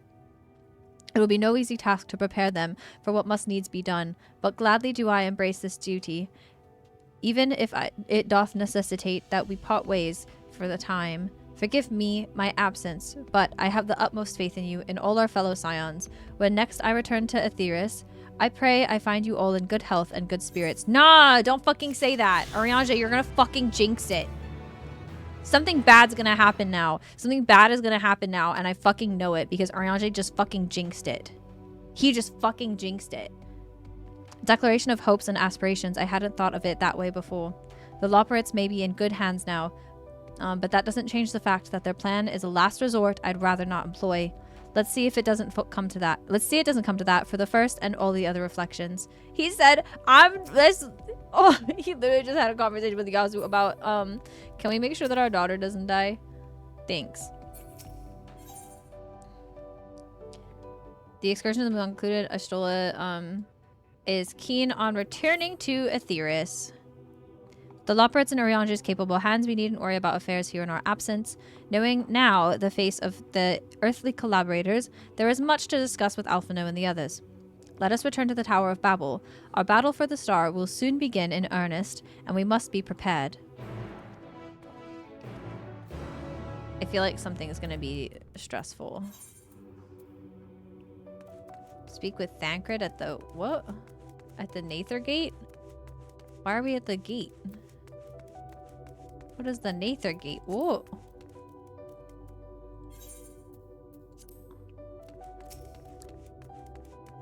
Have I attuned to this aetherite? Yeah, I did. Okay.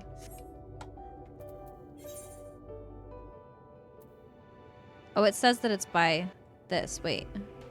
What? It says it's by this.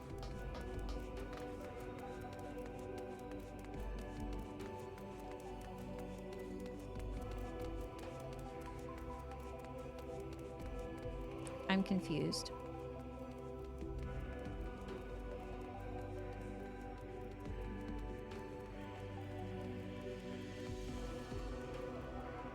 Oh, it's this.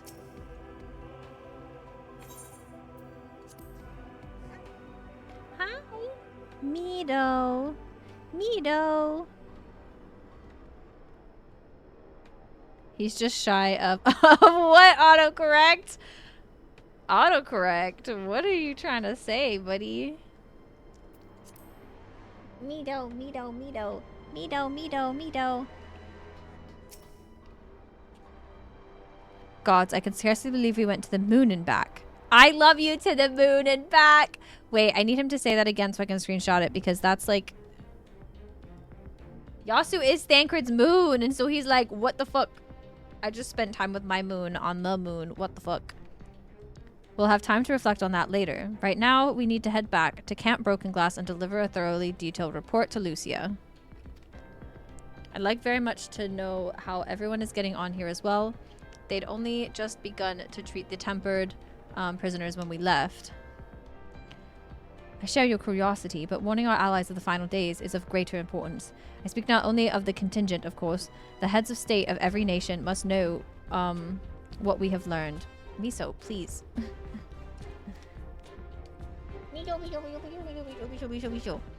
Agreed, though we may wish to stress the importance of discretion, lest the public be sent into panic. Not that anyone in a position of responsibility should need to be told as much, but it bears repeating. Anyways, first things first, to Camp Broken Glass. Hi, needy baby. Hi, needy baby. What you doing? What you doing? What you doing, needy? What you doing, needy? What you doing? Needy baby. I need my hand. Baby cat, sorry.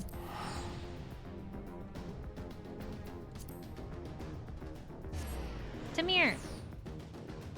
Come here.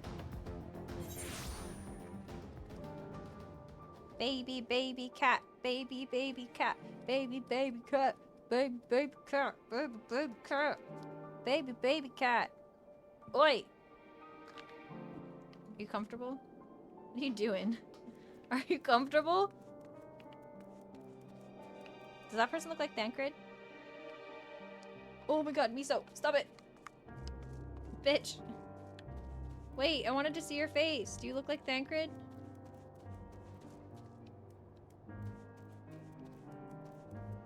He does look like Thancred! Hey, Tsuki, Sanishi, do you want to be my boyfriend? Thanks. Do you guys see what this bitch is doing? Do you see how she's laying on me right now? What are you... With her paws in my fucking hand? Miso. Miso! What are you doing? Daddy Baja. Let's go, Daddy Baja. Bow, bow, bow, bow. Bow, bow, bow, bow. Bow, bow, bow, bow. Bow, bow, bow, bow, bow, bow, bow. Oi. It's good to see you all again. No worse for your lunar adventure, I hope.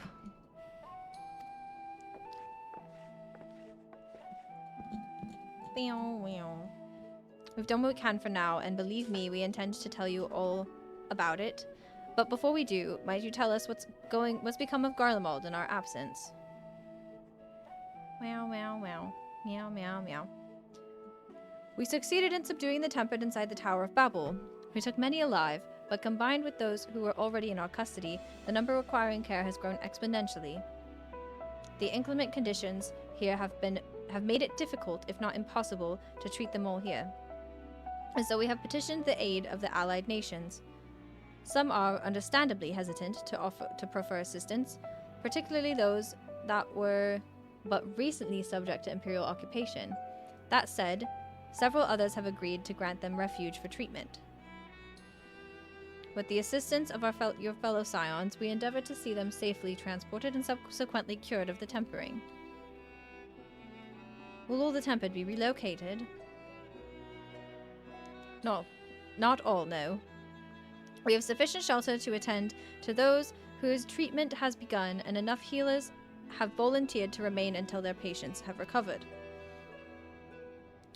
Julius is one such patient, though he is not yet fit to receive visitors. Truth be told, it was a miracle he and those in his company were not harmed in the chaos. If not for Alphino and Alizé's timely assistance, I dare say none of them would be with us today. Oh, yay, he's okay! I'm so glad he's okay. I'm so glad he's okay. In light of recent developments, have the Alliance leaders come to any decisions regarding Garlemald? Given the tremendous ramifications of what has happened here, it will take time to determine what must be done. In the meantime, they intend to work with the Eastern Alliance to keep a close watch over the provinces. We have other news to share. Shortly after Anima was defeated, we received reports that each and every tower has vanished. For a mercy, the process was apparently not quite as violent as that experienced in Thavnir. Those who were trapped within them have been rescued and are receiving treatment to hasten the endeavor. The Beast Tribes have received instruction in the magics needed to cure tempering. Shy of Miso! Miso! She's being cute.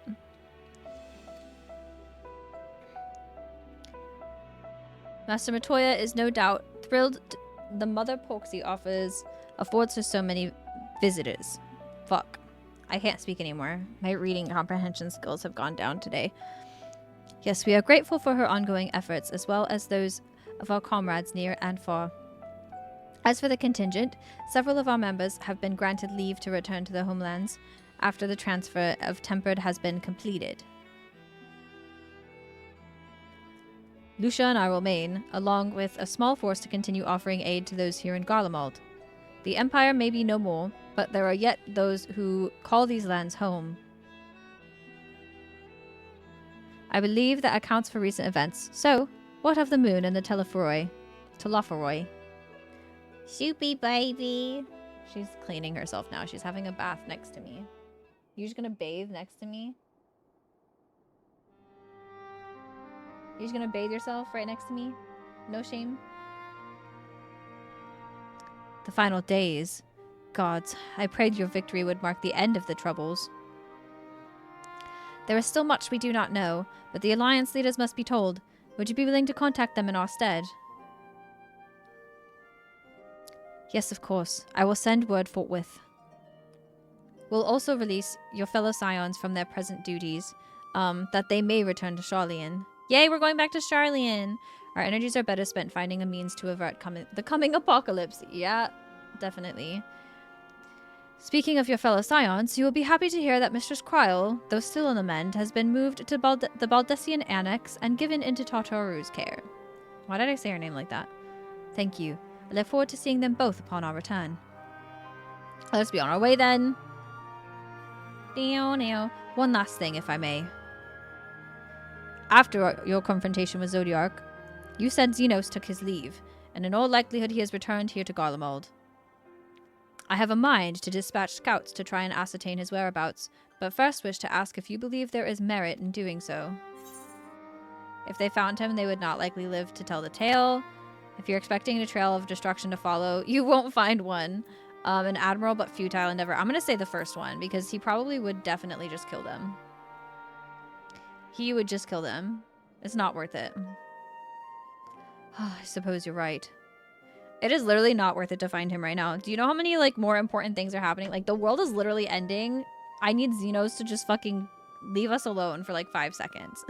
For, like, 5 seconds, I need him to stop being a pick-me-ass bitch and leave us alone. To dispatch good soldiers in pursuit of such a beast would be to send them to their deaths. Pray, forget I entertained the notion. While on the subject of Xenos, the 10th Legion has made an official proclamation. They denounce the Crown Prince and condemn his role in the Empire's downfall. His very title has become a source of shame among his former subjects, and its continued use serves only to hinder relations with foreign nations. For this reason, he has been declared as Xenos Viator Galvis, outcast and enemy of Garlemald. Holy shit. They did it. Why did it zoom in on Yasu's face that way? Fandaniel is no more, and now his own people turn against him. It seems he's not, but his bloodlust to keep him company. Means traveler. Oh, okay, thank you. Better that than any army to see it sated.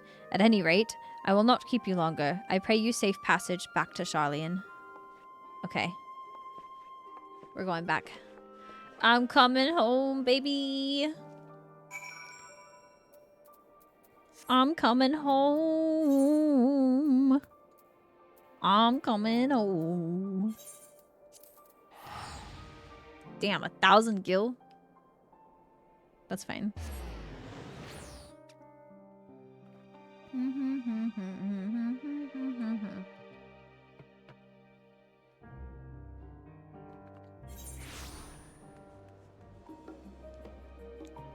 There's so many people. Oh my god, what is that? What the fuck is that? It looks like the it looks like the, what are they called? Wind up poo poo? Wind up poo poo? How do I get it? It looks like the things from that one game. The little things you collect with the fucking little thingies. You know what I'm talking about? It also starts with a P, I think.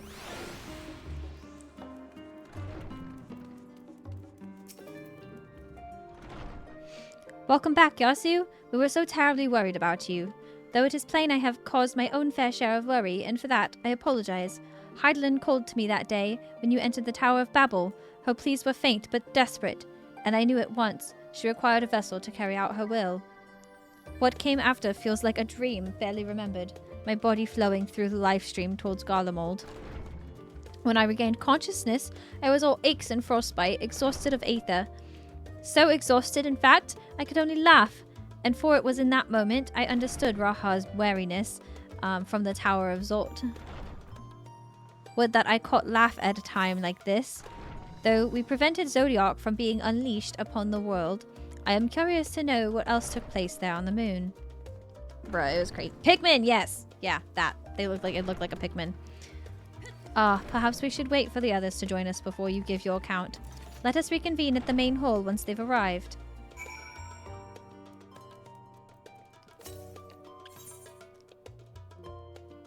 I missed the Happy Charlian music.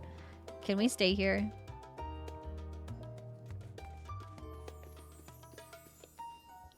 Where is Raha? Oh, Gwaha. Gwaha.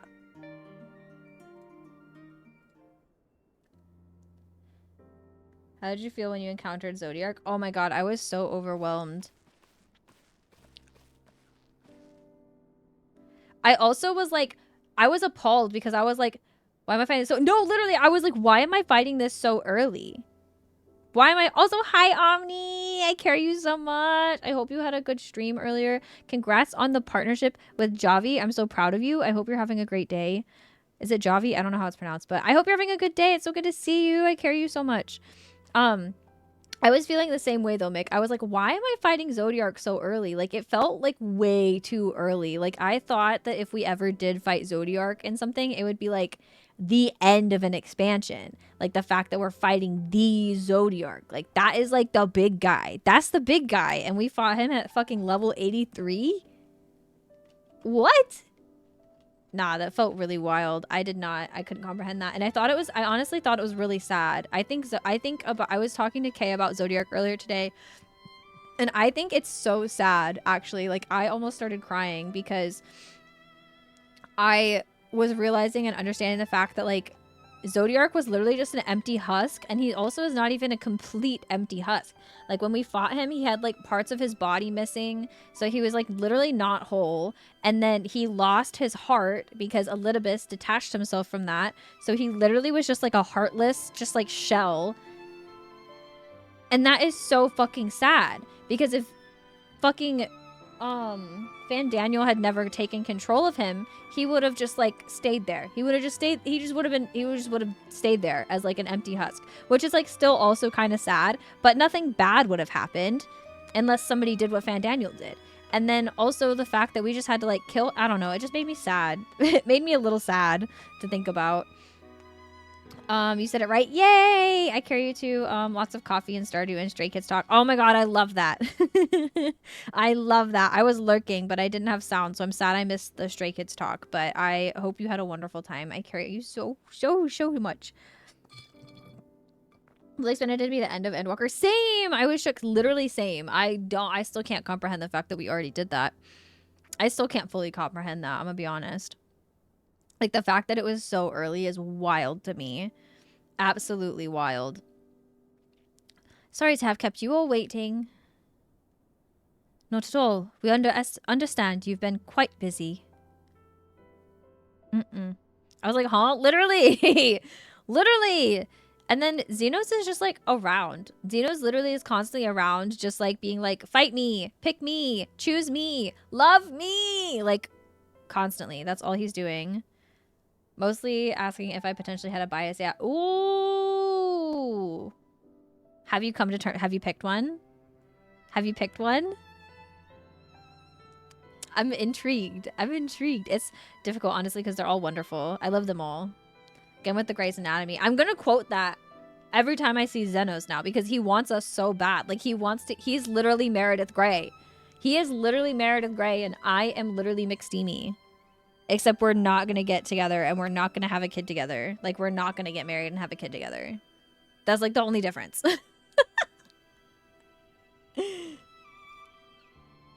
Slip between two, but even then, I look at them, and I'm like, you guys are baby brother?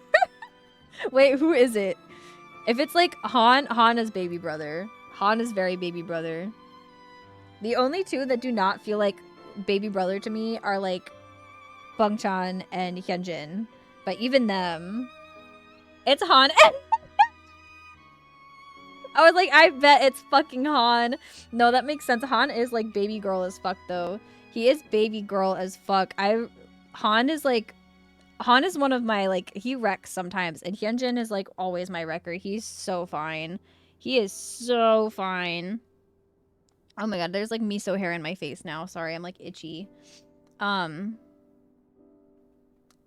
You know, if anyone had animation skill, I would animate the wall opening the bed with Xenos' face saying that. I would animate that if I could. He is so down bad for the walls. No, literally. Literally, he is so down bad. It's all he thinks about. I saw a tweet once that was, or like a Tumblr post that was like, it's a obsessed with the wall like fight, and it's between Graha and Xenos. Like, who's winning? And I don't know who would win. I don't know who would win. Twitch just completely died on me. What? Can you keep this website running for 2 seconds? Twitch, what are you doing? Am I having any issues?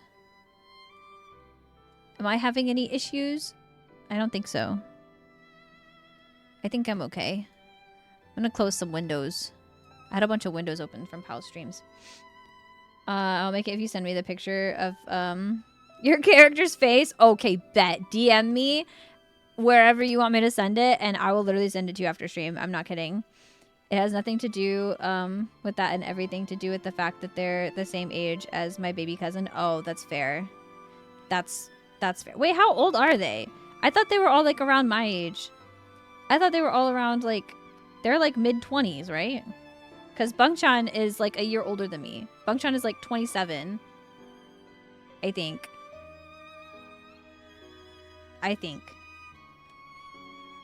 don't think it's you. It's fully my Twitch working. Oh, okay. Good.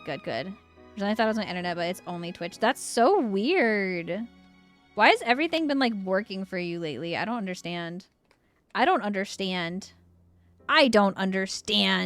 That's ridiculous. That's fair though, Omni. That's so fair because like I was looking into some other groups. Hana's 23 and Henry's 24. Oh, okay. Yeah, they are a little bit baby. I think that's why, honestly, Bangchan became my biggest bias for Stray Kids because I was like, he's 27. That's he's a year older than me, so like he doesn't feel like a baby to me. He doesn't feel like a little bit. Hana's a baby to me though. Hana's a baby to me. Hana's a little baby. He's a baby girl. There's a lot of groups that I see them as just little babies because there's some of them like that have been debuting recently, like some newer groups. I've been wanting to get into Enhypen a little bit because I found out apparently how did nobody tell me that Enhypen's whole concept is vampires? Like apparently Enhypen's whole concept is lore is vampire related. But then I looked up the people and they're like literally babies. Like they were all born after 2000. And I was like, that makes me feel sick to my stomach. They're literally babies. One of them debuted at 14. Like one of them, when they debuted as a group, was 14 years old. I'm sorry, but a 14-year-old should not be debuting in like a boy band.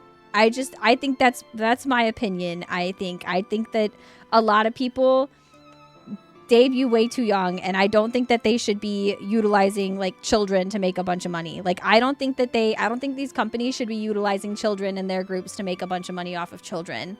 Like it just feels so wrong. It feels so wrong. Hi, hello, how are you doing? I made it to Old Charlian. Yeah, I've been in Old Charlian for a while. I just got back from the moon. I just got back to Old Charlian from the moon. So see Taman as a little baby, and he's only 2 years younger than me. That's so funny.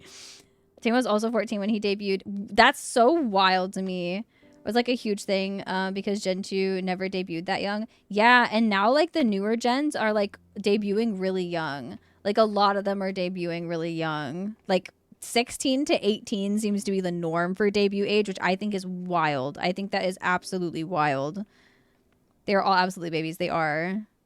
The age they let children debut is wild. It really is. Like, I'm sorry. You should not be debuting at that age. You should not be debuting at that age. It was like a huge thing. Yeah. I don't understand it, to be honest. I personally don't understand it. I always think that things are tricky when you let children be famous and make a shit ton of money. Like, I don't know. It's always weird to me, but especially in the sense of K-pop, because the K-pop industry is very I'm trying to think of a nice way to say like that the K-pop industry is a little bit abusive, but like it is. Like I can't think of a nicer way to say it because these people are like working constantly. They're working constantly. And so you're telling me that somebody at 14 years old is ready to be working more than like a full-time employee, like more than a full-time job basically, and like working their ass off and touring, and like you're telling me that a 14-year-old is ready to do that? Because there's no fucking way. Because there's no fucking way.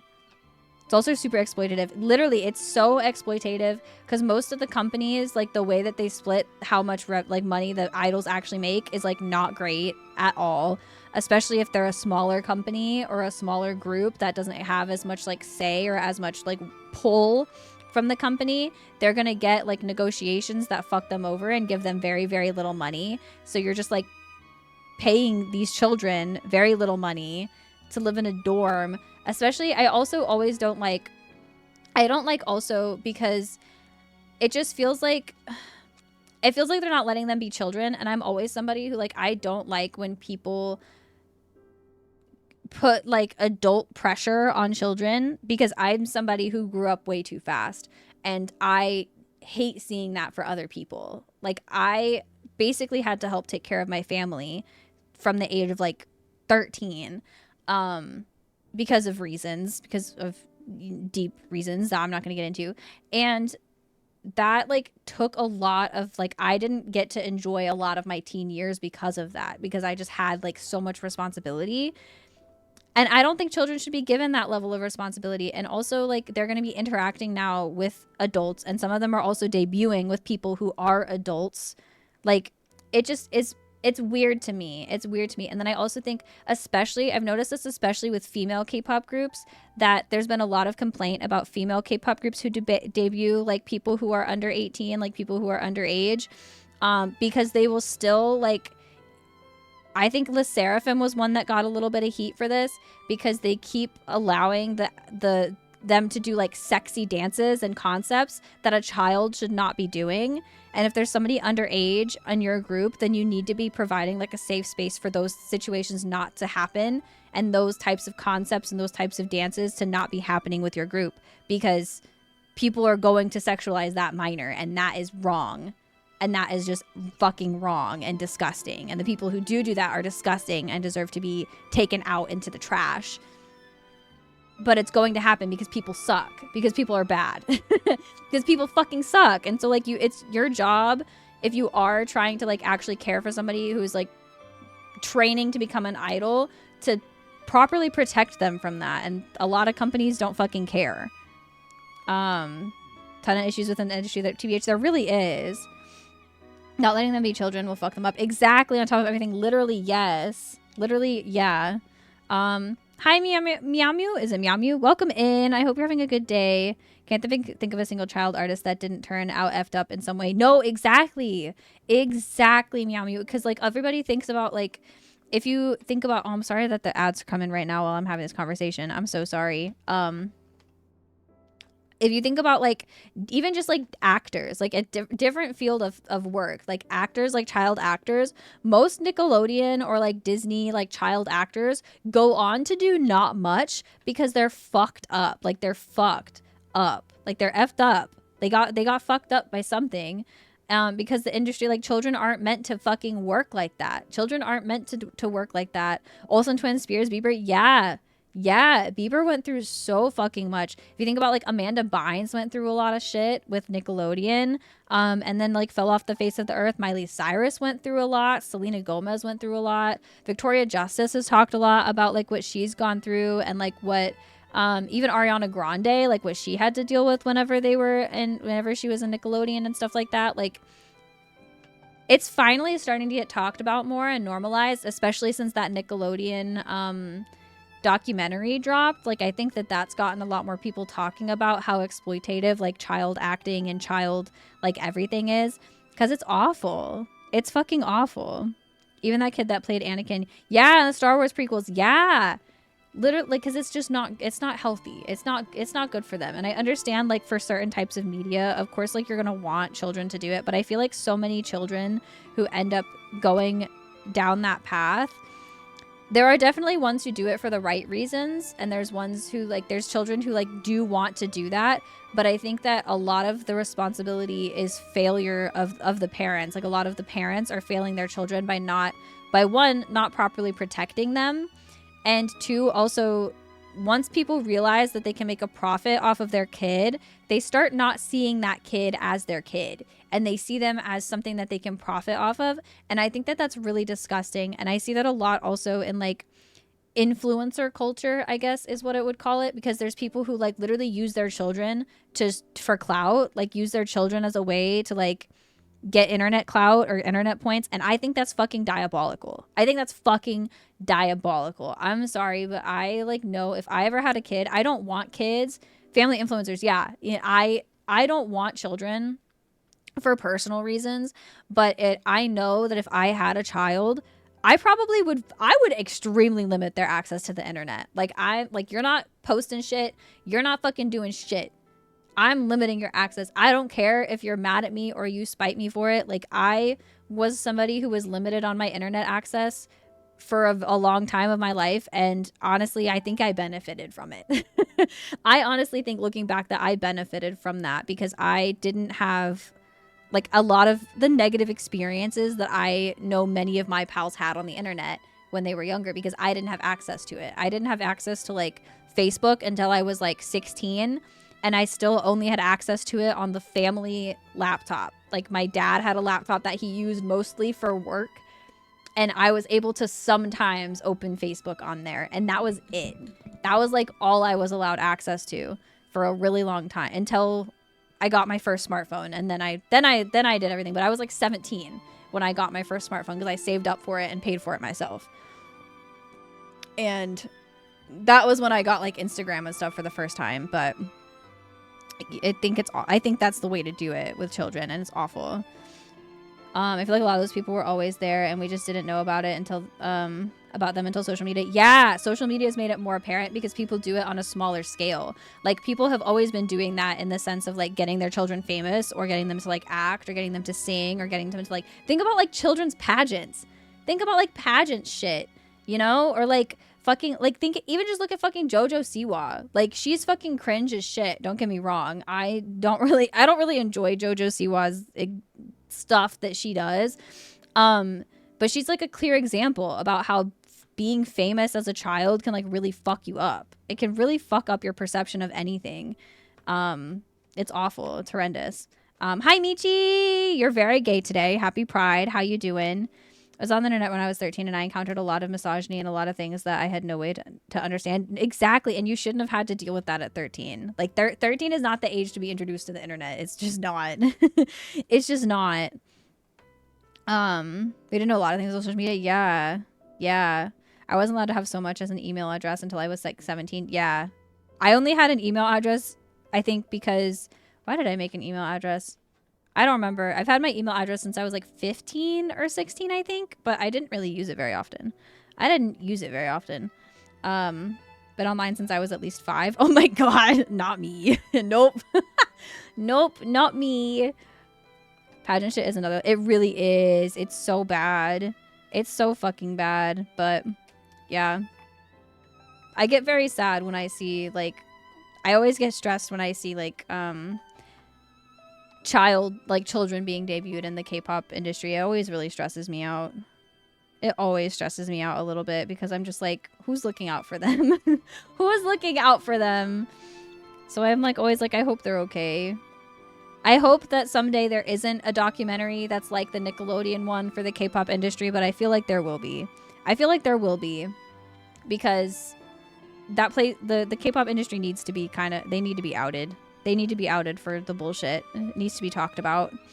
I'm great on sleep call with wife. Oh, with different time zones, so she's sleeping. Aw, that's so cute. What the heck? Too long on the internet. I've seen too much shit. Yeah, too much. I did not see too much shit. I never had a really a full-on Tumblr phase, because I didn't have access to the internet until Tumblr wasn't that cool anymore. I had like a little bit of a Tumblr phase when I was like 17, but it didn't last very long. But yeah, too much internet exposure at too young of an age. It's like frying these kids. No, okay, Maggie. No, okay. Here's an example of how these kids are having too much access to the internet. Maggie went to visit her family recently, and when she did, her sisters. She has little sisters who are like 5 and like 8, I think is how old they are, and they were like walking around saying like shit that they didn't even know what it meant. Like they were saying stuff like "gat," and they were saying like what the sigma and like fucking just shit that they should not be saying at fucking 5 and 8 years old. And they don't even know what they're saying. They don't even know what they're saying. And they're saying all of these terms that they just heard on the internet and they don't know what they're saying. And so I think it's bad. It's cringe. Back when YouTube like had like friends lists and you could decorate your page and shit. Wait, that was a thing? YouTube had friends lists and you could decorate. Was YouTube like MySpace? Was YouTube like fucking MySpace? What the fuck? I did not know that was a thing. Yes, what? Nah, that's wild. That's actually fucking wild.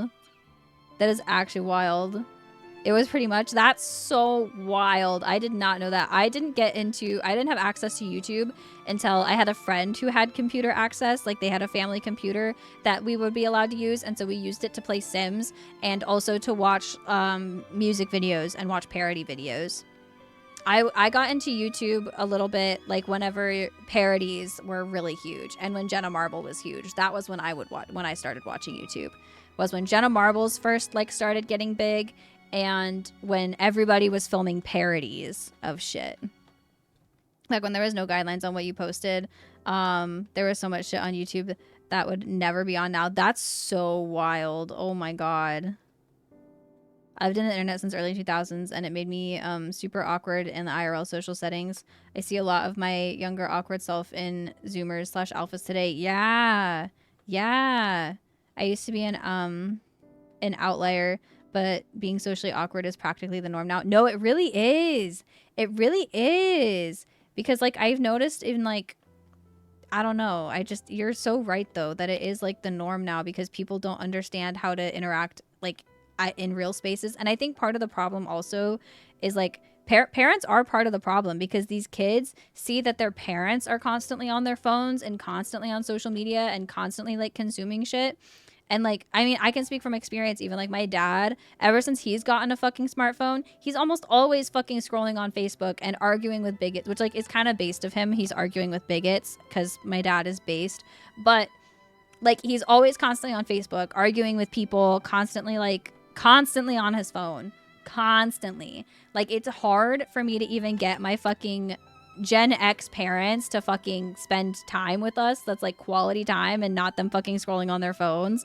And like my stepmother has gotten into like TikTok recently. She started making TikToks and like interacting with other people's TikTok lives and stuff. Like, so they're constantly on their phones, And my younger sibling met their current partner, like through the internet. They met through gaming when they were younger and they've been together for like years now. So they also are awkward when it comes to social situations. Like my whole family just like does not know how to socialize at all. We're also like all autistic. So that also does not fucking help, but I was super awkward before the internet. The internet just allowed me to meet people I could vibe with. True. I'm the same way, Moogable. I'm the same way where like I have always been really awkward. And I think the internet allowed me when I did get like start making friends on the internet, I was able to find people who were really like-minded to me, you know? Probably arguing with bots too. No, my dad has definitely argued with bots. There's no way he hasn't. There's no way he hasn't argued with bots. Also, Hypey, I hope you're having a good day. I love you so much, pal. COVID has affected our social skills a lot too. Yeah, COVID has also affected social skills. Like everything has affected like a lot of, especially for like younger Gen Z and like Gen Alpha. They're all like their social skills are abysmal. They're abysmal. And from what I hear from like Maggie after interacting with her little sisters, it's like very, very apparent. It is very, very, very obvious that they do not understand how to like properly communicate and how to like interact in social settings without just like, I don't know, being a meme. Everything's a meme. Everything's a meme. There's a lot of sexualization of children on and off the internet. Absolutely. Wearing things that they shouldn't be wearing. What does a 9-year-old need? Hot pants. No, literally. That is also a huge problem. And being on the internet, like, they're going to see people who are older than them engaging in like trends and engaging in things that they want to engage in. And then they're going to do that because they see that on the internet. And so they think that that's what they're supposed to be doing. It's like, it's really toxic because it doesn't allow children to just be children. Like, what do you mean these like 9-year-olds are trying to keep up with trends? Like, what? At 9 years old, I was literally wearing like the most horrendous shit. I was wearing like printed like fucking leggings and like what is that monkey brand like t-shirt? Y'all know what I'm talking about? It's like something Jack. I don't remember his name. That. I was wearing shit like that. My fashion was atrocious. And it should have been. You know why? Because you're a fucking child. You shouldn't care about what you fucking are wearing like that. My 62-year-old mother lives on TikTok. It's depressing. Yeah, every waking moment is spent hunched on her tablet. Literally, though, like, yes, it doesn't matter your age now. I feel like everybody has gotten, like, the internet rot. Everybody's gotten the internet rot. And I mean, like, I'm guilty of it, too, to a certain extent. Like, I definitely spend way too much time on the internet. But I think that, to be honest, I think a lot of my time spent on the internet has been like because most of my time spent on the internet is streaming. Like this is the most time I spend on the internet. Sometimes I like do scroll on my phone a little bit too much, but most of the time like I try not to be on my phone as much if I'm not like just doing nothing. Like I try and make a lot of effort to engage with like my wife and with like with Kay, and we have like times when we need to like when we have rules to like put our phones down and we're like not looking at them, you know, so that we like are forced to spend more time with each other and like outside of the fucking internet. But the only ways that I do spend time on the internet is like still engaging with people. Like when I use social media, I'm doing it to like engage with people still, which I feel like is not how most people use it. They're just kind of like, I don't know. I don't really know what's going on. I don't know. Stresses me out though.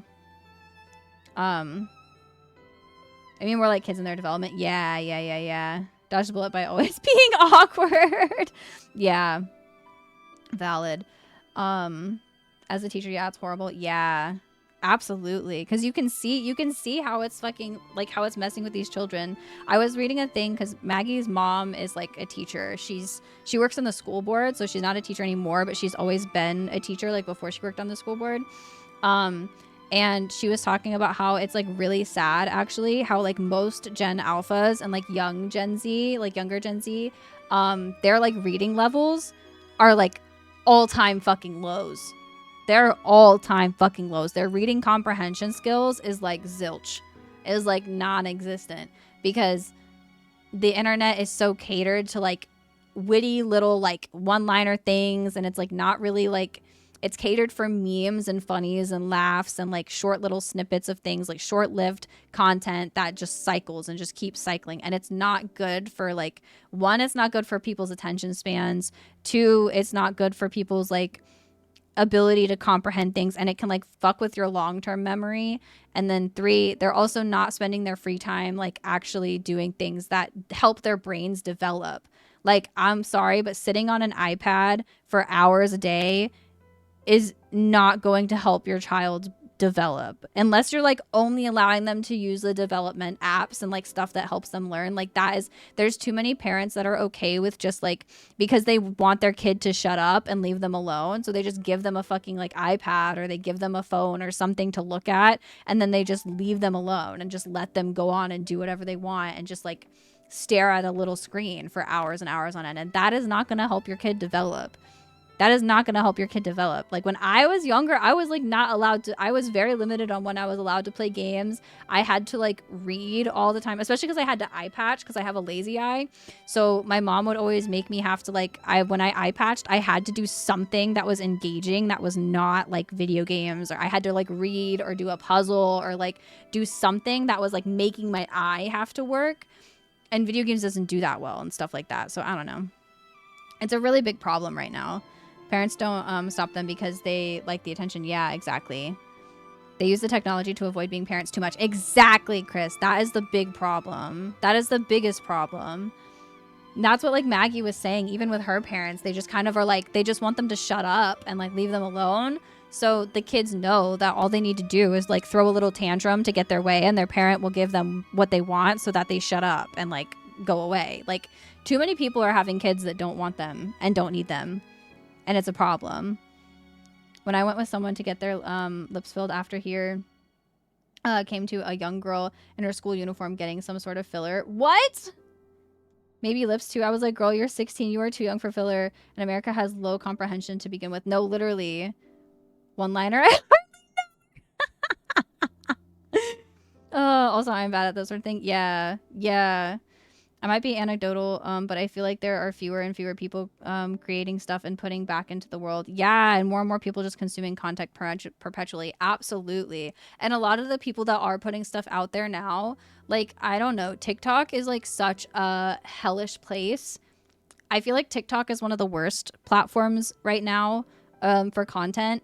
Like, I do make TikTok sometimes for fun just because I like to be fucking goofy and like share things about my interests. But I feel like most of TikTok pisses me off because it's just people trying to sell you shit. Like, none of it is even like meaningful content, unless there are a lot of meaningful creators on TikTok. Don't get me wrong. There are a lot of meaningful creators that are spreading a lot of really great information about Palestine, about Congo, about Sudan, about Haiti, like about a lot of really important shit. And a lot of people do really use their platforms for good. And I love supporting those creators. I love looking up to those creators because it's really inspiring to me when people do use their platforms for good and like they actually do really meaningful work with what they have.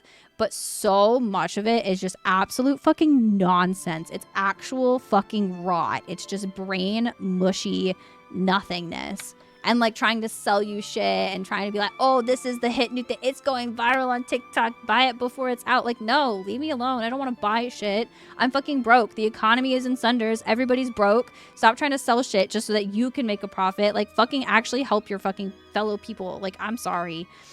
Stresses me out. It's so weird going from Gen Z / millennials growing up with tons of fan fiction. Yeah, and reading a lot. And then Gen Alpha just can't read basic literature. No, exactly, Chris. Exactly. Like, so many of my pals that I know that are like millennials and Gen Z, like we all grew up like reading the fanfics, reading, like most of us had like comfort series, like the Hunger Games, like shit like that. Like we had like pivotal moments of our like time that I feel like were centered around like books and around like other sources of media that are not fucking like short little videos on our phone.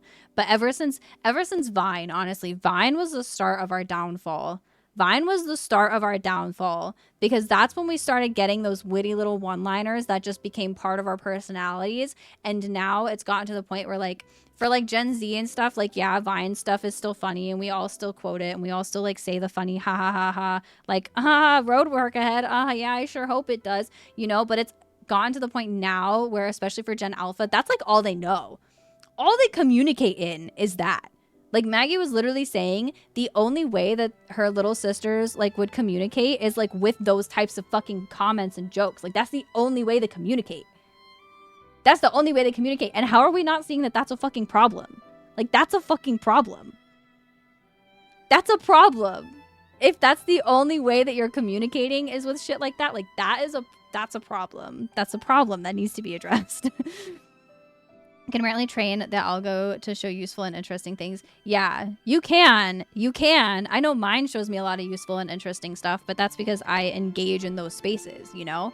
I engage in those spaces and you have to engage in those spaces. If you aren't someone who already engages in those spaces and engages with content that does like bring awareness to good important stuff, then you're not going to fucking see it because the algorithm's not going to fucking show it to you because you don't engage with it. I think TikTok used to be way better. I agree. Like, I used to learn so much and get engaged with people, but now it's all TikTok shop and trends. Yeah, I don't like it now. I don't like TikTok now. I've dwindled on. I used to post on TikTok a lot because I used to post in like spiritual spaces and I used to like really like educating people on spiritual stuff and also just like creating engaging content around that. And I thought that it was a good space to grow and learn for a long time, but it's just plummeted. It doesn't cater to that anymore. It caters to trends and it caters to fucking capitalism and it sucks. I can still quote classic vines like, yep, and they were roommates. Literally, like we remember, we hold on to that. And so Gen Alpha is just holding on to all of those. Like they're just holding on to all of that. So they're running around, so it going like, I don't fucking know. Maggie was literally saying they were just running around like, oh my, like they've got the GAT or some, I don't know. And they were not even using GAT properly, because not only is GAT like, first of all, I'm pretty sure it's AAVE, so these little white girls shouldn't be saying it anyways. But second of all, it's an abbreviation of a curse word. Like it's not, they were like, oh, it just means big butt. Like, no, it does not mean a big butt. It does not mean a big butt. It is short for goddamn. It is short for goddamn, and it is also AAVE, so people shouldn't be using it anyways. Like, oh my god. Oh my god. It's such a problem.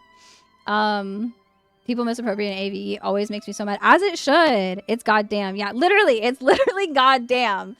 It's literally goddamn. So not only should they not be saying it because they're little white girls, but they also don't even know what it fucking means, and they're saying a fucking curse word, and their parents just don't care and like don't even go to try and educate themselves on what the fuck their kids are saying. Like Maggie literally was like, y'all know what they're saying, right? Like, you know what your daughters are saying. You shouldn't be letting them say that. You shouldn't be letting them say that. So they have become the TNG episode from season 5, episode 2. They communicate only inference. Yes. Figures are captured, then trapped in a planet with an alien captain who speaks in metaphorical languages incompatible with the universal translator. They must learn to communicate with each other before the deadly planetary beast overwhelms them. That's literally it. Kills me when people say they just don't see content about, like, oh my gosh, me so move, about Palestine, Congo, etc. Like, yes, I know suppression is big, but a huge part of it is people scroll away. Yeah, and they don't engage with that content. Yup, so it doesn't show up in their timeline now. Exactly. A lot of it is because you stopped engaging with it. People stopped engaging with it. I have been very vocal about myself, like, disengaging from communities and from people that I don't see engaging with shit, because at this point, like, it's just, there's no excuse to not be engaging with shit. And if you're not seeing shit and you're not educated, like, there's just no fucking excuse.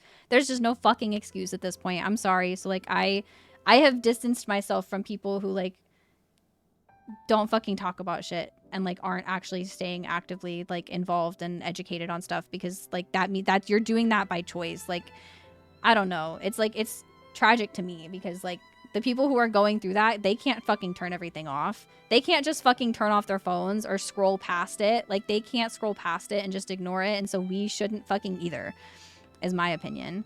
TikTok is mostly gaming or activism, so I'm not mad. Yeah, mine is mostly like K-pop and activism, so I'm not really that mad about mine either. But the stuff that I do see that's just like ads and random shit, I'm like, get away from me. And people think it's new. No, literally, people think it's fucking new when it's been around since before I was born. Literally, that's such a big problem, especially with AAVE and how it gets appropriated in like modern slang and like, not, or quote unquote modern slang. Like, they call it like modern slang and like new slang, but they only call it new slang because white people started fucking using it, and they shouldn't even be using it, but they started calling it new because fucking white people, when they discover anything that people of color and especially black people use, and they start using it, they're like, ahaha, look at this new thing that definitely didn't fucking exist before. Like, bitch. It's so fucking frustrating. I see it in literally like everything, even in like in makeup trends, for example, the new like clean girl aesthetic, the like clean girl makeup. Like, black women have been doing that for fucking eons, and they have been slaying the game, and they have been eating everyone alive with it. They have been looking so great, and they did amazing, and they've been doing that for so long, and people don't fucking address that. They're like, oh my god, the new clean girl. Like, no, you only think it's new and clean because white people are doing it, but like, when black people have been doing it for like ever, you fucking are silent and you don't fucking care. Like, I get so heated about it. I get so heated about this because it's, people are just like so dumb and tone deaf and like don't actually approach things from like an intersectional perspective, and that just like always really irritates me. That always irritates me. Always will irritate me. I know me so. I know. You're being very sweet right now. She's like begging for attention while I'm trying to talk. Black people are the poop but never get credit for anything. Literally, always, every single time, for like so much in music, in beauty, in like almost any industry. You can point to something. You can point to Black people who were the foundation for how we do those things and the trends that exist in that space now. And almost literally like anything that you look at, any form of entertainment, any form of like any of it. All of it, you can always see that it was probably inspired by or taken from the hard work that Black people have done for like ever. It's a problem, and like they never fucking address it. That's why like in K-pop, I'm very discerning sometimes about the K-pop groups that I interact with, because a lot of K-pop, a lot of what they do, a lot of their dance, a lot of their music style, a lot of it is inspired by Black people, Black culture, and a lot of what they do. Some K-pop groups have gotten where it's like a fully appropriative stuff, and those people normally get a lot of the backlash that they should. Like older gen K-pop groups didn't get as much backlash, but like now newer gen K-pop groups are a lot better from what I've noticed about addressing that. And a lot of them will actually openly talk about like their inspiration for things. And like, I think that that's really good. And when they're actually like encouraging, like understanding, like this is where we were inspired, like knowing that a lot of them get trained by like Krump, like is a very popular dance that they get taught. Like they have like classes that they're taught. And that is a like that is an African American dance style. Like, so like they acknowledge that and are normally taught by people, at least some people, not all of them obviously, but I like the ones that actually openly talk about stuff like that and like openly understand like where they're taking inspiration from and acknowledge that and give credit where credit is due, because that's what's deserved. That's what's deserved. It's the bare minimum at this point, but it's good when people address that. English is not my first language, but I can still see how wrong doing this is. Yet some people can't. No, exactly. So many people just don't fucking acknowledge it. They just don't acknowledge it. There's a creator I followed who had shared a lot of negative that was happening to a lot of people who don't deserve it, and I unfollowed for the same reason, because I was preserving myself. I like how this sad music is playing for an hour. Listen, it's fine. Sometimes we have to. I love to have little tangents like that, like this. Y'all know that. I'm never going to shy away from difficult conversations, because I think it's important to have those conversations. And I also just like, I like y'all knowing where I stand on stuff like this, because I'm always going to be very passionate about speaking about things and talking about things that like some people deem difficult, because like, why? I don't know. It's not fucking difficult. I don't think it's difficult to talk about things. I don't know. Maybe that's just like me being autistic and just being like blunt and straightforward about things, and just like wanting to know that like, I don't know. More people need to be more comfortable talking about stuff like this. Ada Lovelace, the first programmer, because men thought that wasn't interesting, and when they found out you could have the prestige in it, they booted the woman out. That's what they always are gonna do. That's what they're always gonna do. Unfortunately, and it sucks. But I think a lot more people are talking about this, about stuff like this a lot more, and especially in terms of like the appropriation of AAVE and like Black culture, and that is getting a lot more talked about now. And it's been talked about for a long time. Like Black people have been talking about it for a long time, but I think that more people are helping uplift those voices to be able to like actually hopefully fucking stop people from fucking appropriating shit and calling each other out. Because like the problem is whenever like white people let their friends get away with stuff and like don't fucking educate them, and like it shouldn't be on the backs of Black people to constantly be the ones having to educate white people on how not to be appropriative and how not to be like racist. Like I'm sorry, because I shouldn't apologize. I don't need to apologize for that, because that's right. That's a very correct opinion, but too many people just aren't having the conversations. And I think more people, a book that talks about this really well is White Fragility. It's a book that talks about this very specifically, about like why it's so difficult for white people to talk openly about racism, and talks like really, if you are somebody who is a white person, you should read that book, because it one will teach you a lot on how to be able to talk about topics like racism and how to address like problematic situations that you are confronted with, and how to like actually educate the person and talk to them and not be afraid to talk to them about about what's going on, or like educating them. But it also like is a really good book for white people to read, because it will help you understand any of the, like, it helps you understand the little things, like the microaggressions, the nitty gritty of like how to actually overcome your white fragility and be able to talk about things like racism without shying away from it, and being able to like understand also the internalized shit that you have like as a white person, and being able to address that and know that like it's okay and you have to fucking address that. Like people won't talk about it, and white fragility does a really good job at teaching. It's a book that does a really good job at, I think, teaching white people and how to have these conversations and how to not fucking shy away from it, because a lot of the problem is that they shy away from it. They just shy away from stuff, and they're like, oh, like, I'm not racist, but I will excuse my friend's behavior because it's not my place. Like, no, it is your fucking place to say something. It is your place to do something about that. Like, I don't know why that's so difficult for people to realize, but yeah, if you're white, read White Fragility. It's a great book and will make you address your own white fragility, and I think that's really needed. Allistic people run on projection and implicity. So if one allistic says or behaves like it is difficult, the rest will follow. Yeah, and that's so shitty. All I asked the person why we were doing something at work, she said she didn't know. That's how she has known. I asked all the time. What? No, I always ask why I'm doing things. I feel like I'm always asking like why I have to do things a certain way, especially if I can think of a different way to do something. Like, I'm not going to do things the other way. I wish people would look more into it. They really should, because a lot of times when people bring up anti-blackness, it doesn't go well. Black people can never talk about anti-blackness. Exactly. And they need to be able to talk about anti-blackness, because so many people will just like get defensive. As soon as you try and have a conversation about it, they get defensive and they feel like automatically like attacked by it. And I think that is literally what White Fragility gets to the bottom to, like, as a book. Like, that's literally what it addresses, is the fact that like you shouldn't get defensive.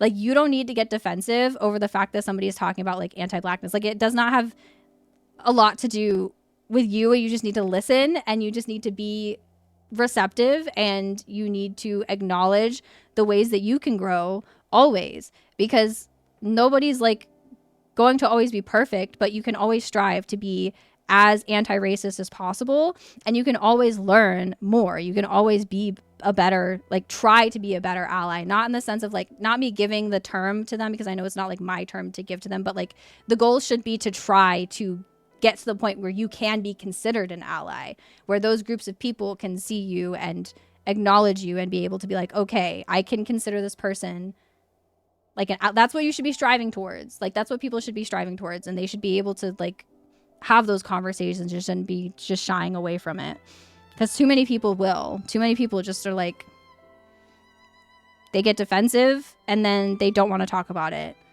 and that's a fucking problem. That is a fucking problem. And it's a huge problem. I do think that in terms of like, since we were talking about like internet usage, I do think in some ways the internet has helped a lot. Like, social media has helped a lot, and more people being willing to have those conversations.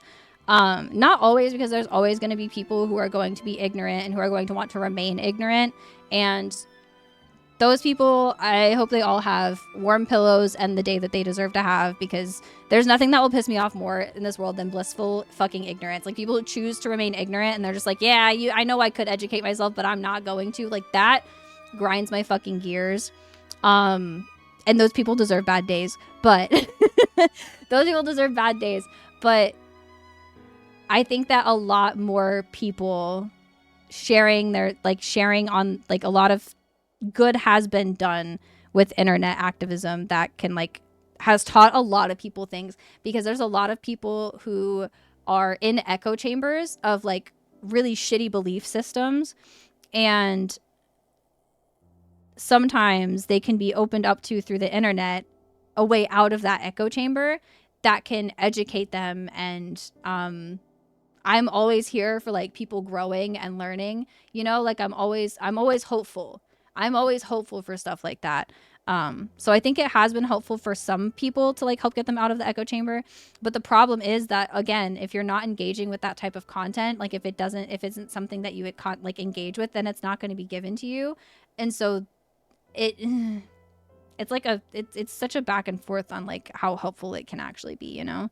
Choosing to remain ignorant is fully an act of violence. Oh no, it absolutely fucking is. It absolutely is an act of violence, especially if you're choosing to remain ignorant on anti-blackness. Like that is literally an act of violence. Like it's gross. It's just gross. And it really fucking frustrates me because it's so easy to educate yourself. It is literally so easy to educate yourself, but people choose not to. And I think that a lot of people just don't know. I don't know. I don't really know. I just think that like I'm always of the opinion that like silence or ignorance, especially if it's willingly, like you're willingly staying silent or you're willingly staying ignorant, is always going to be siding with the side of oppression, no matter what the oppression is that we're talking about. Like no matter what the oppression is that you're talking about, if you are siding with just ignorance and silence, like you are siding with the oppressor always, 100% of the time. 100% of the time. If you're not educating yourself and you're not like talking about stuff like that, like you're choosing your side by not choosing sides. It's as simple as that. It's as simple as that. My mom is choosing to remain ignorant about why her anti-trans behavior towards me is hurtful. See, and that's fucking awful. And I'm so sorry that you have to deal with that, Nano, because there's so many families that are like that. And I empathize with you a lot because that, like, no child should have to experience that. No child should have to experience that. I'm sorry. But if you like don't know anything about what it means to be trans and your child tells you that they are trans, it is your job now to educate yourself on the trans experience and be an advocate for that, because that's your fucking kid. That's your fucking kid. Like, oh God, I get so heated about that. There's too many fucking dumbass parents out there. I'm sorry. If you're someone who's going to have a kid and you are not okay with the potentiality of your kid being queer or trans or just different than you in general, you shouldn't have a kid. You shouldn't have a kid. I'm sorry. Homophobes, transphobes, you all need to not have kids ever. I hope that you all become infertile, because you should never fucking have a child. You should never have a child if you can't accept them for whoever they turn out to be. Like, they're not going to be like you. They're going to be a completely different, independent person, and you have to be willing to accept whatever the fuck happens. And whoever they turn into, you have to be willing to accept that and support them, because that's your fucking job as a parent. Like, it's so fucking simple. It's so fucking simple. I would be such a good parent if I had the money to have a child. And I know that. But it's because my parents fucked me up. So I know what not to do. I took a very subject, but powering down. Good night. You're so fine, Dragon. Good night, pal. I carry you so much. I hope you have a good night. I would never tell my parents about me being trans, gender nonconforming. See, and that's awful. And I'm so sorry that you like can't communicate that you can't tell them, because like you shouldn't ever have to fear about that. You should be able to tell them and it not be a big thing, and they just be like, oh, okay. Like, I know I'm personally very, very, very, very, very, very fortunate that my dad and my stepmom are very, very, very supportive. Like, they are very supportive and very understanding. Do they still misgender me constantly? Yeah, they still do misgender, especially my dad. He still misgenders me all the time. But my family has like always been really, really, really progressive and like really, really understanding about stuff like that. So like when I told them that I was queer, they were like, yeah, we saw that coming. And then when I told them that I was gender nonconforming and that I was trans, they were just like, okay, cool. What does that mean? Cool. And they try their best sometimes. My younger sibling does a lot in helping them try, because my younger sibling always corrected them for a long time and like helped them out a lot. So that definitely helped. They tried a lot more because I had my younger sibling always advocating for me. But my younger sibling's also gender nonconforming. They are gender fluid. Their partner is non-binary. So my parents have just have just like been forced to be able to understand and also like my wife is trans, like Maggie is trans, and my family has been more supportive and understanding and quick with adjusting to Maggie being trans than her own family, and it always really frustrates me. It like always really pisses me off when her family still continues to dead name her and continues to like, because my family switched at the dime of a hat. Like as soon as we were like, yeah, her name is Maggie, she, her pronouns, my family was like, bet, cool. They did not like bat an eye, and I know that I'm very, very, very, very, very, very, very, very, very lucky to have that, and I'm like very, very fortunate. And I want y'all to know that my dad has told me that any stream pals, any online pals that need a new dad or that just need a supportive dad, especially like during Pride, he said that he'll be your dad. He'll be your supportive dad and support all of your gayness as long as he doesn't have to pay child support. So if y'all need a supportive dad to support you, my dad is also your dad now. Reaction was no, you aren't, and you cannot be a woman because you don't know how to cook, clean, keep a home, or keep a partner. Is that what she think womanhood is? No, that's honestly that's so fucking depressing for her. That's depressing for her also. Like that, I know that like fucks with you, and I'm very sorry that that's what she told you, because that's fucked up. That's fucked up. But that's also fucking sad for her, because she thinks that that's all that being a woman is. That's what she thinks womanhood is. Like, that's fucking depressing. That's fucking depressing. To think that you're definite. Nah. Nah. That's so fucked up. My brain cannot comprehend how you can hate your kid by them being themselves. No, literally, I can't either. I know that I could never tell my birth mom that I'm queer. I could never tell my birth mom that I'm trans. I know she already disowned me before I even came out, but like I know that her side of the family would never accept me. They would never accept me. They would never accept Maggie, and I'm glad that they were out of my life before I even came out, or before I even understood that I was queer, because I never have to address that. But I know that they would not be accepting, and it's just fucked up. I just don't understand how anybody could ever hate their kid or like not support their kid. I will never understand it. I will never understand that. Cause I don't know. If I have a kid and my kid comes up to me and they're like, yeah, I want to be a preppy little baseball boy, and I want to be a frat boy, and I'm gonna do all of the things that you like. I'm gonna be the kind of boy that you hate the most. I'm gonna be supportive of them. I'm like, you know what? Fuck yeah, you wear your fucking, what is the fucking loafer things that the preppy people always wear? I don't know what preppy people wear. Wear your fucking Lululemon ass shorts. I can't afford Lululemon. I'm not. If I have a kid, they're not wearing fucking Lululemon. I don't know. Boat shoes. Yeah, the boat shoes. Get your fucking boat shoes, son. I'll support you in your fucking boat shoes, even though I think they're hideous. I'm just gonna tell him that I think they're hideous, but I'm glad that he likes them, and I'll support him, you know? My speculation is that she feels like she'll for both self-imposed and externally. For me, being a male child, or maybe that the child is male, and now that she is letting go of it because she would have to let go of her pain and her attachment to her old identity. Yeah, that's definitely something that I think that a lot of parents struggle with, but that's not something that you should take out on your child. That's so sweet. Yeah, my dad is very sweet. My dad is very, very sweet. Wait till Nano's mom finds out about me. Oh no. Oopies. Dad recently came out as homophobic, and it was so wild because I've been so obviously queer for so long. Literally graduated with a rainbow soul at college. Only dated gay men growing up. Had a bestie, wore queer clothes. But now that I'm in actual relationship of over 2 years with someone who isn't AMAB, then my dad has said, now this is the time to be homophobic. Like, that's a huge problem though. Also, that's a huge problem where people are like quietly homophobic, or like they're quietly homophobic and then they don't say anything, and because they don't want to be seen as homophobic until it affects them, and then they'll say shit, and then they'll show their true colors, and it really sucks. It really fucking sucks. And I was pretty transphobic views. Oh, I'm so sorry, Mick. Which sucks because he's accepted me being ace. He doesn't accept me being polyam, but he respects it, I guess. But trans is where he draws the line, which is so ridiculous. It's so ridiculous that that's where people draw the line.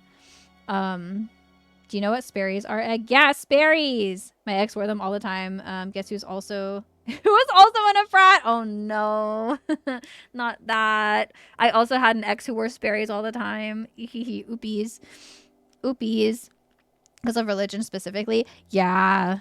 Yeah, religion has been really strongly used to weaponize against trans people specifically, especially. Like, I know religion has been used against queer people also for a long time, but I think that in a lot of religious spaces, queerness in itself has started to get a little bit more accepted, a little bit.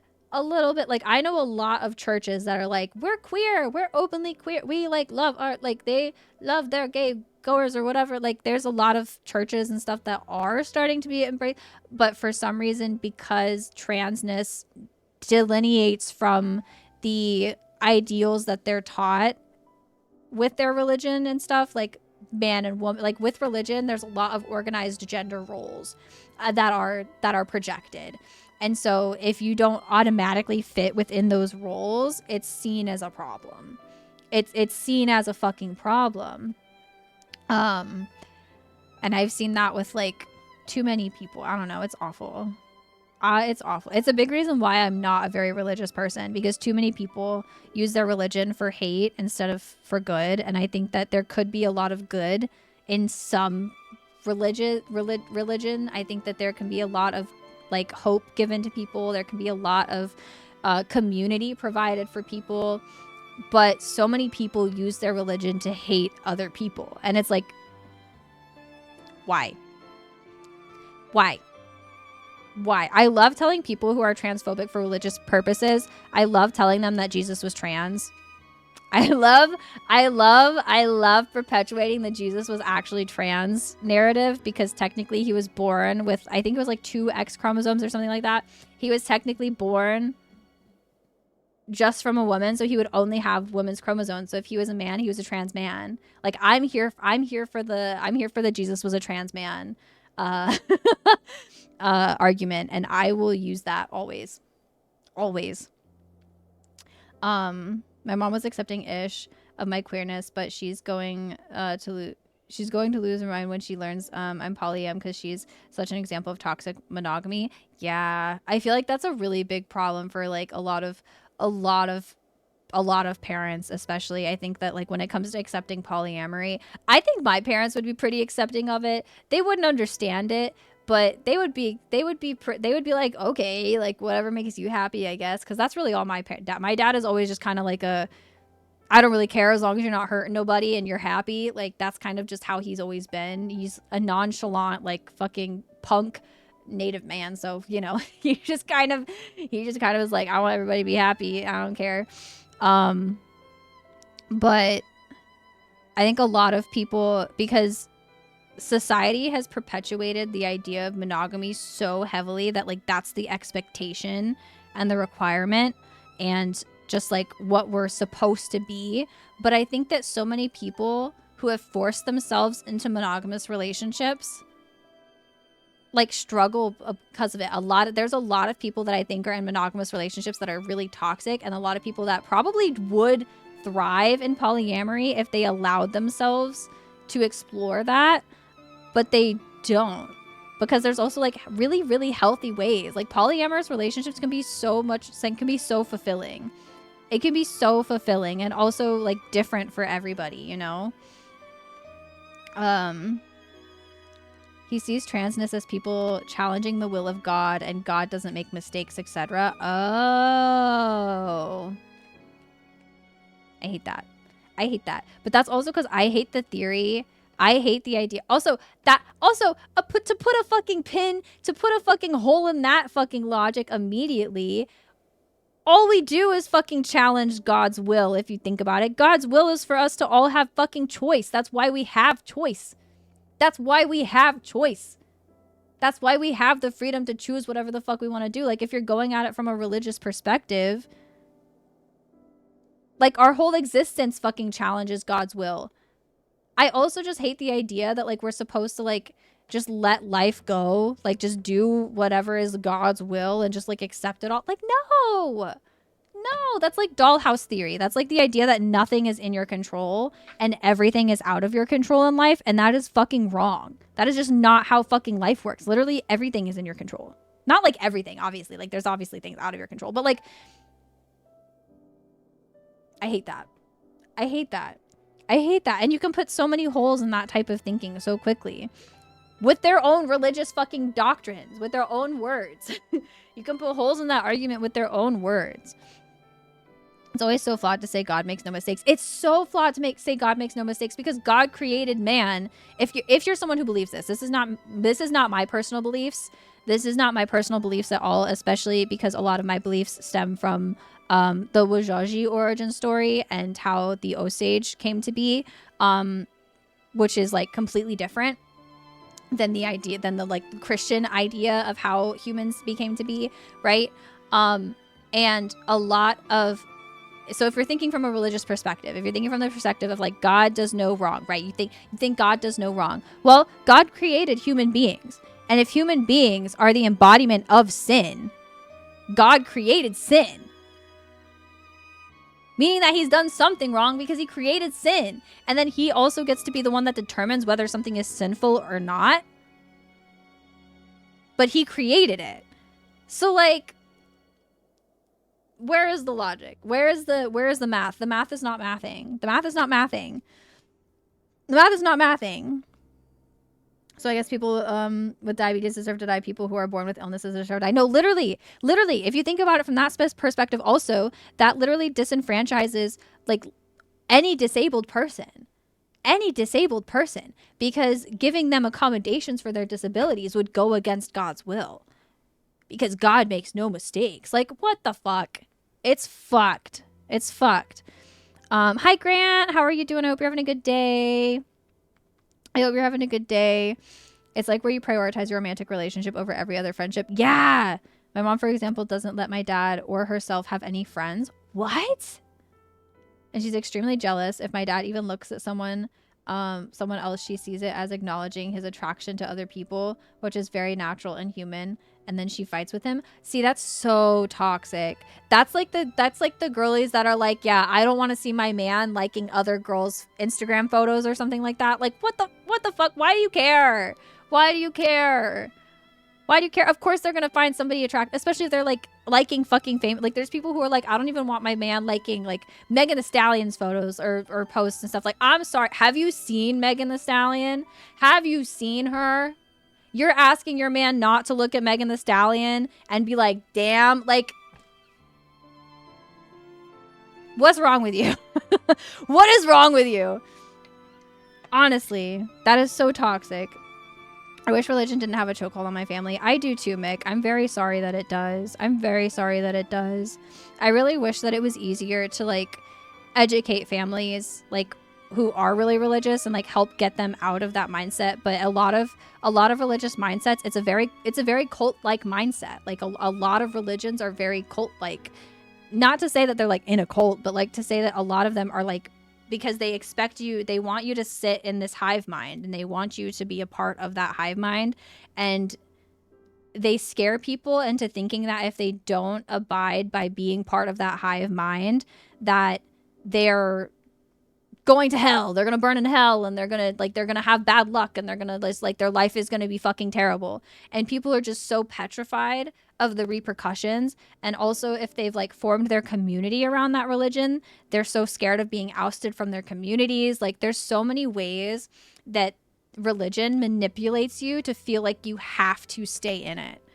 Like, even I was guilty of that for a while. I had like tried to run away from being queer by running back to religion. And I got like rebaptized when I was like 15 years old because I was going through like the most traumatic situation I ever went through. I'm not going to obviously talk about it, but I was going through like some really, really traumatizing situations. And I was also trying to like hide the fact that I was queer. I was trying to like so many things. I was like trying, And religion takes advantage of that, of like people who are in difficult situations, and makes them feel like they can have a savior. Like it gives them something to like look forward to, something to like hold on to that's tangible, that they can see as like their saving grace, that like no matter what happens, it's all in God's plan and everything is meant to happen that way and everything's going to be fine because it's all part of God's plan. And ultimately, obviously, I am no longer religious, and because that it didn't fucking save me. If anything, it made everything worse, because rather than addressing my mental health issues and addressing the PTSD that I had from everything that I went through, I just kind of brushed it aside. And I said, this is God's plan. He wants to make me stronger. So therefore, I just have to accept that this is what I went through. And it's just all in God's plan that I went through that type of abuse and that type of situation. That is not how that works. That is not God's plan. It is not God's plan that I fucking went through that. It was not God's plan that I went through that. If anything, it was someone else doing something really bad that got me in that situation. Like, it wasn't God's plan. God didn't fucking tell that person to do what they did so that I would have to go through that hardship. Like, that's fucked. That's fucked up. That's literally fucked up. Literally fucked up. They use religion very secretively for their own benefit. Yeah, which isn't very religious of them, in my opinion. Exactly. Exactly. Like, it doesn't make sense to me. Me neither, Mick. Me fucking either. It makes me so heated. I grew up extremely Catholic, and I'm very thankful I got out of that lifestyle. Yeah, Catholicism is like really stressful. I did not grow up Catholic. I grew up with like my mom's side of the family, my birth mom's side of the family they were Methodist, so they were like, what are they called? I don't remember. It's a type of Christianity. It's a branch of Christianity. They were Methodist, and they were the type of people that always used their religion to excuse their bad behavior. Every single one of the women on my birth mom's side of the family cheated on their husband at some point and got knocked up by said person they cheated with. My mother did it. My aunt did it. My grandmother did it. Like, they all fucking did that. I'm convinced that there's like a fucking generational curse on them or something, that like, where they all fucking do it. Because they all fucking do it. They all fucking do it. Every single one of them. I was like, I'm not gonna fucking do that. You know, my solution to that? Polyamory. That's a half joke, by the way. That's not like a full fix on stuff like that. But hi, Abs. How are you doing? I hope you're having a good day. Look forward to my stream every day. Oh, I love you, pal. How are you doing? Which also means if you get into an accident, God's plan. If you lose your job, God's plan. Yup.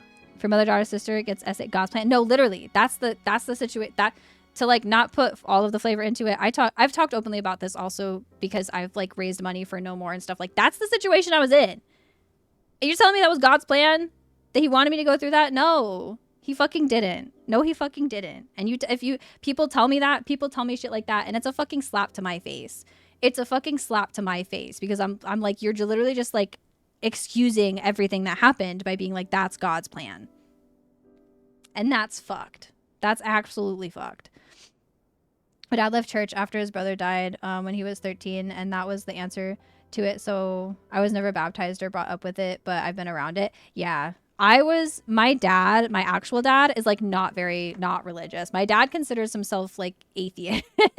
To be honest, I'm pretty sure he considers himself an atheist because he, he's grown up seeing the effects of boarding schools and how those affected our family and how those affected the people he knew. Like, he saw firsthand a lot of stuff like that. And also, like, he was in the military and saw a lot of really bad stuff while he was in the military. So like, my dad was never really that religious.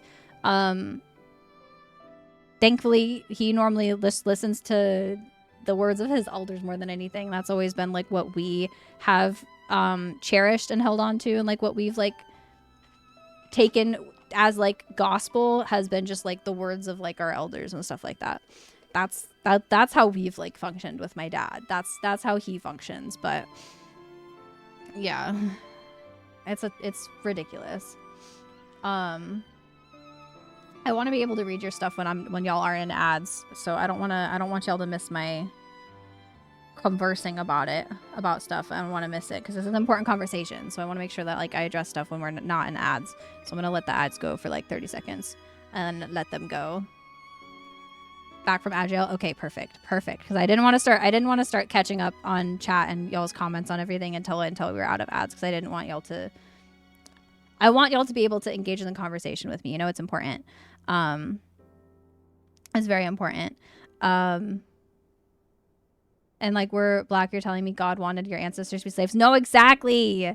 And any of the other bad stuff. I talked to Kay a lot about this. I've talked to Kay about this a lot because we both, Kay and I have both gotten into like pagan religions, and they specifically had gotten really drawn into Kemeticism, and a lot of that, and breaking down a lot of the religion that they were brought up with, like being African American, and like the religion that their people used to utilize. They actually like have talked a lot about how they talked to me a lot about how frustrated they get with their family members who are like extremely Christian, because they're like, that's the colonizers' fucking religion. Like that was not our religion beforehand. Like that was the religion that was forced upon us. And like we've talked about that a lot. I've talked about that a lot with them, because as they were finding Kemeticism and as they were like finding religions that their ancestors would have actually practiced and like actually engaged in, they were like, wow, like it's just so toxic. Like Christianity is so toxic, the way that it like manipulates people of color, and especially Black people, into just accepting a lot of shit that they shouldn't have to accept. And it's really shitty. It's really fucking shitty. And we were able to talk about it a lot, because I was talking a lot about how like also in the Native community, even within the Native community, there's a lot of people who have taken to Christianity, and there's like Christianity thrown into a lot of like the Native churches and shit like that. And like, I get heated by that, because that is like, that's literally the colonizer's religion. Like, I'm sorry. You can't convince me that I should be following a religion of people who put my ancestors in boarding schools and cut off their hair and made them unlearn their languages and made them assimilate into white Eurocentric culture. Like, you cannot convince me that I should be following that religion still. There's nothing you can tell me that will make me think that. And that's like a lot of like my dad's perspective, and like why he is also like very not into it. And I think that it's good to educate yourself, educate on like, I don't know. I hope that I'm like making sense. I hope I'm making sense.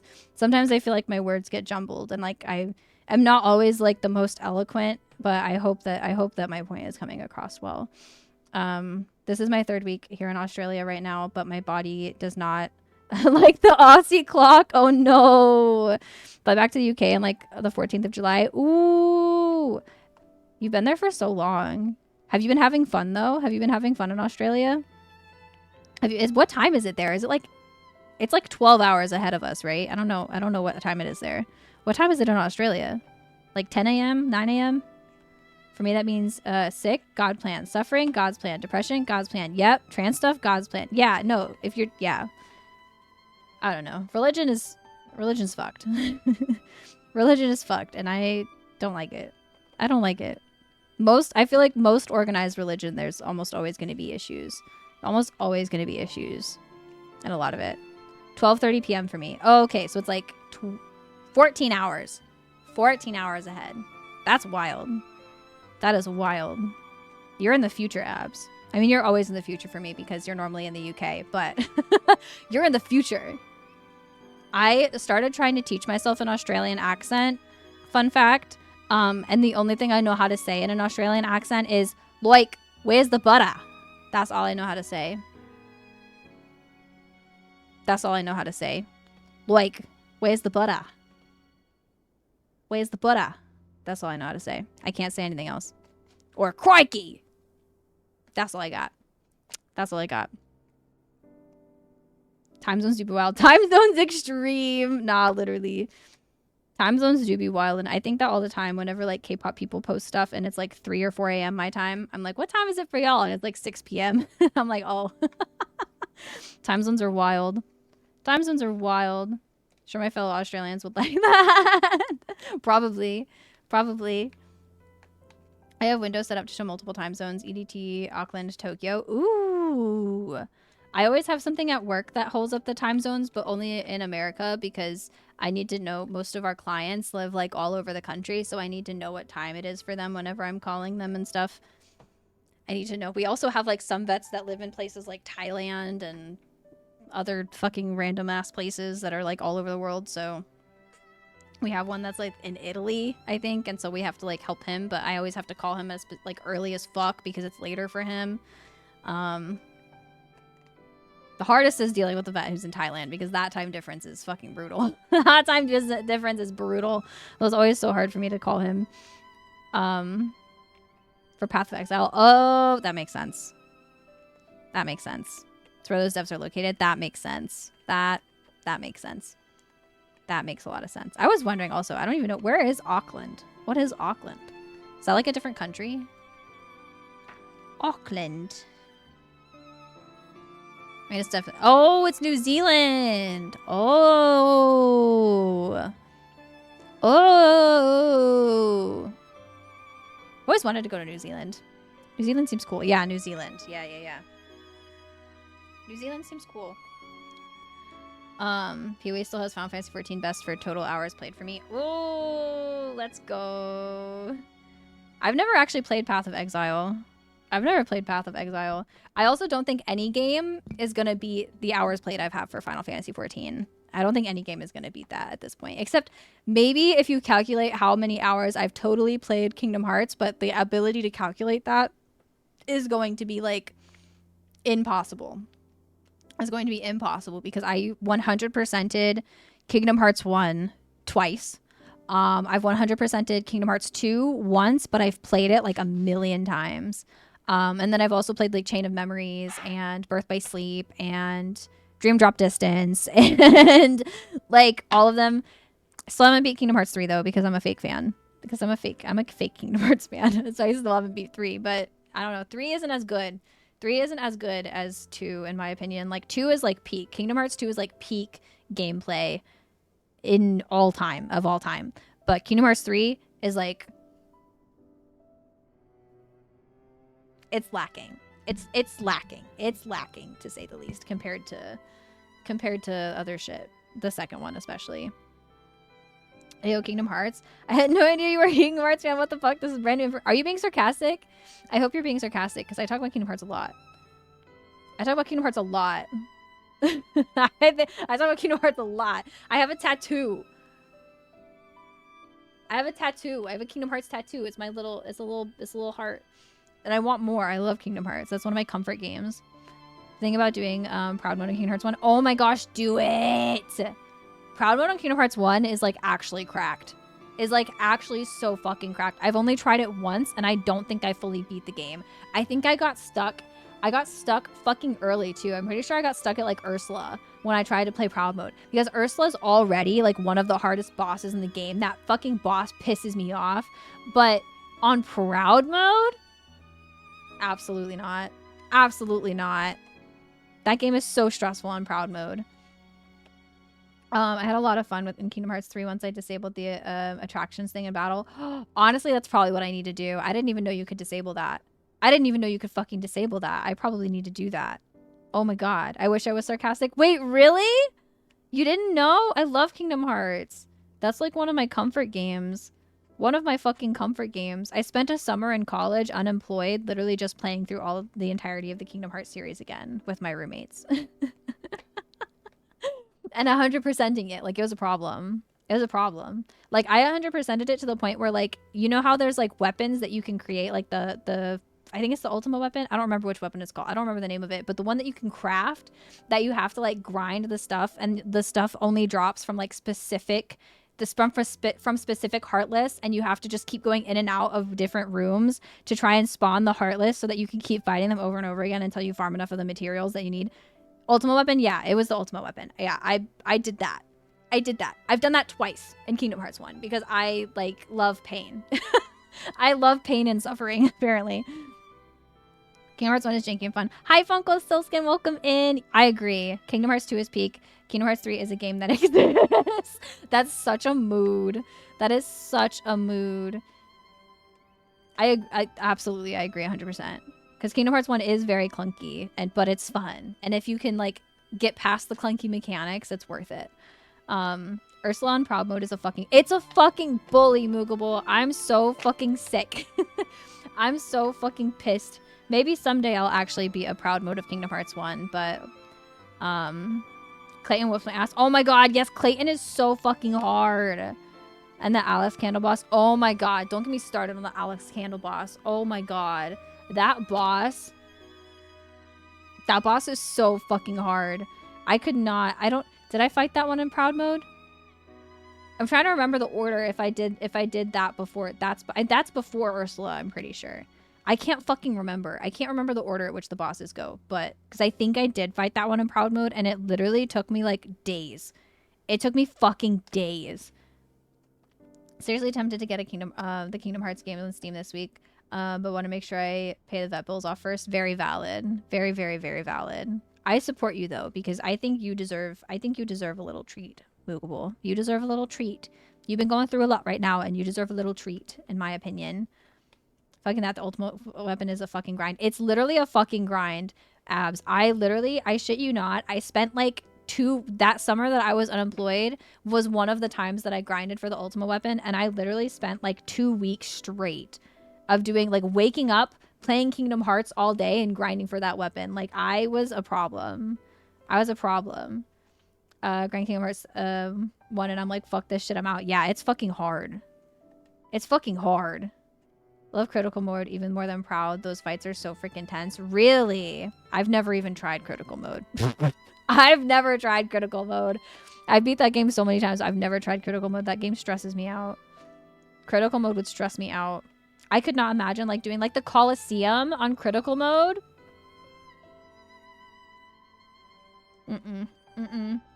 I'll pass.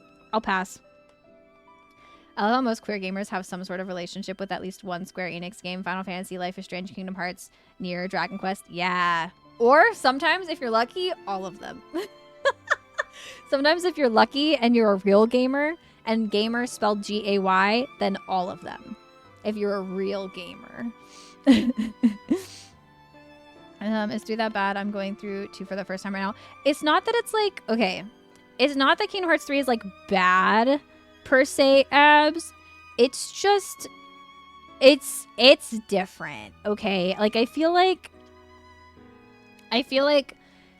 Kingdom Hearts has always been like a Square Enix, Final Fantasy X Disney thing, right? It's always been Final Fantasy X Disney. But in older games, other than 3, it felt very much, at least to me, this is just from like my perspective and my feelings, it felt very much like the game still prioritized having its own organic story. And even within the worlds, it's still, even though some of the worlds, the story would be very similar to the story from the movies and stuff, it was not just like a blatant copy. It was not just a blatant fucking copy.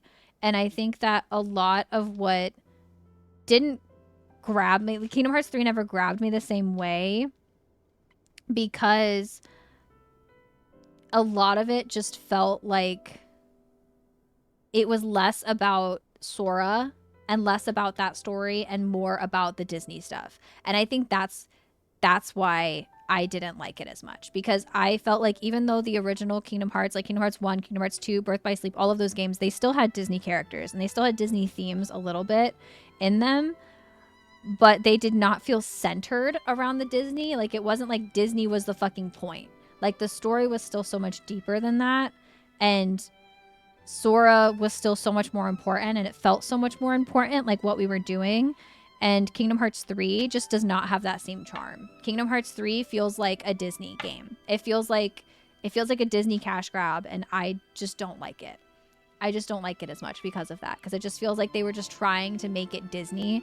And I got all the way to Monsters Inc. and I still don't even really know much about what the story was. I don't remember. I have a shit memory, so that also doesn't help, but I don't remember like Sora's fucking purpose in that game. Like I don't remember what our fucking purpose was. I don't remember what we were fucking doing, to be honest. And that's bad, in my opinion. Reminds me of Mass Effect. 1 is jank, 2 is peak, 3 is an experience I wish to wipe from my brain. So valid. I haven't played the Mass Effect games though. Definitely the weakest of the 3, but I had a couple of really fun worlds that stuck out for me. That's valid. 3 is the only iteration of Pirates World I actually liked. Oh, they have the Pirates World in 3 still? I didn't know that. But without spoiling, the bad parts are so horrible that it taints the whole experience. See, I don't even think I got far enough to know like spoilers and stuff. I'm in the Soulsborne Elden Ring era right now, prepping for the Elden Ring DLC. Ooh, you're so valid. You're so valid. Yoshi P is also prepping for the Elden Ring DLC. Kingdom Hearts 3 does feel forced in places, in my opinion. I agree. It does feel forced. I agree. I would agree with that. The first problem was the voice actor. Everybody sounded like they were phoning it in. Okay, then they dropped almost all of Square Enix aspects in favor of going all Disney. Yeah, which is just not what I came for. No, exactly.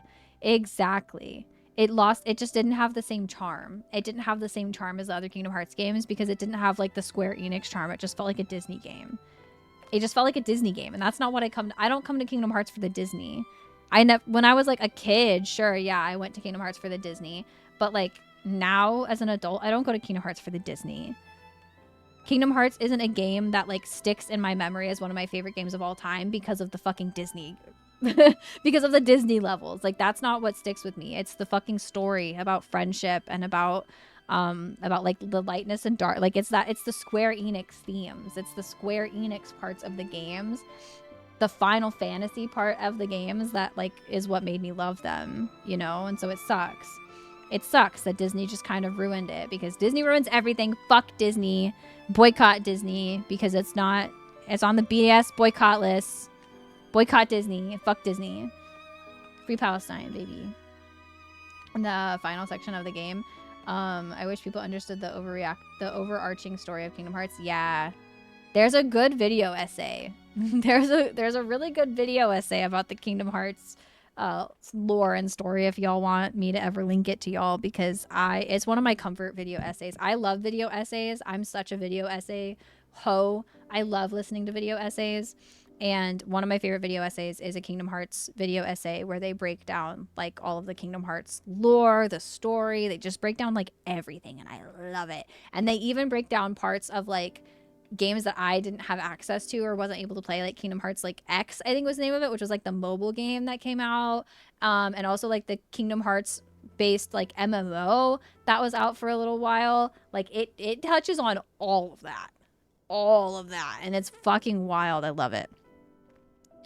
I want Donald and Golliff being grumpy old men together. Yes! If I wanted Disney crossing over with Disney, I'd go to Disney. Literally, exactly. Literally same. Literally same. Union Cross, Unchained X, Dark Road. Yeah. Unchained. Yeah. It talks about those.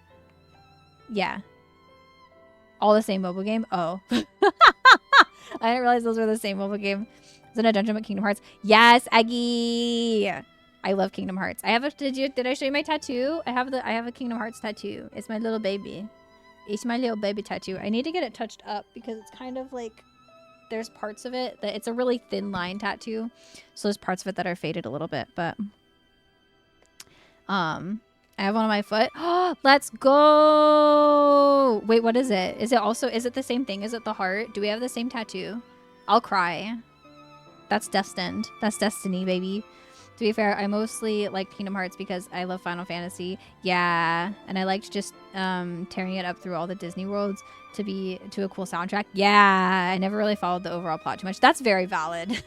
I think there's a lot of people who liked Kingdom Hearts for that. There's a lot of people who vibed with Kingdom Hearts because of that, and like played it for that reason. Absolutely. I was introduced to Square Enix and Final Fantasy through Kingdom Hearts, and I still haven't played other Final Fantasy games. I'm playing through Final Fantasy VII Remake for the first time, but Final Fantasy XIV is actually my first like purely Final Fantasy game that I've ever played, other than like Kingdom Hearts. But Kingdom Hearts isn't like a purely Final Fantasy game.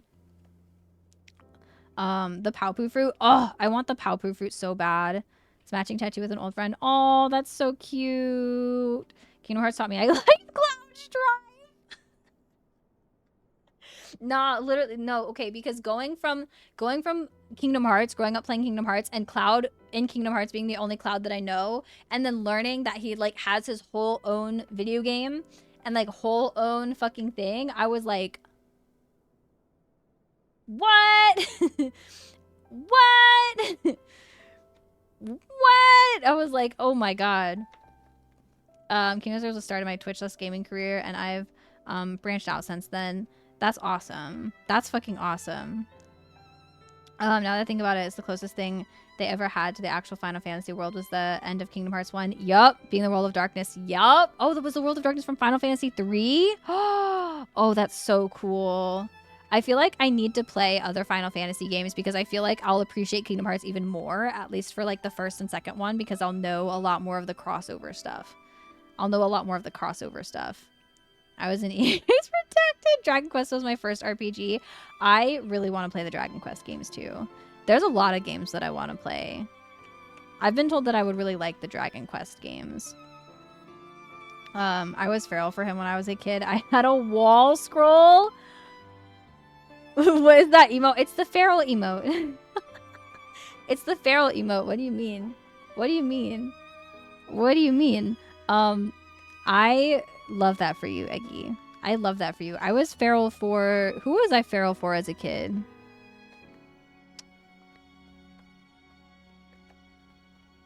I don't know. I was really obsessed with fucking Lizzie McGuire. Or not Lizzie McGuire. Lindsay Lohan.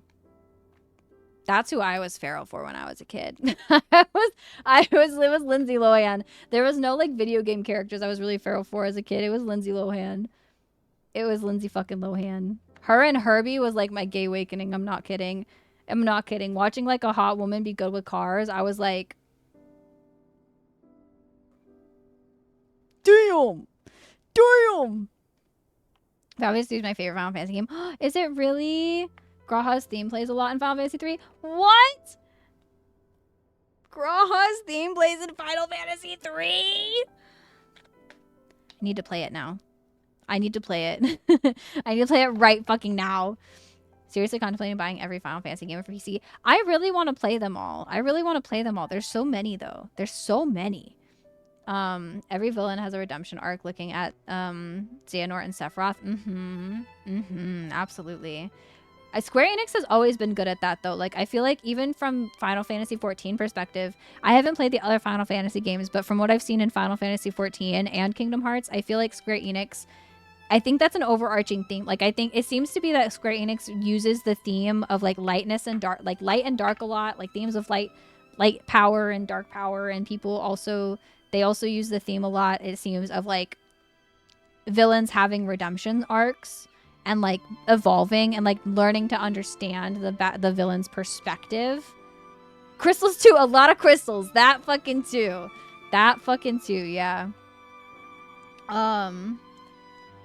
Eternal Wind is basically the overworld music for Final Fantasy 3. What? Wait, really?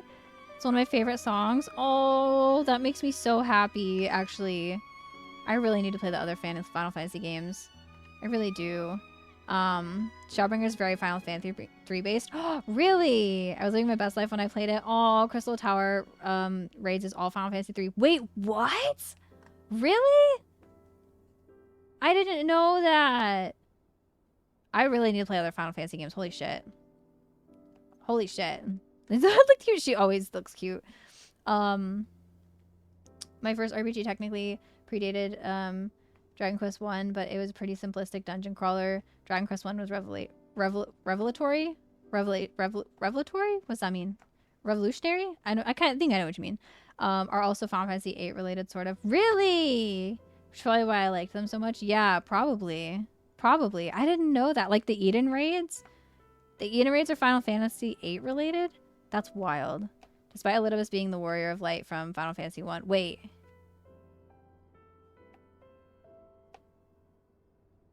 Is Elidibus the warrior of light from Final Fantasy 1? Wait, what? Wait, actually? Is there a 3D remake for Final Fantasy 3 and 4? I don't know. If there is, I would play it though. If there is, I would play it really fast. Because that's, I think, the one thing that makes me not want to play a lot of the older Final Fantasy games is the mechanics. I don't know if I can do the mechanics. How are the ENDWALKIng? We've been sitting here ranting for about an hour, so they're going great. I'm walking so slowly and stalling so wonderfully. I'm stalling so wonderfully. I am walking. I am walking to the end. I was exact frame on this cutscene for like an hour and a half. It's been an hour and a half. I'm so sorry, y'all. But I'm also not sorry. Like, I'm sorry, but I'm not. I'm never... I used to get really apologetic when I used to ramble like this, but y'all keep telling me that you like it, so... Yeah. Hunai Doga Xanda thing as a big plot. And oh, 3! Oh, I didn't know that. I don't know. I'm buying a stream summer sale ends. Let's go. It was 27th of June, by the way. Ooh, that's so close. That's like the day before. That's the day before Dawn Trail.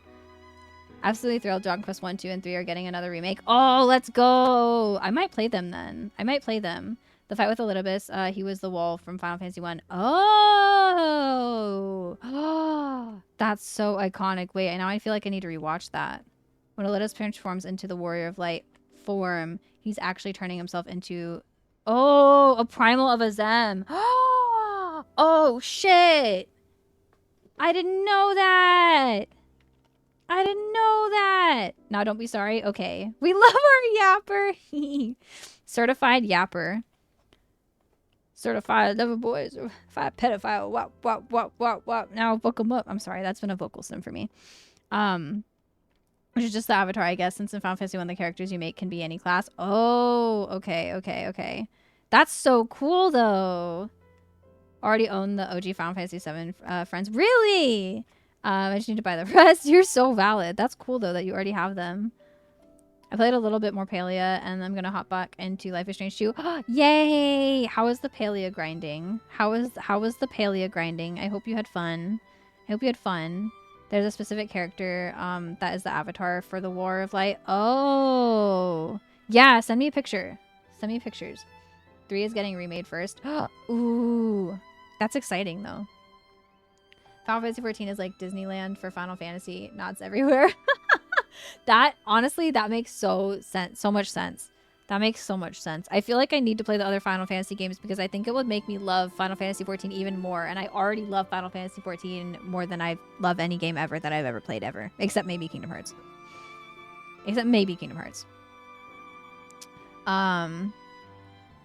But it's actually the first in the trilogy. Oh! Wait, so 3 is the first one? Do they go in not chronological order? Didn't know he turned into an Zem Primal. Yeah, I didn't know that either.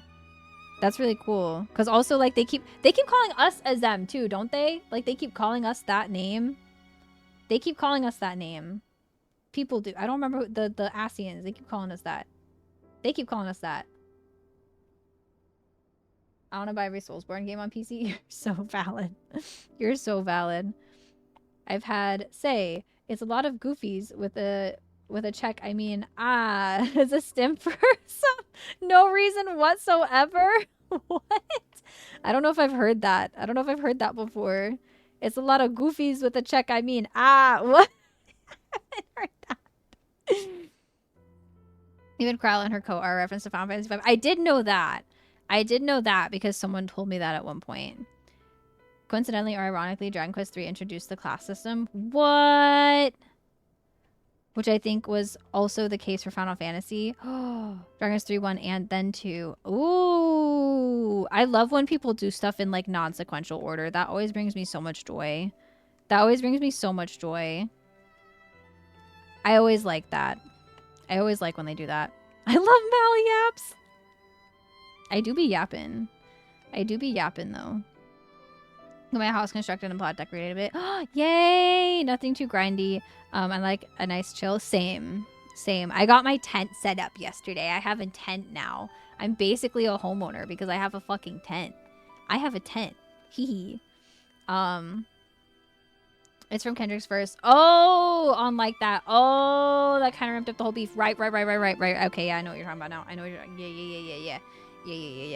Yeah. My parts of Kendrick's rap beef that have been my biggest stem have been the certified lover boy, certified pedophile, wap. Now fuck them up. That's been one of my stems. And also, the trying to strike a chord and it's probably A minor, like that. I've literally just been walking around going A minor. It's a fucking problem. It's a problem. That's been a big vocal stem for me. What else have we been? Today, me and Kay were doing the, like, what is that song? Kay, what is the song we've been stimming? It's something about a mountain, and then they go like, oh, Mount Everest ain't got shit on me, 'cause I'm on top of the world. Ah! We've been just going, ah! Like doing the noise. And that's been what we've been doing. Ooh, okay. Ooh. Ooh. I'm trying to wait till the ad is over. Thank you for sitting through ads, by the way, pals. I appreciate yous. I appreciate you. Okay, so I just clicked the link that you sent me, Mick. The Warrior of Light is a recurring character in the Final Fantasy XIV series, or the Final Fantasy series, first appearing in Dissidia Final Fantasy and Dissidia 012 Final Fantasy. Though the Warrior of Light acts as a representative of the first Final Fantasy in the Dissidia series. He is an original character created for Dissidia with an origin that ties him closely to the game's lore. After the events of Dissidia, the warrior travels to the world of Final Fantasy and becomes one of the Warriors of Light of that game. Since his debut, he has served as the primary representative for Final Fantasy and many other crossover titles. Ooh. That's so cool. The Warrior of Light's design is based on Yoshitaka Amano's concept artwork of the Knight class from the original Final Fantasy. He wears pale blue armor with gold, yellow, and white details, a horned helmet, ooh, and a yellow cape. Ooh. Ooh. This is cool. Sorry, I like hit my mic. I hit my mic. The Warrior of Light is in Dissidia. He's also a minion, but there's no character or class that looks like him. That's just the avatar for the game, which I guess is because there aren't any main characters in that game specifically. Oh, okay. That's cool. What are the Dissidia? Oh, it's a PSP game. I was supposed to be like, what is the Dissidia? Oh my god, Sid is in Dissidia Final Fantasy. The Warrior of Light was created by Sid of the Lufane during the war between Cosmos and Chaos in World B. Sid wished to experiment on mannequins to see if one would be imbued with sentience by infusing it with his own memories. After several failed attempts, he succeeded. The mannequin he created did not have its body crystallized like the others, but he saw no will in its eyes and attributed this to an incomplete memory infusion. To see how this creation fared, Sid placed it in World B for the summoned warriors to find. Oh, shit. The warrior was found by Preach and Garland. Oh my god. Sid Garland. Sid's whole name is a nod to Dissidia. What? Or Dissidia? I don't know if I'm saying that right. His whole name is a nod to that. His whole name is a nod to that. I didn't know that. I like Dissidia. I had zero clue what they were related. I got distracted. You're so valid, Bike. I love how not understanding what I'm doing and pressing buttons. Same, Eggy. That's all I do. That's how I function.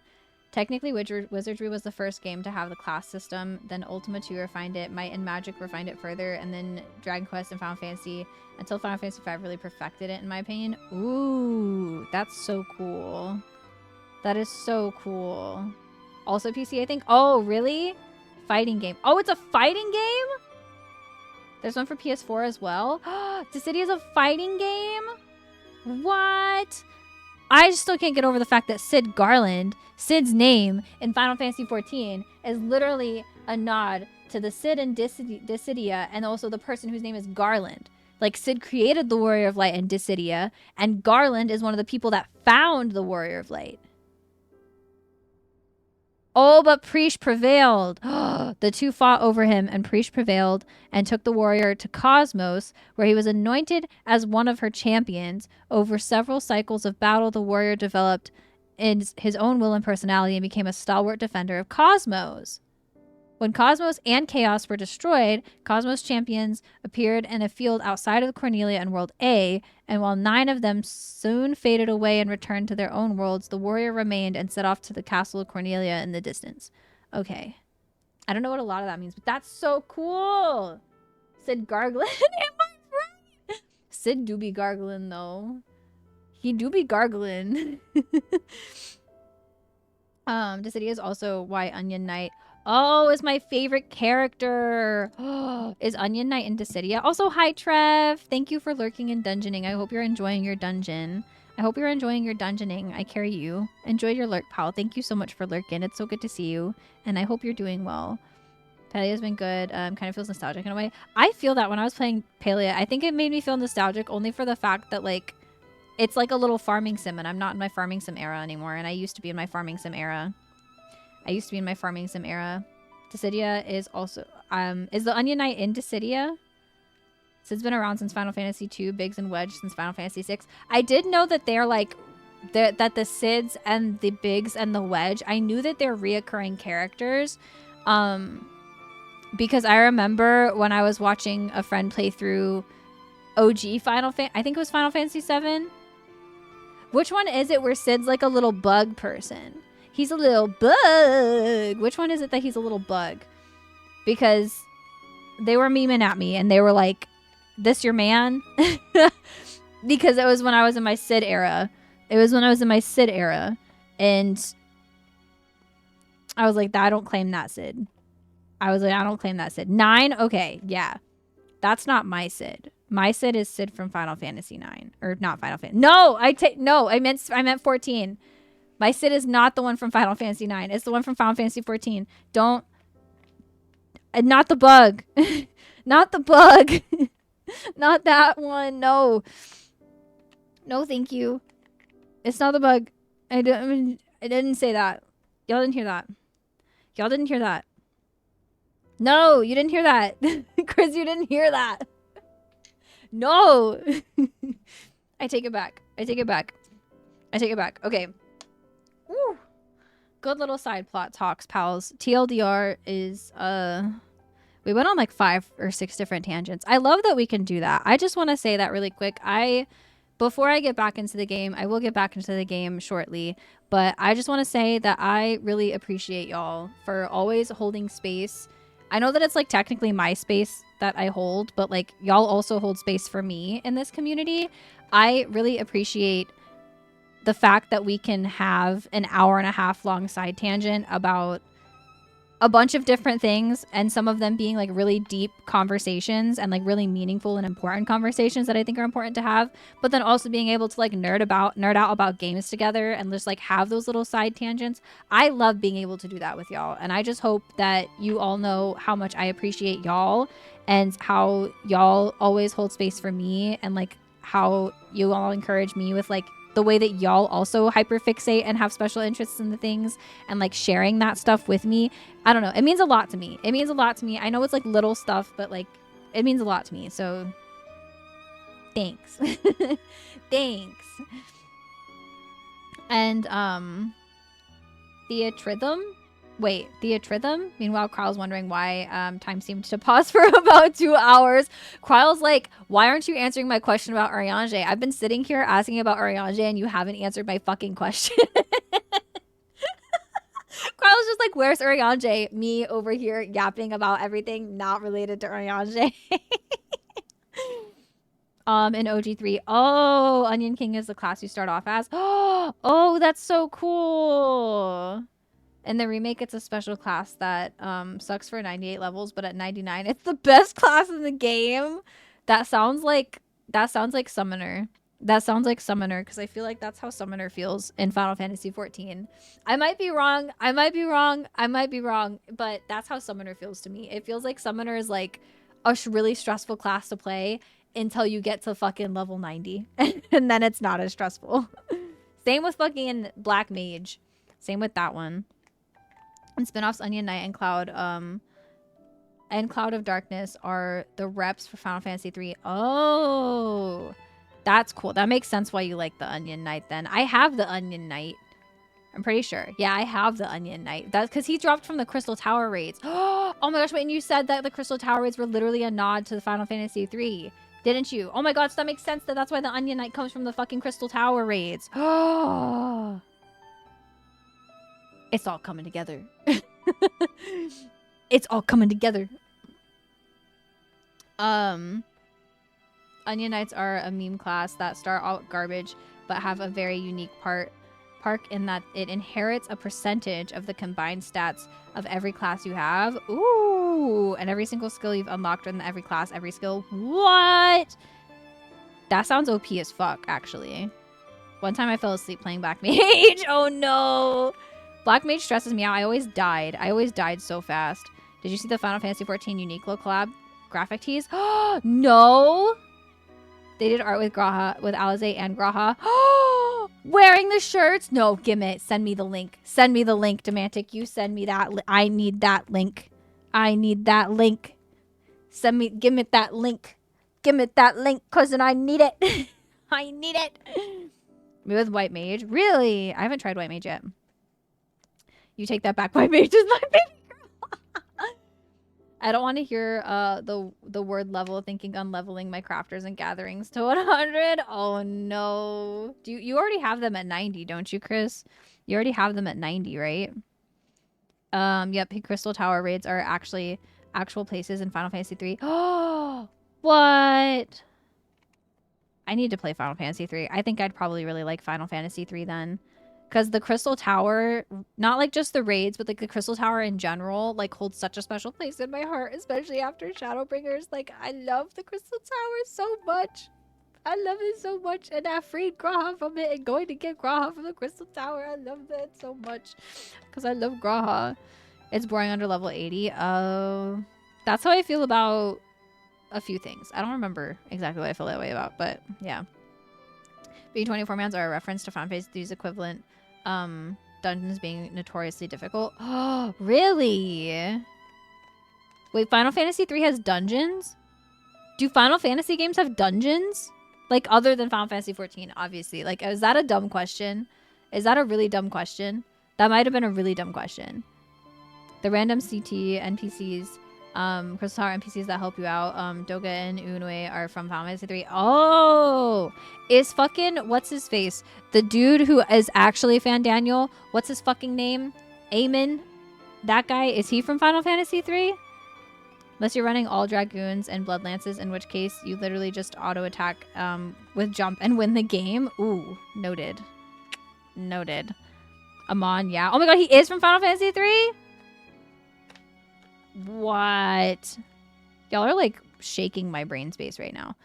All music from Crystal Tower are songs from the game. Oh, I love them and I watch every cutscene. I need to rewatch the Crystal Tower cutscenes, and now I'm gonna, because I have been yelled at over the fact that I, not like actually yelled at, I mean that like lightheartedly.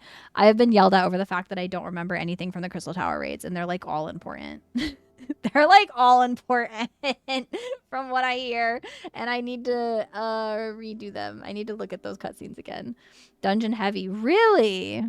I didn't know that, because the only Final Fantasy game other than this that I've played is Final Fantasy 7, and Final Fantasy 7 is like not dungeon heavy. We have not had like a dungeon type thing at all in Final Fantasy, but I'm also playing the remake, so I don't know if there's dungeons in the original.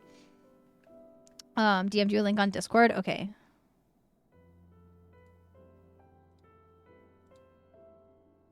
Wow, wow, wow, wow, wow, wow, wow. Oh my god. Yeah, that's him. Oh my god, that's literally him. Oh my god, that's literally him. Oh my god. That's literally Ammon. Ammon. Ammon? Ammon? I don't know if I'm saying that right. I skipped them also. Eggy! Even the team name of Noah is based off of the main character's name in the DS remake. Really? Of 3? Oh, what? Wait, everything Crystal Tower is from Final Fantasy, even the chest and the, oh, what? In the middle of the room is a reference? What? I'm gonna have to play Final Fantasy 3. Oh my god. Also, Nina, thank you so much for the lurk. I carry you so much, pal. I hope you're having a wonderful day, and I hope you have a wonderful lurk, pal. Thank you so much for lurking. I carry you. The chest you open that has enemies spawn. Oh! It's an actual reference to the game because there's a room with a chest in the center and you open it and it spawns those enemies. Oh! Kryl is also from Final Fantasy 5. I did know that. Vaguely, kind of. Someone told me that at one point. I really need to play the other Final Fantasy games. Oh my god. Oh my god. All this is confirmed for me is that I need to play the other Final Fantasy game. That's all that y'all have confirmed for me, is that I need to continue playing the other Final Fantasy games. I do want to get back into Final Fantasy VII Remake at some point, and then I think that, like, I don't know, but like I also really want to get into the ones that have a lot of crossovers with Final Fantasy 14, like, because I want to see how the lore like merges. I want to see how it is, like, I want to see how it all intertwines, you know. Once you're all done with Endwalker patches, check out Final Fantasy 4. Okay. Should I play them in order? Like, should I, if I want to play 3, 4, and 5, should I play them like in that order, or does it matter? I know that a lot of them don't really matter because a lot of the Final Fantasy games are just kind of like not like chronological, but like, yeah. It's literally one of my favorite parts. It's such a small reference. That is such a small reference, but I love that. I love that. I love shit like that. And I feel like Square Enix, that's one thing that Square Enix always does well, is like little shit like that. They always do shit like that really well. They always do that really well. That's why there's so much that I always miss and stuff, because I don't know a lot of the little references that they make, or I don't know a lot of the stuff like that. And I think it'd be really cool. I'd have like a whole new perspective of the game if I knew more about the lore and stuff. None of them connect except for X and 13, I think. Okay, bet. According to Devs Dawn Trail is going to be the Final Fantasy 9 expansion. That's what I've heard. That's what I've heard, and I've never played Final Fantasy 9, but I've heard that because I saw the housing style that they're adding in Dawn Trail. And I was told from the internet that that's like Final Fantasy 9 inspired, like entirely, like directly. They have no relation to each other. Okay, good. Dawn Trail being the Final Fantasy 9 expansion is legit. Like 70% of my hype. That is so valid. That is so valid. I wish that... Should I play Final Fantasy 9 before I play Dawn Trail? Like, should I, once I get through the Endwalker post patches, should I play Final Fantasy 9 before I play Dawn Trail so that I can, like, appreciate that? Like, all of the references and stuff? Is that something that I should do? Imagine having a house. I don't have a house anymore, Eggy. I lost my fucking house. When does bidding close, actually? Lindsay, do you remember when bidding closes? I need to know when I check to see if I get that house. Because Tuesday? Okay, Tuesday morning. Okay. Okay, pals. Tuesday morning, I find out if I get my dream house. Again, for the 3rd time in a row. My dream house has been on the market for the past 3 housing roulettes. But I haven't gotten it yet, but we're manifesting this time. This time is the one we're doing it. The collector's Eidolon mount comes from 9.2. Ooh. First time I've ever gotten the collector's edition. I think I also got the collector's edition. Because I upgraded to the collector's edition for the whole game because I wanted the fat chocobo. I wanted the fat chocobo, so I upgraded to the collector's edition. So when I got Dawn Trail, I got the collector's edition also when I pre-ordered it. 25? Okay, cool. 11 a.m. Tuesday. Got it. Okay. So ready to add the new walls to my medium house. Oh, that's going to look so good. Give me my house, Yoshi P. Yoshi P. If Yoshi P doesn't give us our house this month, it's homophobic. We're literally on the gay server. We are on Fairy. We're on the gay server. We deserve to get our house during gay month on the gay server. And if we don't get it, that's homophobia. I'm sorry.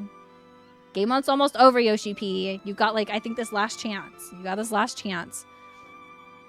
X connects to X2 and 13 connects to X, or to 313. Oh, 13 games. Okay. So there's a lot of spin-off games. 8 people bid on my house in Ishgard, and it's my house. How dare they bid against me? Eggy, do you want to know how many people bid on my house? I don't even know. It's probably higher now. Hold on, I have to look.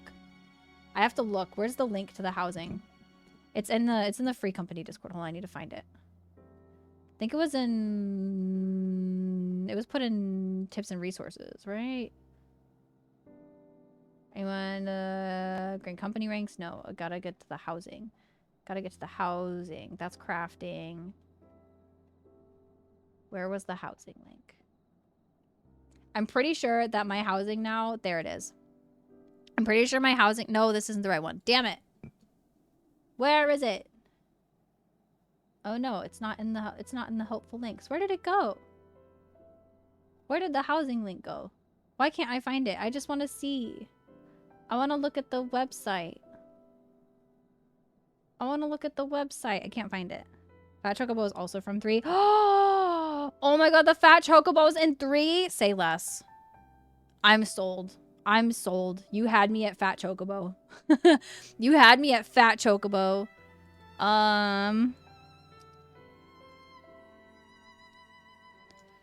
What is the website? Is it this one?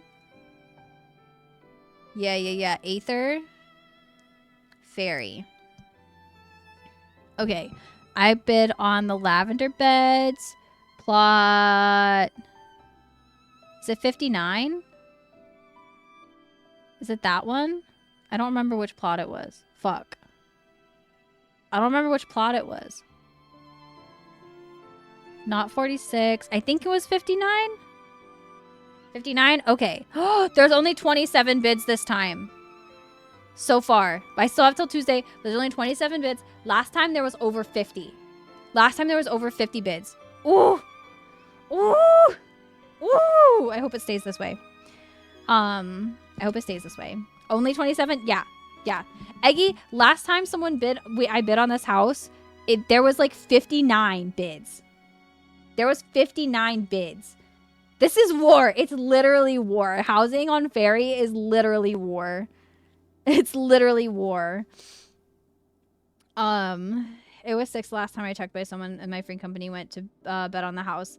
Then they didn't because it was 8 people. What? I thought I was typing in chat, but I just paused the stream and no text showed up. Oh no. It's probably the funniest of the early games. Really? There's parts that feel right out of the Princess Bride. Oh, I love the Princess Bride. I love that movie. I haven't watched it in like years, but I liked it when I was younger. Why is it still on the market? Oh, it is. I don't know. NA housing is Def Savage content. It really is. The real end game on NA is trying to get a fucking house. I want a house so bad. There's 19 on mine now, Rip. I'm jealous. I wish that mine was only 19. The highest one, hold on. Last time I looked at these, there was a house that had over 100 bids. Let me see. Yep, there's a house. There's a medium house in Lavender Beds that has 131 bids right now. Has 131 bids. Here's a house in Shirogane. It has 71. This one has 85. There's a lot. It's a problem. I went to the housing district to see if I want / take my guild, then going to therapy right away.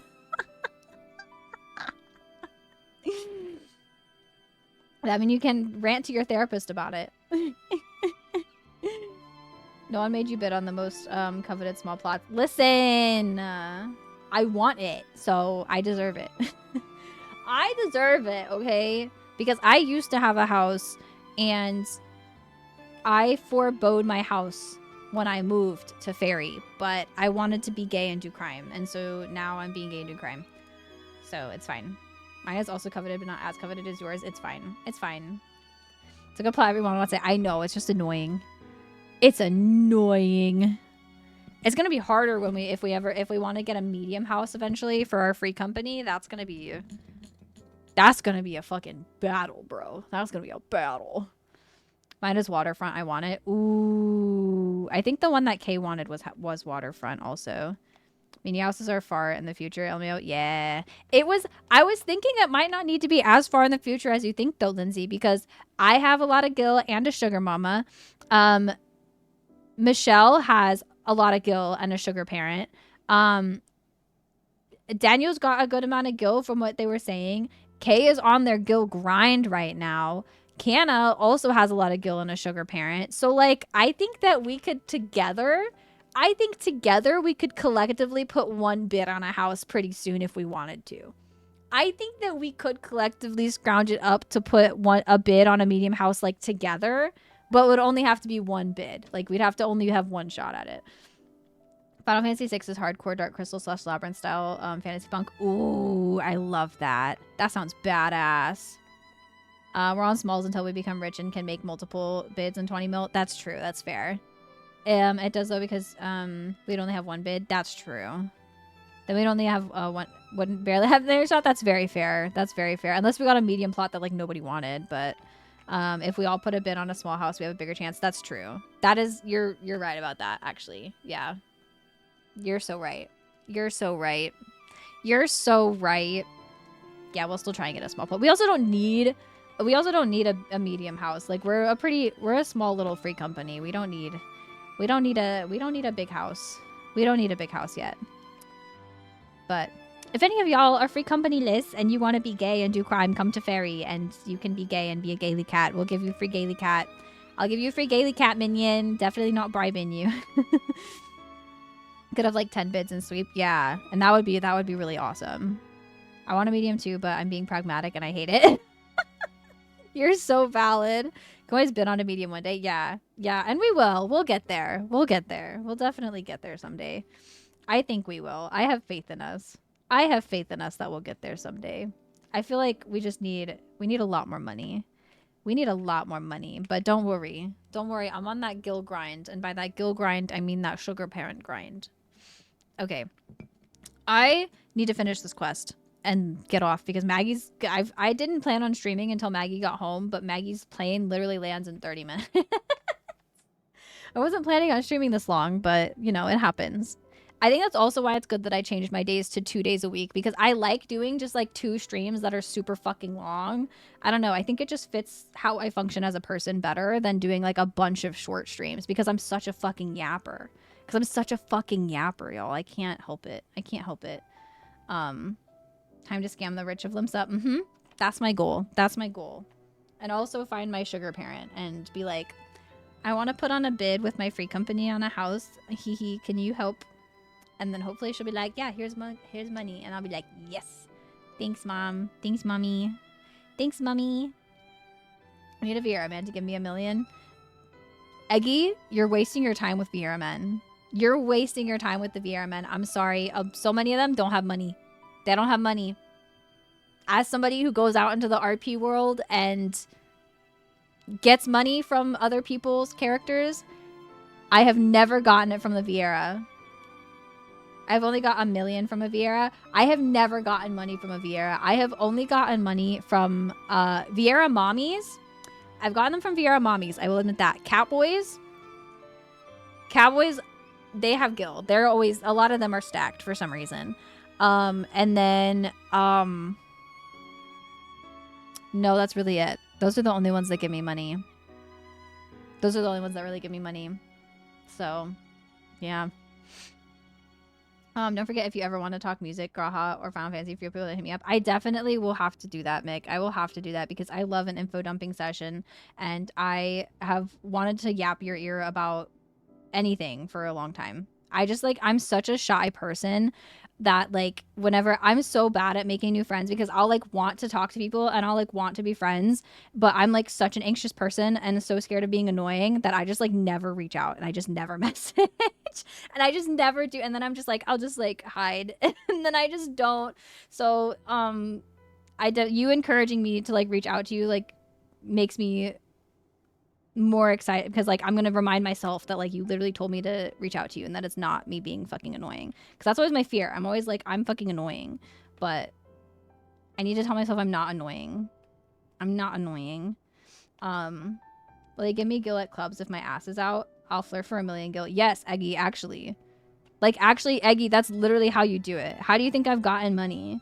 How do you think I've gotten money? I literally, a cat boy from when I was on EU, he gave me like 10 million gil. It wasn't 10, it was like 7, I think. It was like, no, he gave me like 10. He gave me like 10 million gil. And I literally like just hung out with him a few times and like flirted with him a little bit, like just smidgen, like just a smidgen. I like barely even tried. And I got a lot of money from it. So, you know, I got a 1.5 million gil tip for being a bartender at an RP club once. See, that's awesome. I wish that I really actually like high key Demantic. I want to get a job in the RP like community. Like I would love to be like a little dancer or something like at a club. I think that would be so fun. I need it for 5 more minutes at the market board. Give us money for your foods today. Y'all are so funny. I can flirt a little for a few gil. That's what you gotta do. Sometimes that's what you gotta do. That's just how it goes. That's how it be. Also, you can win a lot of money if you go to if you go to venues and stuff, you can win money because they oftentimes are like raffling off money to people. So if you're like enter those raffles and stuff, you can almost always win some money from that way too. So we're so bad at RP, and I want to venue once and needed to go. I craved violence. Oh no. Oh no. See, I don't like fully RP a lot. I normally just talk to people. I talk to people like myself. I talk to people as myself and just kind of like in my character. And that's worked out pretty well for me. I've also like made some just genuine pals because I don't like, there are a lot of people in the RP community that are like, they want to ERP. Like they want to like basically like fuck you in tells. And I almost always have to be like, I'm not into that. I'm not trying to fuck you in my game. I'm not trying to fuck you in my game. That's not what I'm trying to do. I'm just trying to make friends and vibe and have a good time. And sometimes people are like, okay, yeah, I'm fine with that. But sometimes you'll get ghosted and people will not talk to you because all they want to do is like ERP with you. And I'm like, I don't want to do that. But there's a lot of fun that can be had. If you ever want me to tell you, Eggy, when we're going out, because I go out with Michelle a lot. If you ever want me to let you know when we're going out, I can let you know in the cross-worlding shell if I see you on and like see if you want to come out with us, because it's also a lot easier when you're like not alone, like when you're with pals. You'll never annoy me. Oh, Mick, good. Okay, thank you. I'll remind myself that. We're already friends on Discord, right? I hope so, because that's probably where I'm going to hit you up at. That's probably where I'm going to hit you up at. I'm going to send you, I'm going to be annoying now. Anytime that I find like Graha art or anything that's Graha related, I'm probably just going to send it to you now. You're never getting rid of me. I don't think Urianger is going to be joining us.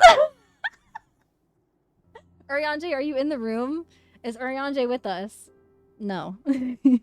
He isn't, Pike. He isn't. He is not. You sat on the screen for 2 hours at least. Put it in just chatting. I'm so sorry. Hit me up when you go clubbing. Really, Trev? You won't go clubbing with us? Absolutely, I will. Absolutely. We're friends, right? We added each other. What's your character's name? We're friends? Because I can just send you a tell. I can just send you a tell whenever we're going out. I can send you a tell and be like, what you doing? What you doing? It's going to be harder whenever the Dawn Trail update comes, because we're only going to be able to travel to places on the other server, like the new one. We're only going to be able to travel there and to OC. So the clubbing scene, like the RP scene, is going to be very different. It's going to be very, very different than what it is now. But especially this week, before everything goes, like before everything changes, we need to go clurbing together, Trev. We need to go clurbing. We need to go clurbing. Do I have to meet on Dynamis? Yeah, which is rude. It was just very rude. But I would still do it. I would still do it. I know that there's clubs and venues on Dynamis, so like I would still do it easily. And I'll see how awkward I am that night. Okay, bet. I'm not sure if we are friends. Well, we need to add each other. You need to add me, or I need to add you. I go to Famfrit a lot. So, DM me your character's name and I'll literally like go to Famfrit after stream and add you if needed. I will literally go down and add you right after stream. Dynamis clubs have been waiting for this moment. They really have. It's going to be the most populated it's ever been. No, literally, it really is. They've been waiting. They've been waiting for this. I don't even know what to do in game. Till Dawn Trail, you're so valid. I will definitely hit you up then, because I think Michelle goes out like almost every single night at this point. I don't go out every night, but I do like to do it because I can just like I can just sit there and like watch my character dance while I edit and like do other stuff. So I go out pretty often and it's very fun. So yeah, I'll definitely, we got to add each other and I'll hit you up. I'll hit you up for that because it's fun. It's also more fun when you have more pals to go out with, because it's just always more fun that way. They're just rating my little heart out, Trev, on that road to 90 grind. You've got this. So I can do it all over again. Yay. Yay. I need to finish the Endwalker raids, but my whole free company's been out of town. Oh, no. Oh, no. You mentioned the Endwalker raids, though. I'm normal about the Endwalker raids, says someone who is not normal about the Endwalker raids. It's so funny.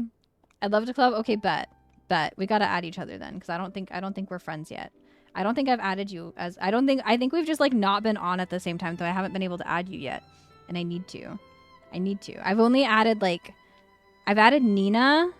I haven't even added like a lot of the other pals. Like I haven't added like Farah or Emmy or like a lot of the other pals on Famfrit. I haven't added a lot of them. I haven't added a lot of them yet. I need to try. I need to get on that before fucking Dawntrail comes and I can't fucking come visit you guys. Lindsay and Daniel are barking for those raids. They are. They are. They're begging for you to do those raids. We were bored for this.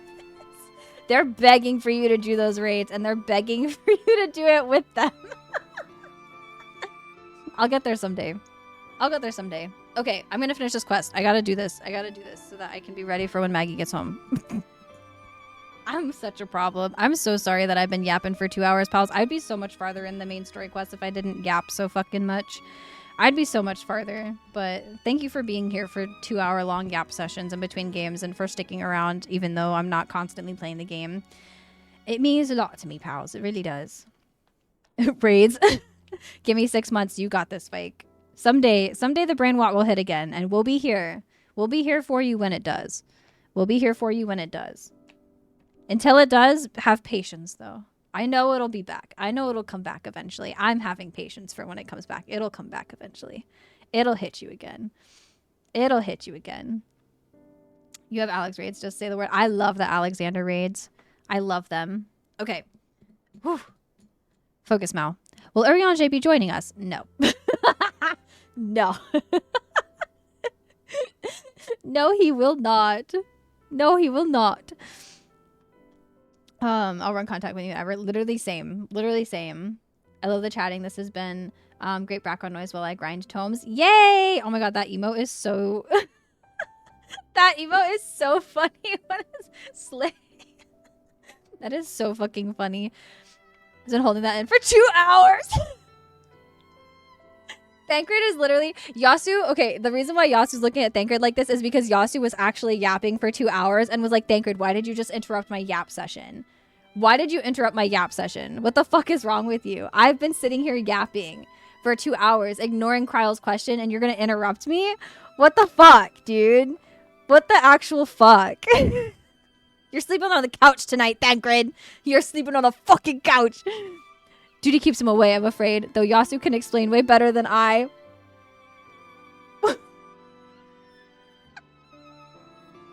Interrupting me to telling me to get back on track. He said, Yasu can fucking explain. Oopies. Yasu's like, fine, I guess I'll stop yapping and I'll explain to you, okay?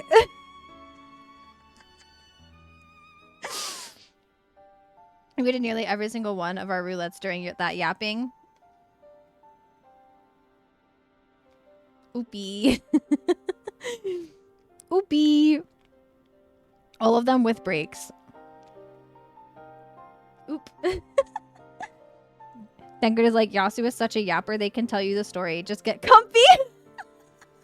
3 hours later. The final days, as befell Amarot. Graha! And we are to escape via the moon. What of the source and its reflections? I've no intention of standing by while the world falls to ruin. So, how do we stop this? Bro, I have no fucking idea. I don't know. I'm just out here. Do you guys think Aegis thought Austinian? Unfortunately, we have no answers at present. If the celestial currents have grown stagnant, as was the case in the time of Amarot, the solution would be to alter the flow of ether throughout the entirety of the star. The ancients accomplished this by summoning Zodiac, sacrificing half the star's population in the doing. But it would go without saying that such a sacrifice cannot be repeated, which leaves us with the daunting task of identifying the underlying catalyst for the final days, a feat which even the Amorotans, how do you say that? Amorotan, could not accomplish. I don't know why I'm saying that. Unfortunately, we have found no clues in Merlimentorium. There is still much we do not know about the catastrophe. I like that last one. Ammo rotten. Ammo rotten. That's me when I play Final Fantasy 14. I am rotten. There's so much we do not know about the catastrophe itself, let alone what may have caused it. The final days were marked by the corruption of the Amorotten's creation magics, but we command no such power, which invites the question, what havoc is in store for us? A lot. If we knew that much, perhaps we could draw some parallels with the events of the past, and thereby form some semblance of a plan. Perhaps we should start with the Forum then. Having worked with the Leoparids in secret all this time, there is surely more that they can tell us. Tataru! Forgive the interruption, but I've urgent news. The Forum is holding a public assembly in the plaza outside. Some sort of announcement. Aw, fuck. They're gonna try and get them to the moon right fucking now. What is Father up to now? They're gonna try and get everybody to the fucking moon! There's only one way to find out. Can we talk about how snatched Yasuo's waist is in that corset? It's one of my favorite dresses just because of what it does for that little slutty waist.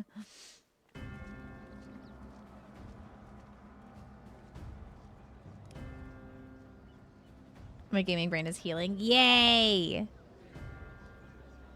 Give it time. I want one of their dresses. I want that dress. Like, I want to be able to wear that robe. I want to wear that robe. Can I get that robe?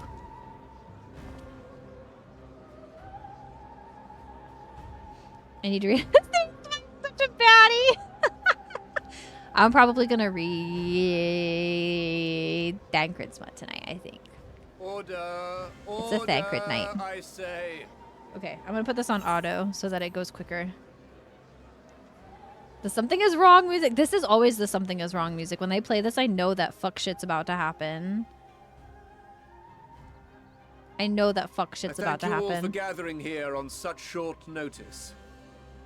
This day we must speak of grave affairs and their implications for the future of Sharlayan, nay, of this very star. Said affairs concern all citizens, and so we have called for a public assembly.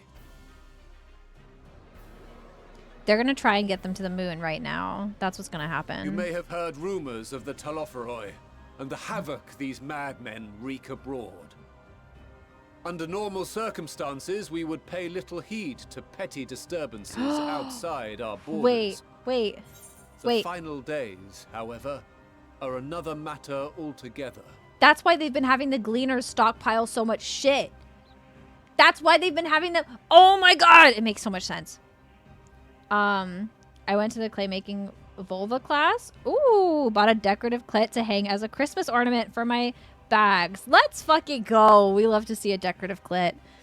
How much I wanted to fight this man and the father of the twins. No, same, Mick. I literally was like, let me at them, please. Let me fucking at them. For we dare not ignore these prophetic words of Eld. Let's go. Especially this man. Fuck this guy.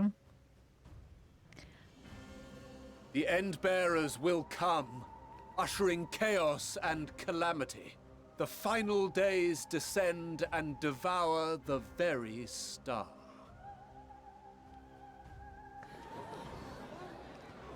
I've never heard this prophecy. Is it true? Will all that really happen? See, now they're putting these fucking poor Calm citizens into a panic. Like, this is a The time has come to speak of the Forum's most sacred duties. But first...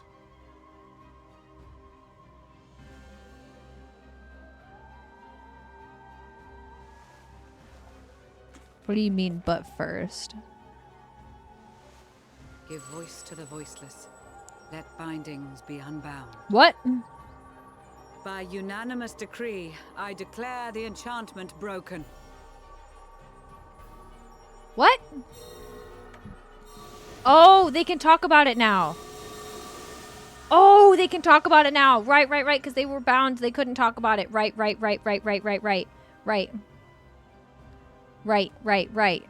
Master Leveilleur, if you would. Oh, he's having to do it. Oh my god. Very well.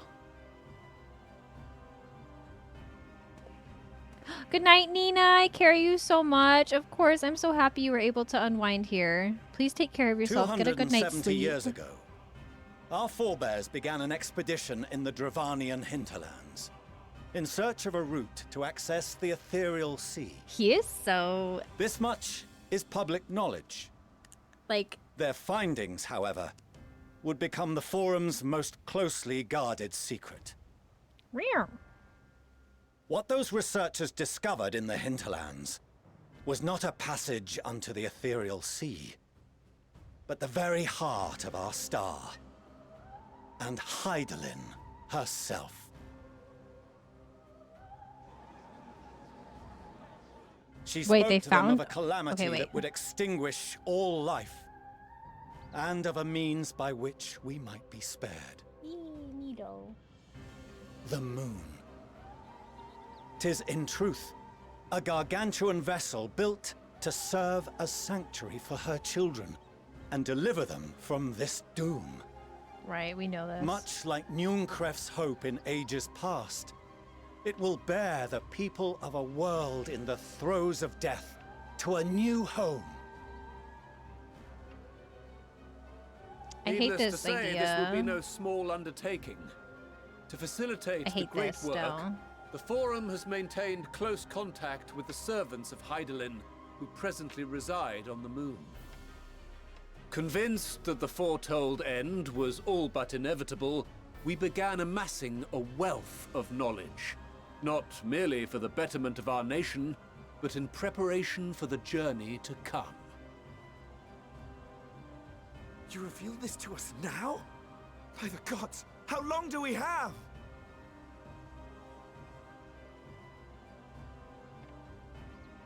While we cannot say with certainty, we believe the hour to be nigh. We received a transmission from the moon suggesting as much not long ago. Which is why we must in earnest begin preparations for the Great Exodus. I don't like the title of that. For his impressive contributions and the leadership he demonstrated during our withdrawal from Dravania, we have elected Master Leveilleur to oversee this initiative. The Great Exodus-y, please. They're being so serious right now. You can't hit me with the Fellow Exodus-y. scribes and scholars, my countrymen, we face a threat of unprecedented scale. Mito. We must challenge the down. trials before us with composure and conviction if we are to find salvation. This isn't the right answer. The wisdom of Sharlayan has ever been a shining beacon in the darkness, and Stop so it. it shall Miso. continue to be.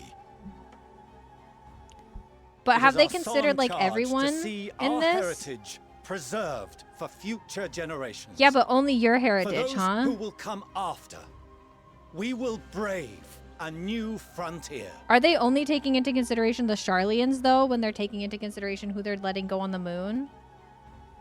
Are you headbutting me? Yeah, I know. Mwah. Administrative edicts will be relayed to all major institutions ere long. In the meantime, carry on with your duties. With that, I hereby call this assembly to a close. So we're gonna have to see. Ugh, that's so rude. Mito, what are you doing? What are you doing? What are you doing? Are you comfortable? She's fully comfortable like this. She's fully comfortable. Okay. Mito, Mito, Mito, Mito, Mito, Mito, Mito, Mito, Mito. Squish, squish, squish. Do you remember what Mother told us when we visited home? That it wasn't until after we were born that Father seemed to lose himself in his work. It's because he wanted to save his kids. If that great work of his was the evacuation of this star, then... Yes. It wasn't for his benefit. Oh, bro, this literally he just like was like, no, okay. Would you mind waiting here a moment? I wish to speak with Father before we leave. You're so right, because it's so abrupt. Okay, I need to decompress about that really quick. Because they're literally just like, yeah, the end of times is coming, the world is ending. Teehee, we're taking you to the moon. But go back to your duties for now. And yeah, we'll let you know when stuff's happening. Okay, thanks. Bye. Like, sir. Also, yes, we did get the high emote because I love it. It's so fucking cute. It's so fucking cute. Look at it. It's so fucking cute. Very Charlene of them. Mm-hmm. World's ending. We're leaving. Get back to work. No, literally, I hate it. It's so stressful. It's so stressful. I changed Daniel's mind. I win. Wait, about what?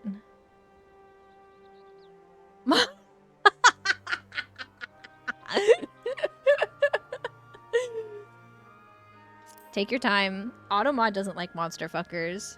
Oh my god, Reason is bullying? Thank you. I shan't be long. It says the Reason is bullying.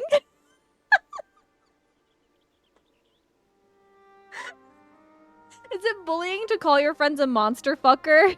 Asking for a friend. Is that bullying? Oh my god. Wait, what was Eggy persuasive on? Is it something I haven't seen yet? Is it something I haven't seen? Is it the hear me out that I haven't seen yet? I'm bullying people into monster fucking. As you should. If it's all the same to you, I have a few choice words to share with Father as well. Oh, did you clip me doing the hi? Stop, that's so cute. I'm gonna have to look at that. Oh, thank you, Lindsay. What the heck? It's the final boss of 16. Oh, send it to me. I want to know if I would fuck it. Hypothetically speaking, if I would fuck anything, you know? Yeah, you guys need to have a conversation with your dad.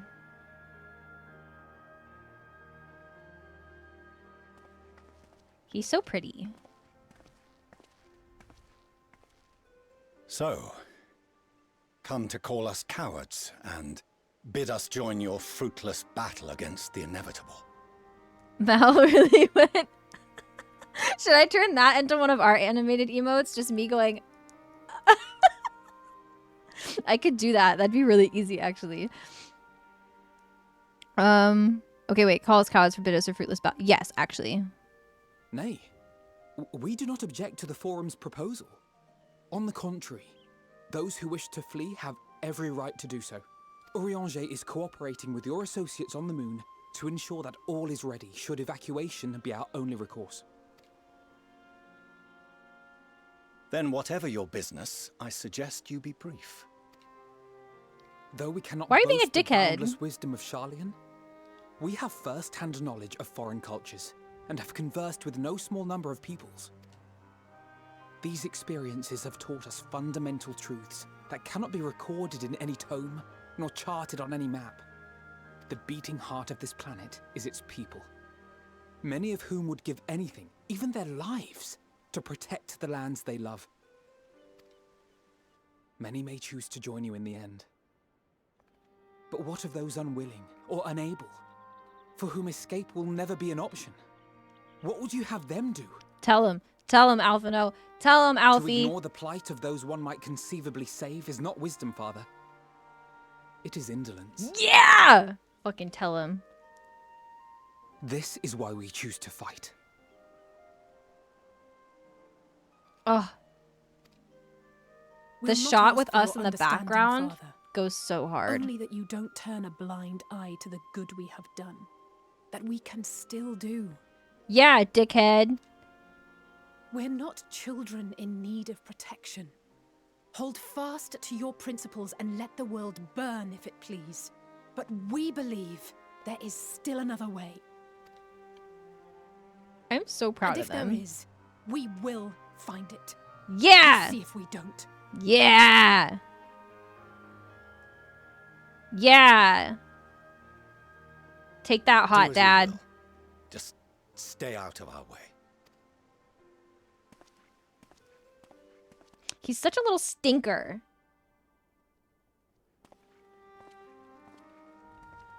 Such a fucking shit ass, bro. So proud of Alfie. Same. Were he not so consumed with self-righteousness, he might tell you how proud he is of you both. I'm proud of you guys. Bold action. And there'll be no turning to your father should plans go awry. Yeah, because fuck that guy. He's not As helpful. if I ever would. So long as there are those who wish to stay and fight for this star, we have to do what we can to help them. Eggy, please. Never change. Gwaha! And if we're to do that, Look we'll at need to him. be well rested. Sorry. You are never well rested, sir. Look at your eye bags. Look at your eye bags. I hope they never go away, though, because they're kind of hot. Wouldn't you agree?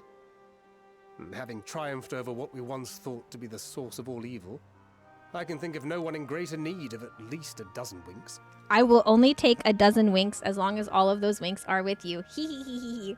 We are the same. No, literally. I literally was like, Eggy, please, and then immediately started screaming. We literally are. Obviously all grown up. I know. I'm so proud of him. That was Thancred asking to go take a nap Shall together. we then? To the annex. To prepare for tomorrow. Bow, now, now, now, now. Is it bad that I like want to keep playing? Like I know that I shouldn't. Maggie literally lands. I don't think I'm going. I think she's Ubering home, but she literally lands like soon.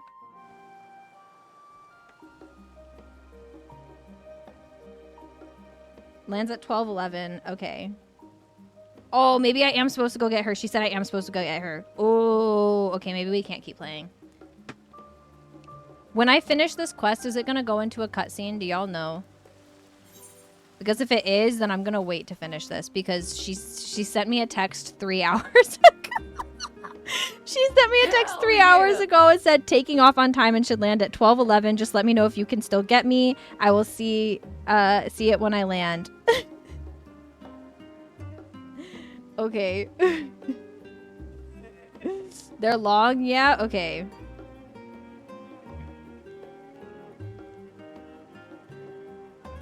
Okay, I will probably not finish the quest then, unfortunately.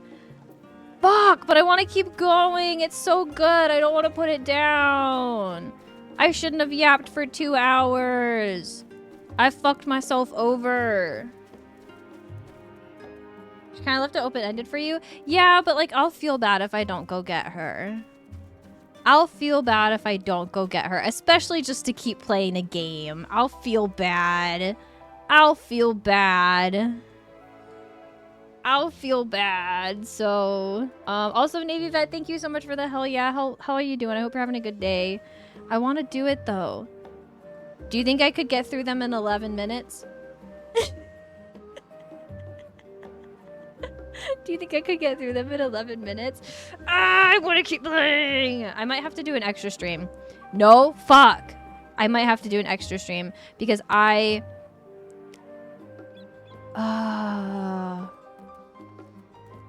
Because at this rate, I'm not going to get back into MSQ again until Friday at the earliest, Saturday at the latest. Hey, there's Raz.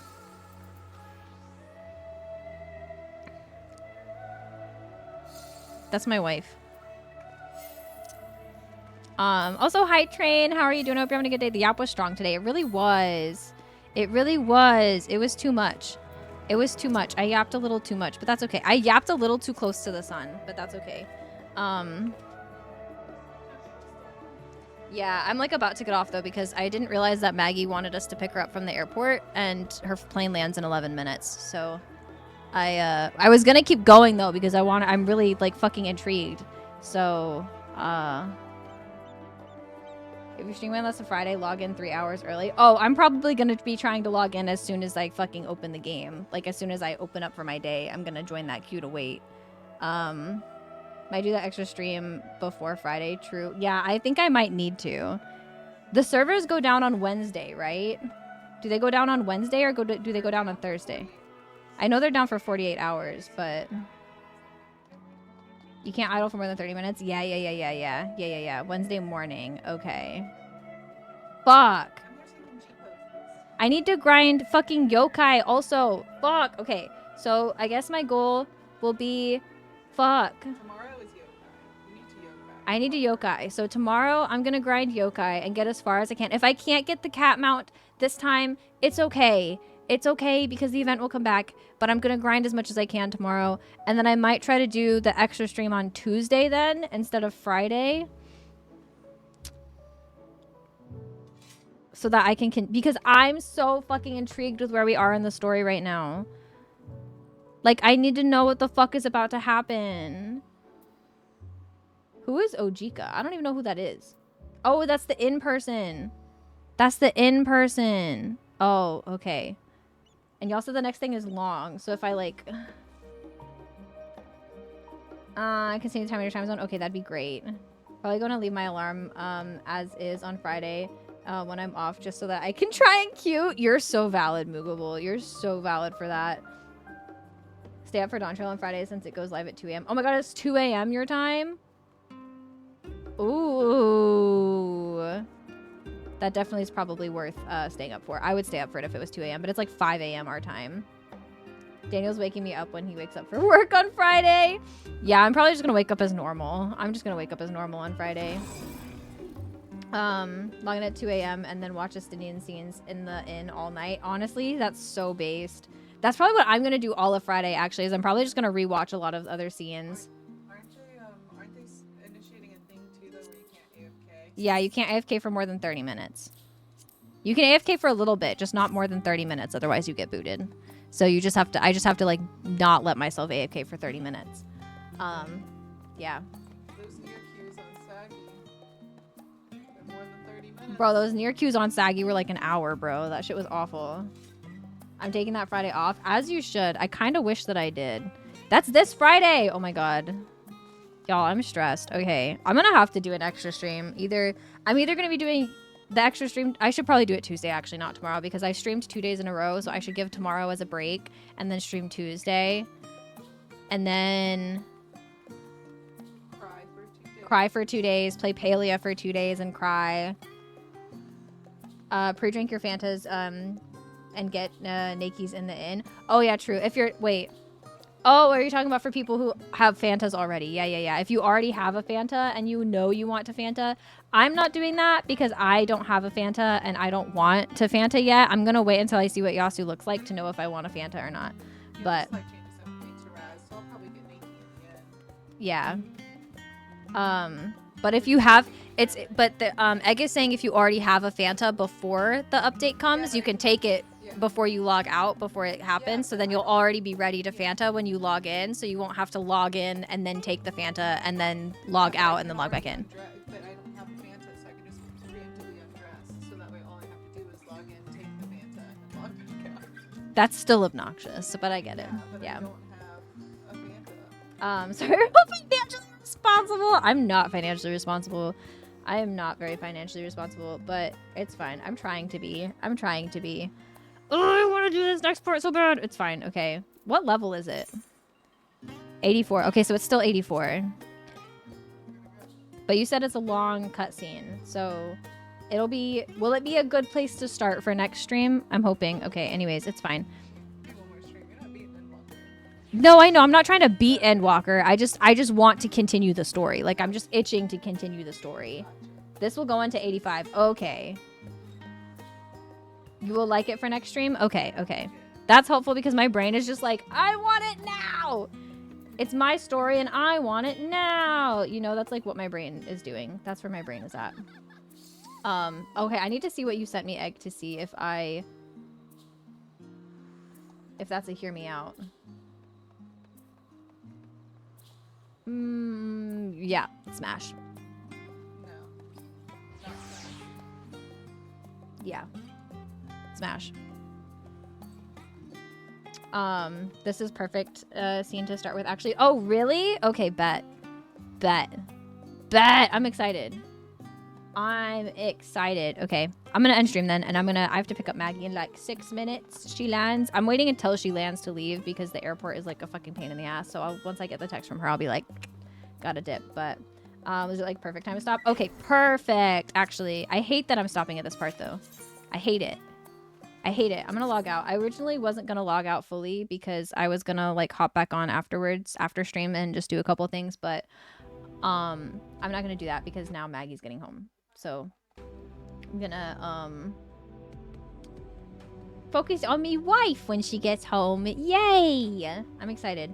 I will try to be live on Tuesday. If for some reason I don't have the spoons, because I might not have the spoons. So if for some reason I don't have the spoons, I'll let y'all know. But I'm gonna try and have this. I'm gonna try and have the spoons to stream on Tuesday. I'm itching to do this part of the fucking story. Honestly, okay, wait. But would this next cutscene be iconic to wait until after the update? That's another question though. Like, if I do an extra stream, should I just grind the yokai because I need to grind the yokai and then save this scene for after the graphics update? I don't know what it is, but like cutscenes after the graphics update, I think would be kind of iconic. Can always rewatch the scenes. Okay. Okay. We didn't finish Endwalker for months. There's a bajillion cutscenes in that one. Like that one, just like in Oh. the rest of Endwalker, you're gonna have so many more times of cutscenes. That's true. If you really want to do the story, do the story. Don't worry about the graphics update. What you want to do. Okay. The entire Loprit section is one long stopping point. That's fair. That's you know, that's very fair. But I feel like I'm at the part where like it's not all stopping point anymore. Everything is heating up. Everything is going fast. Everything is going fast. There's so much happening. Okay. I'll decide what I'm going to do. I might... We're going to see. I'm either going to do an extra stream on Tuesday and grind Fates, do an extra stream on Tuesday and continue main story, or if I don't have the spoons, then I'm not doing an extra stream and y'all will just see me on Saturday, Sunday like normally do.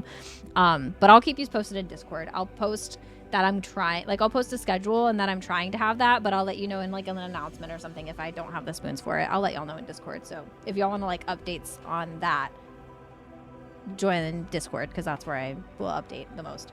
But yeah, we'll see. We'll see what happens.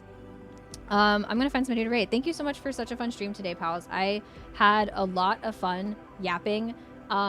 I didn't get as far in the story as I thought I would potentially get, but I enjoyed the yapping, and so I'm not mad about it. I don't care. But I'm very excited to continue playing. Oh my god, I think Maggie just landed.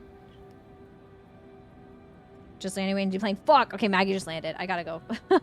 I gotta go. Who is live? Maggie landed early. What the fuck? What the fuck? How could she do that to me? How could she do that to me? Okay, let's see who's live. I'm not used to this late.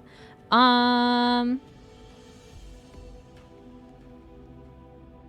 wow, wow. Wow, wow, wow. Wow, wow, wow. Let's go to Hammy. It's Hammond's birthday, so we're gonna raid Hammond. We're gonna raid Hammond today. I'm saving 6.55 for Tuesday night, so I can feel something. Are you gonna finish it like right before everything? Oh, that's so exciting, actually. I just got the credits for the post Endwalker patches. Oh no, Daniel. How are you feeling? Are you okay? Are you whole as a person? You're ready for Dawn Trail though. You're fucking ready for Dawn Trail. That's the real end of the post patches. Okay, that's true. The 0.55 is just set up for the next thing. 0.55 is always just the setup for the next thing. So it's fine. It is Hammond's birthday, so definitely wish Hammond happy birthday. Hammond uses she, her pronouns, so please be aware of that in her chat and all that. So no credits, you didn't finish. Y'all are so funny.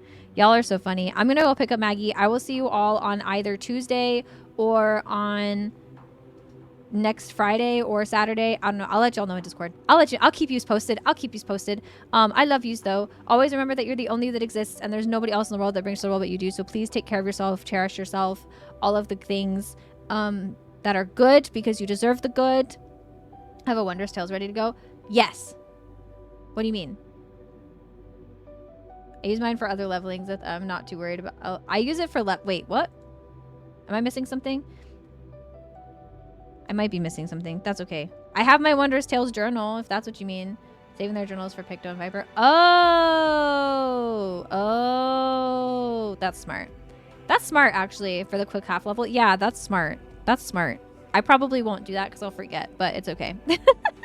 But it's okay. I'll use it for that eventually whenever I use it anyways. Okay, I'm going to start the raid. I'm gonna start the raid. Thank you so much for such a fun stream, y'all. I have a lot of fun with y'all always. Every weekend is the best. Y'all are wonderful, and I love you all so much. Thank you for always hanging out with me and yapping with me and sharing hyperfixations with me. It means a lot to me, so thank you. I will see you all on either Tuesday or Friday or Saturday, depending on the spoons and how my week goes. So I'll keep you guys posted and let you guys know. Yeah, take care of yourself. I love yous. Thank you, Eggy. Thank you, Lindsay. Thank you, Zid. Thank you, Daniel.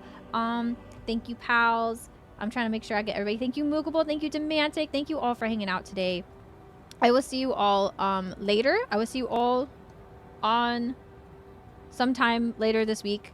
If I don't see you before the Dawn Trail update and everything, get fucking hype, babes. Get fucking hype because it's Dawn Trail week. It's Dawn Trail week, baby. So yeah, okay, I love yous. I will see you all later. I'll see you all later. Say hi to Hammond. I'm gonna go pick up my wife now. Love yous. Bye. Happy Dawn Trail week. Oh my god, I'm gonna shit my pants.